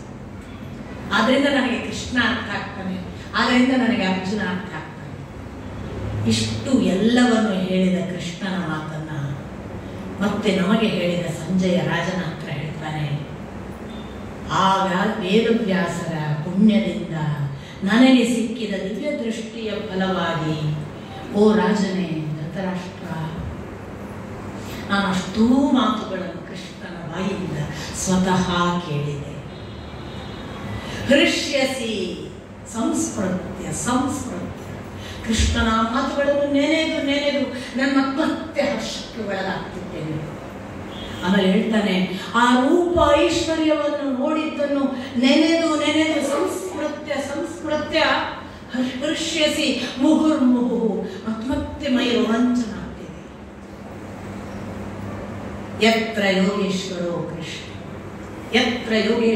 ಕೃಷ್ಣೋ ಯತ್ರ ಪಾರ್ಥೋ ಧನುರ್ಧರಃ ತತ್ರ ಶ್ರೀರ್ವಿಜಯೋ ಭೂತಿಃ ಧ್ರುವಂ ನೀತಿ ಮತಿರ್ಮಮ ಅಂತ ಒಂದು ಕೊನೆಯ ಮಾತನ್ನ ನಾವು ಸಾಮಾನ್ಯವಾಗಿ ಭಗವದ್ಗೀತೆಯ ಸಾರ ಅಂತ ಹೇಳುವ ಮಾತನ್ನ ಸಂಜಯ ಹೇಳ್ತಾನೆ. ಎಲ್ಲಿ ಆ ಕೃಷ್ಣನಿದ್ದಾನೋ, ಎಲ್ಲಿ ಧನುರ್ಧಾರಿಯಾದ ಆ ರಾಜ ಅರ್ಜುನನಿದ್ದಾನೋ, ಅಲ್ಲಿ ವಿಜಯವಿದೆ, ಅಲ್ಲಿ ನೀತಿ ಖಂಡಿತಕ್ಕೂ ಇದೆ, ಅನೀತಿ ಇರಲ್ಲ. ಅವರಿಬ್ಬರು ಒಟ್ಟಿಗಿದ್ದಾರೆ ಅಂದ್ರೆ ಅಲ್ಲಿ ನೀತಿ ಸ್ಥಾಪನೆ ಆಗ್ತದೆ ಅಂತ ನನ್ನ ಮತ. ಇದನ್ನು ಮಹಾಭಾರತದಲ್ಲಿ ಬೇರೆ ಬೇರೆ ಸಂದರ್ಭದಲ್ಲಿ ವೇದವ್ಯಾಸರು ಬೇರೆಯವರ ಬಾಯಿಯಲ್ಲೆಲ್ಲ ಹೇಳಿಸ್ತಾರೆ. ಸಂಜಯನ ಮಾತು ಮಾತ್ರ ಅಲ್ಲ. ನನ್ನನ್ನು ಮಹಾಪ್ರಾಜ್ಞರು ವಿದ್ವಾಂಸರು ಕ್ಷಮಿಸಬೇಕು. ಅವನ ಈ ಕೊನೆಯ ಮಾತನ್ನೇ ಭಗವದ್ಗೀತೆಯ ಸಾರ ಅಂತ ನಾನು ಒಪ್ಪುವುದಿಲ್ಲ. ಭಗವದ್ಗೀತೆಯ ನಿಜವಾದ ಸಾರ ಇಷ್ಟೆಲ್ಲ ಹೇಳಿದ ಮೇಲೆ, ಸರ್ವಧರ್ಮಾನ್ ಪರಿತ್ಯಜ್ಯ ಮಾಂ ಏಕಂ ಶರಣಂ ವ್ರಜ, ಅಹಂ ತ್ವ ಸರ್ವ ಪಾಪೇಭ್ಯೋ ವಿಮೋಕ್ಷ್ಯಸಿ ಮಾ ಶುಚಃ ಅಂತ ಒಂದು ಹೇಳಿದೆ. ನಾನು ನಿನ್ನ ಎಲ್ಲ ಪಾಪಗಳಿಂದ ನಿನಗೆ ಬಿಡುಗಡೆ ಕೊಡ್ತೇನೆ, ದುಃಖಿಸಬೇಡ. ಆದ್ರೆ ಮಾಡಬೇಕಾದ ಕೆಲಸ ಏನು? ಸರ್ವಧರ್ಮಾನ್ ಪರಿತ್ಯಜ್ಯ ಮಾಮೇಕಂ ಶರಣಂ ವ್ರಜ, ನನಗೆ ಮಾತ್ರ ಶರಣಾಗು. ಇದು ನಿಜವಾಗಿ ಭಗವದ್ಗೀತೆಯ ಸಾರ, ನಮ್ಮ ಧರ್ಮದ ಸಾರ. ನಾವು ಅಲ್ಲಿ ಇಲ್ಲಿ ಸರ್ವಧರ್ಮಗಳನ್ನ ಛೇಡಿಸ್ಲಿಕ್ಕೋ ಕೆಣಕ್ಲಿಕ್ಕೋ ಅವರನ್ನ ಟೀಕಿಸ್ಲಿಕ್ಕೋ ಹೋಗುವ ಬದಲು ನಮ್ಮ ಧರ್ಮಕ್ಕೆ ಶರಣಾಗ್ತೀವಿ. ಅದು ಅವನಿಗೆ ಶರಣಾಗುವುದು ಅಂದ್ರೆ ಆ ಧರ್ಮಕ್ಕೆ ಶರಣಾಗುವುದು. ಮಾಮೇಕಂ ಆಗ ಅವನು ಏನು ಹೇಳಿದ, ನಾವು ಯಾಕೆ ಶರಣಾಗುವುದು, ನಮ್ಮದೊಂದು ಬಿಡುಗಡೆ ಬೇಕು ಅಂತ. ಪದೇ ಪದೇ ಬಂಧನ ಮತ್ತು ಬಿಡುಗಡೆ, ಎರಡನೇ ಬಿಡುಗಡೆಯನ್ನು ಸರ್ವ ಪಾಪೇಭ್ಯೋ ವಿಮೋಕ್ಷಿಸಿ, ನಾನು ನಿನ್ನ ಎಲ್ಲ ಪಾಪಗಳಿಂದ ನಿನ್ನನ್ನು ಬಿಡುಗಡೆ ಮಾಡ್ತೇನೆ, ಮಾಶುಚಃ ದುಃಖಿಸಬೇಡ. ಈ ಅಶ್ಯೂರೆನ್ಸ್ ಕೊಟ್ಟ ಈ ನಿರ್ದಿಷ್ಟ ಶ್ಲೋಕ ನನ್ನ ಪ್ರಕಾರ ಭಗವದ್ಗೀತೆಯ ಸಾರಾಂಶ. ನಾವು ಯಾಕೆ ಡಿಫರ್ ಆಗ್ತೇವೆ ಗೊತ್ತಾ? ಅಹಂ ಅಹಂ ಇಲ್ಲಿ ಕೂಡ ಮಾಮೇಕಂ ಶರಣಂ ವ್ರಜ ಅಂದವನು ಒಂದೇ ಒಂದು ಕಡೆ ಇಡೀ ಭೂಮಂಡಲದಲ್ಲಿ ಆ ಈಶ್ವರನು ಯಂತ್ರಾರೂಢನಾಗಿ ಈ ಎಲ್ಲ ಜಗತ್ತನ್ನು ಮಾಯೆಯ ಭ್ರಮೆಗೆ ಒಳಪಡಿಸ್ತಾನೆ ಅಂತ ಹೇಳುವಾಗ ಈಶ್ವರ ಅಂತಾನೆ, ಅದು ಮಾತ್ರ ಬರೋದು ನಿಮಗೆ. ಮತ್ತೆ ನೀನು ಅವನನ್ನು ಸೇರು, ಅವನಿಗೆ ಶರಣಾಗು, ಅವನಿನನ್ನು ಬಿಡುಗಡೆ ಮಾಡ್ತಾನೆ ಅಂತಲೂ ಒಂದು. ಅದು ಎರಡೇ ಶ್ಲೋಕ ಇಡೀ ಮಹಾಭಾರತದ ಭಗವದ್ಗೀತೆಯ ಶ್ಲೋಕಗಳಲ್ಲಿ ಈಶ್ವರನನ್ನು ಉಲ್ಲೇಖ ಮಾಡುವುದು. ಎಲ್ಲ ಕಡೆ ಮಾಂ, ಮೇ, ಮಯಿ, ಮಯ, ಅಹಂ. ಕೃಷ್ಣ ಅಲ್ಲಿ ಎರಡೇ ಶ್ಲೋಕಕ್ಕೆ ಈಶ್ವರನೊಬ್ಬನಿದ್ದಾನೆ, ಅವನು ಇದನ್ನು ಭ್ರಾಮಯತಿ, ಮತ್ತೆ ಅವನು ನಿನಗೆ ಪ್ರಸಾದ ಮಾಡಿದರೆ ನಿನಗೆ ಬೆಳವಣಿಗೆ ಆಗ್ತದೆ ಅಂತ ಹೇಳಿ ಎಲ್ಲಾ ಕಡೆ ಅಹಂ ಅಂದಿದ್ದಾನೆ. ಯಾಕೆ ಗೊತ್ತಾ? ನಾನು ಇವತ್ತು ಒಂದು ಆರಂಭ ಮಾಡಿದೆ ನೋಡಿ, ಯಾವುದೂ ಇಲ್ಲದೆ ಇರುವಾಗ ಯಾವುದು ಬೆಳಕು? ನಾನು ಬೆಳಕು. ಅದಕ್ಕೆ ಕೃಷ್ಣ ಹೇಳಿದ್ದು ಎಲ್ಲ ಇಲ್ಲದೆ ಇರಲಿ, ಸರ್ವಧರ್ಮಾನ್ ಪರಿತ್ಯಜ್ಯ, ನೀನು ನಾನು ಅನ್ನುವುದಕ್ಕೆ ಶರಣಾಗು. ಈ ನಾನು ಯಾರು ಗೊತ್ತಾ? ಎಲ್ಲಿಯೂ ಬೆಳಕಿಲ್ಲದೆ ಇರುವಾಗ ನಡೆಸುವ ಆ ಬೆಳಕು, ಅದು ನಾನು, ಅದು ಅವನು. ಆದ್ದರಿಂದ ಭಗವದ್ಗೀತೆಯ ಈ ಶ್ಲೋಕ ನಮ್ಮ ಧರ್ಮಸಾರ, ಕೃಷ್ಣನ ಧರ್ಮ ಸಾರಾಂಶ, ನಮ್ಮ ಬದುಕಿನ ನಡೆಗೆ ಒಂದು ದೊಡ್ಡ ದ್ಯೋತಕವಾದ ದೀಪರೂಪ. ಅದನ್ನ ನಾವು ನಿತ್ಯ ಅನುಷ್ಠಾನ ಮಾಡುವ ಹಾಗಾಗಲಿ. ನನ್ನನ್ನು ಕಳೆದ 7 ದಿನಗಳಿಂದ ನಿಮ್ಮ ಅಭಿರುಚಿಯ ಕಾರಣವಾಗಿ, ನಿಮ್ಮ ಸ್ಪಂದನದ ಕಾರಣವಾಗಿ ನಿರಂತರವಾಗಿ ಕೃಷ್ಣಾನುಸಂಧಾನಕ್ಕೆ ಅವಕಾಶ ಮಾಡಿ ಬೆಳಗಿನಿಂದ ಸಂಜೆಯವರೆಗೆ ರಾತ್ರಿ ನಿದ್ರೆಯಲ್ಲೆಲ್ಲ ಅವನನ್ನೇ ನೆನೆಯುವ ಒಂದು ಸಾಧ್ಯತೆಯನ್ನು ನೀವು ಒದಗಿಸಿಕೊಟ್ಟ ತಪಸ್ವಿ ಭಾವಕ್ಕೆ ನಿಮ್ಮಂತಹ ಶ್ರದ್ಧಾವಂತ ಭಕ್ತ ತಪಸ್ಕ ಪ್ರೇಕ್ಷಕರಿಗೆ ನಾನು ಆದರಣೀಯ ಪ್ರಣಾಮಗಳನ್ನು ಭಕ್ತಿಪೂರ್ವಕವಾಗಿ ಸಲ್ಲಿಸಿ, ಕಳೆದ 7 ದಿನಗಳಿಂದ ನನಗೆ ಬೇರೆ ಬೇರೆ ಮನೆಯ ತಾಯಿಯರು ಊಟಕ್ಕೆ ಹಾಕಿದ್ದಾರೆ. ಆ ಎಲ್ಲ ತಾಯಂದಿರನ್ನು ನಾನು ಗೌರವದಿಂದ ಮತ್ತು ನನ್ನ ಅಮ್ಮ ಅನ್ನುವ ಭಾವದಿಂದಲೇ ಆ ತಾಯಂದಿರಿಗೆಲ್ಲ ನಮಿಸಿ, ನನ್ನ ಈ ಕೆಲಸವನ್ನು 7 ದಿನ ನಿರ್ವಿಘ್ನವಾಗಿ ಸಾಧ್ಯವಾಗಿಸುವುದಕ್ಕೆ ಕಾರಣವಾದ ಆ ಗಣಪತಿಯನ್ನು ಮತ್ತೊಮ್ಮೆ ವಂದಿಸಿ, ಅರ್ಚಕರು ಸಹಿತ ನಿಂತುಕೊಂಡು ಕೇಳುವ ಆ ಭಾವಕ್ಕೆ ನನ್ನ ಶರಣಾಗತತ್ವವನ್ನು ಹೇಳಿ, ಎಲ್ಲ ಈ ಕೃಷ್ಣ ಬಾಂಧವ್ಯ ಧರ್ಮದ ತುದಿಗೆ ಒಯ್ಯುವುದಕ್ಕೆ ಕಾರಣವಾಗಲಿ. ಈ 7 ದಿನ ನಮ್ಮ 7 ಜನ್ಮಕ್ಕೆ ನಮ್ಮನ್ನು ಕರೆದುಕೊಂಡು ಹೋಗುವುದಕ್ಕೆ ಒಂದು ಪಾತ್ರವಾಗಲಿ ಅಥವಾ ಒಂದು ಸೇತುವೆ ಆಗಲಿ ಅಂತ ಪ್ರಾರ್ಥಿಸ್ತಾ, ಕಾರಣಕರ್ತರಾದ ಯಾರನ್ನೂ ಕೂಡ ಹೆಸರಿನಲ್ಲಿ ಹೇಳದೆ, ಯಾಕೆಂದರೆ ಅದು ಕೃಷ್ಣನಾಮ.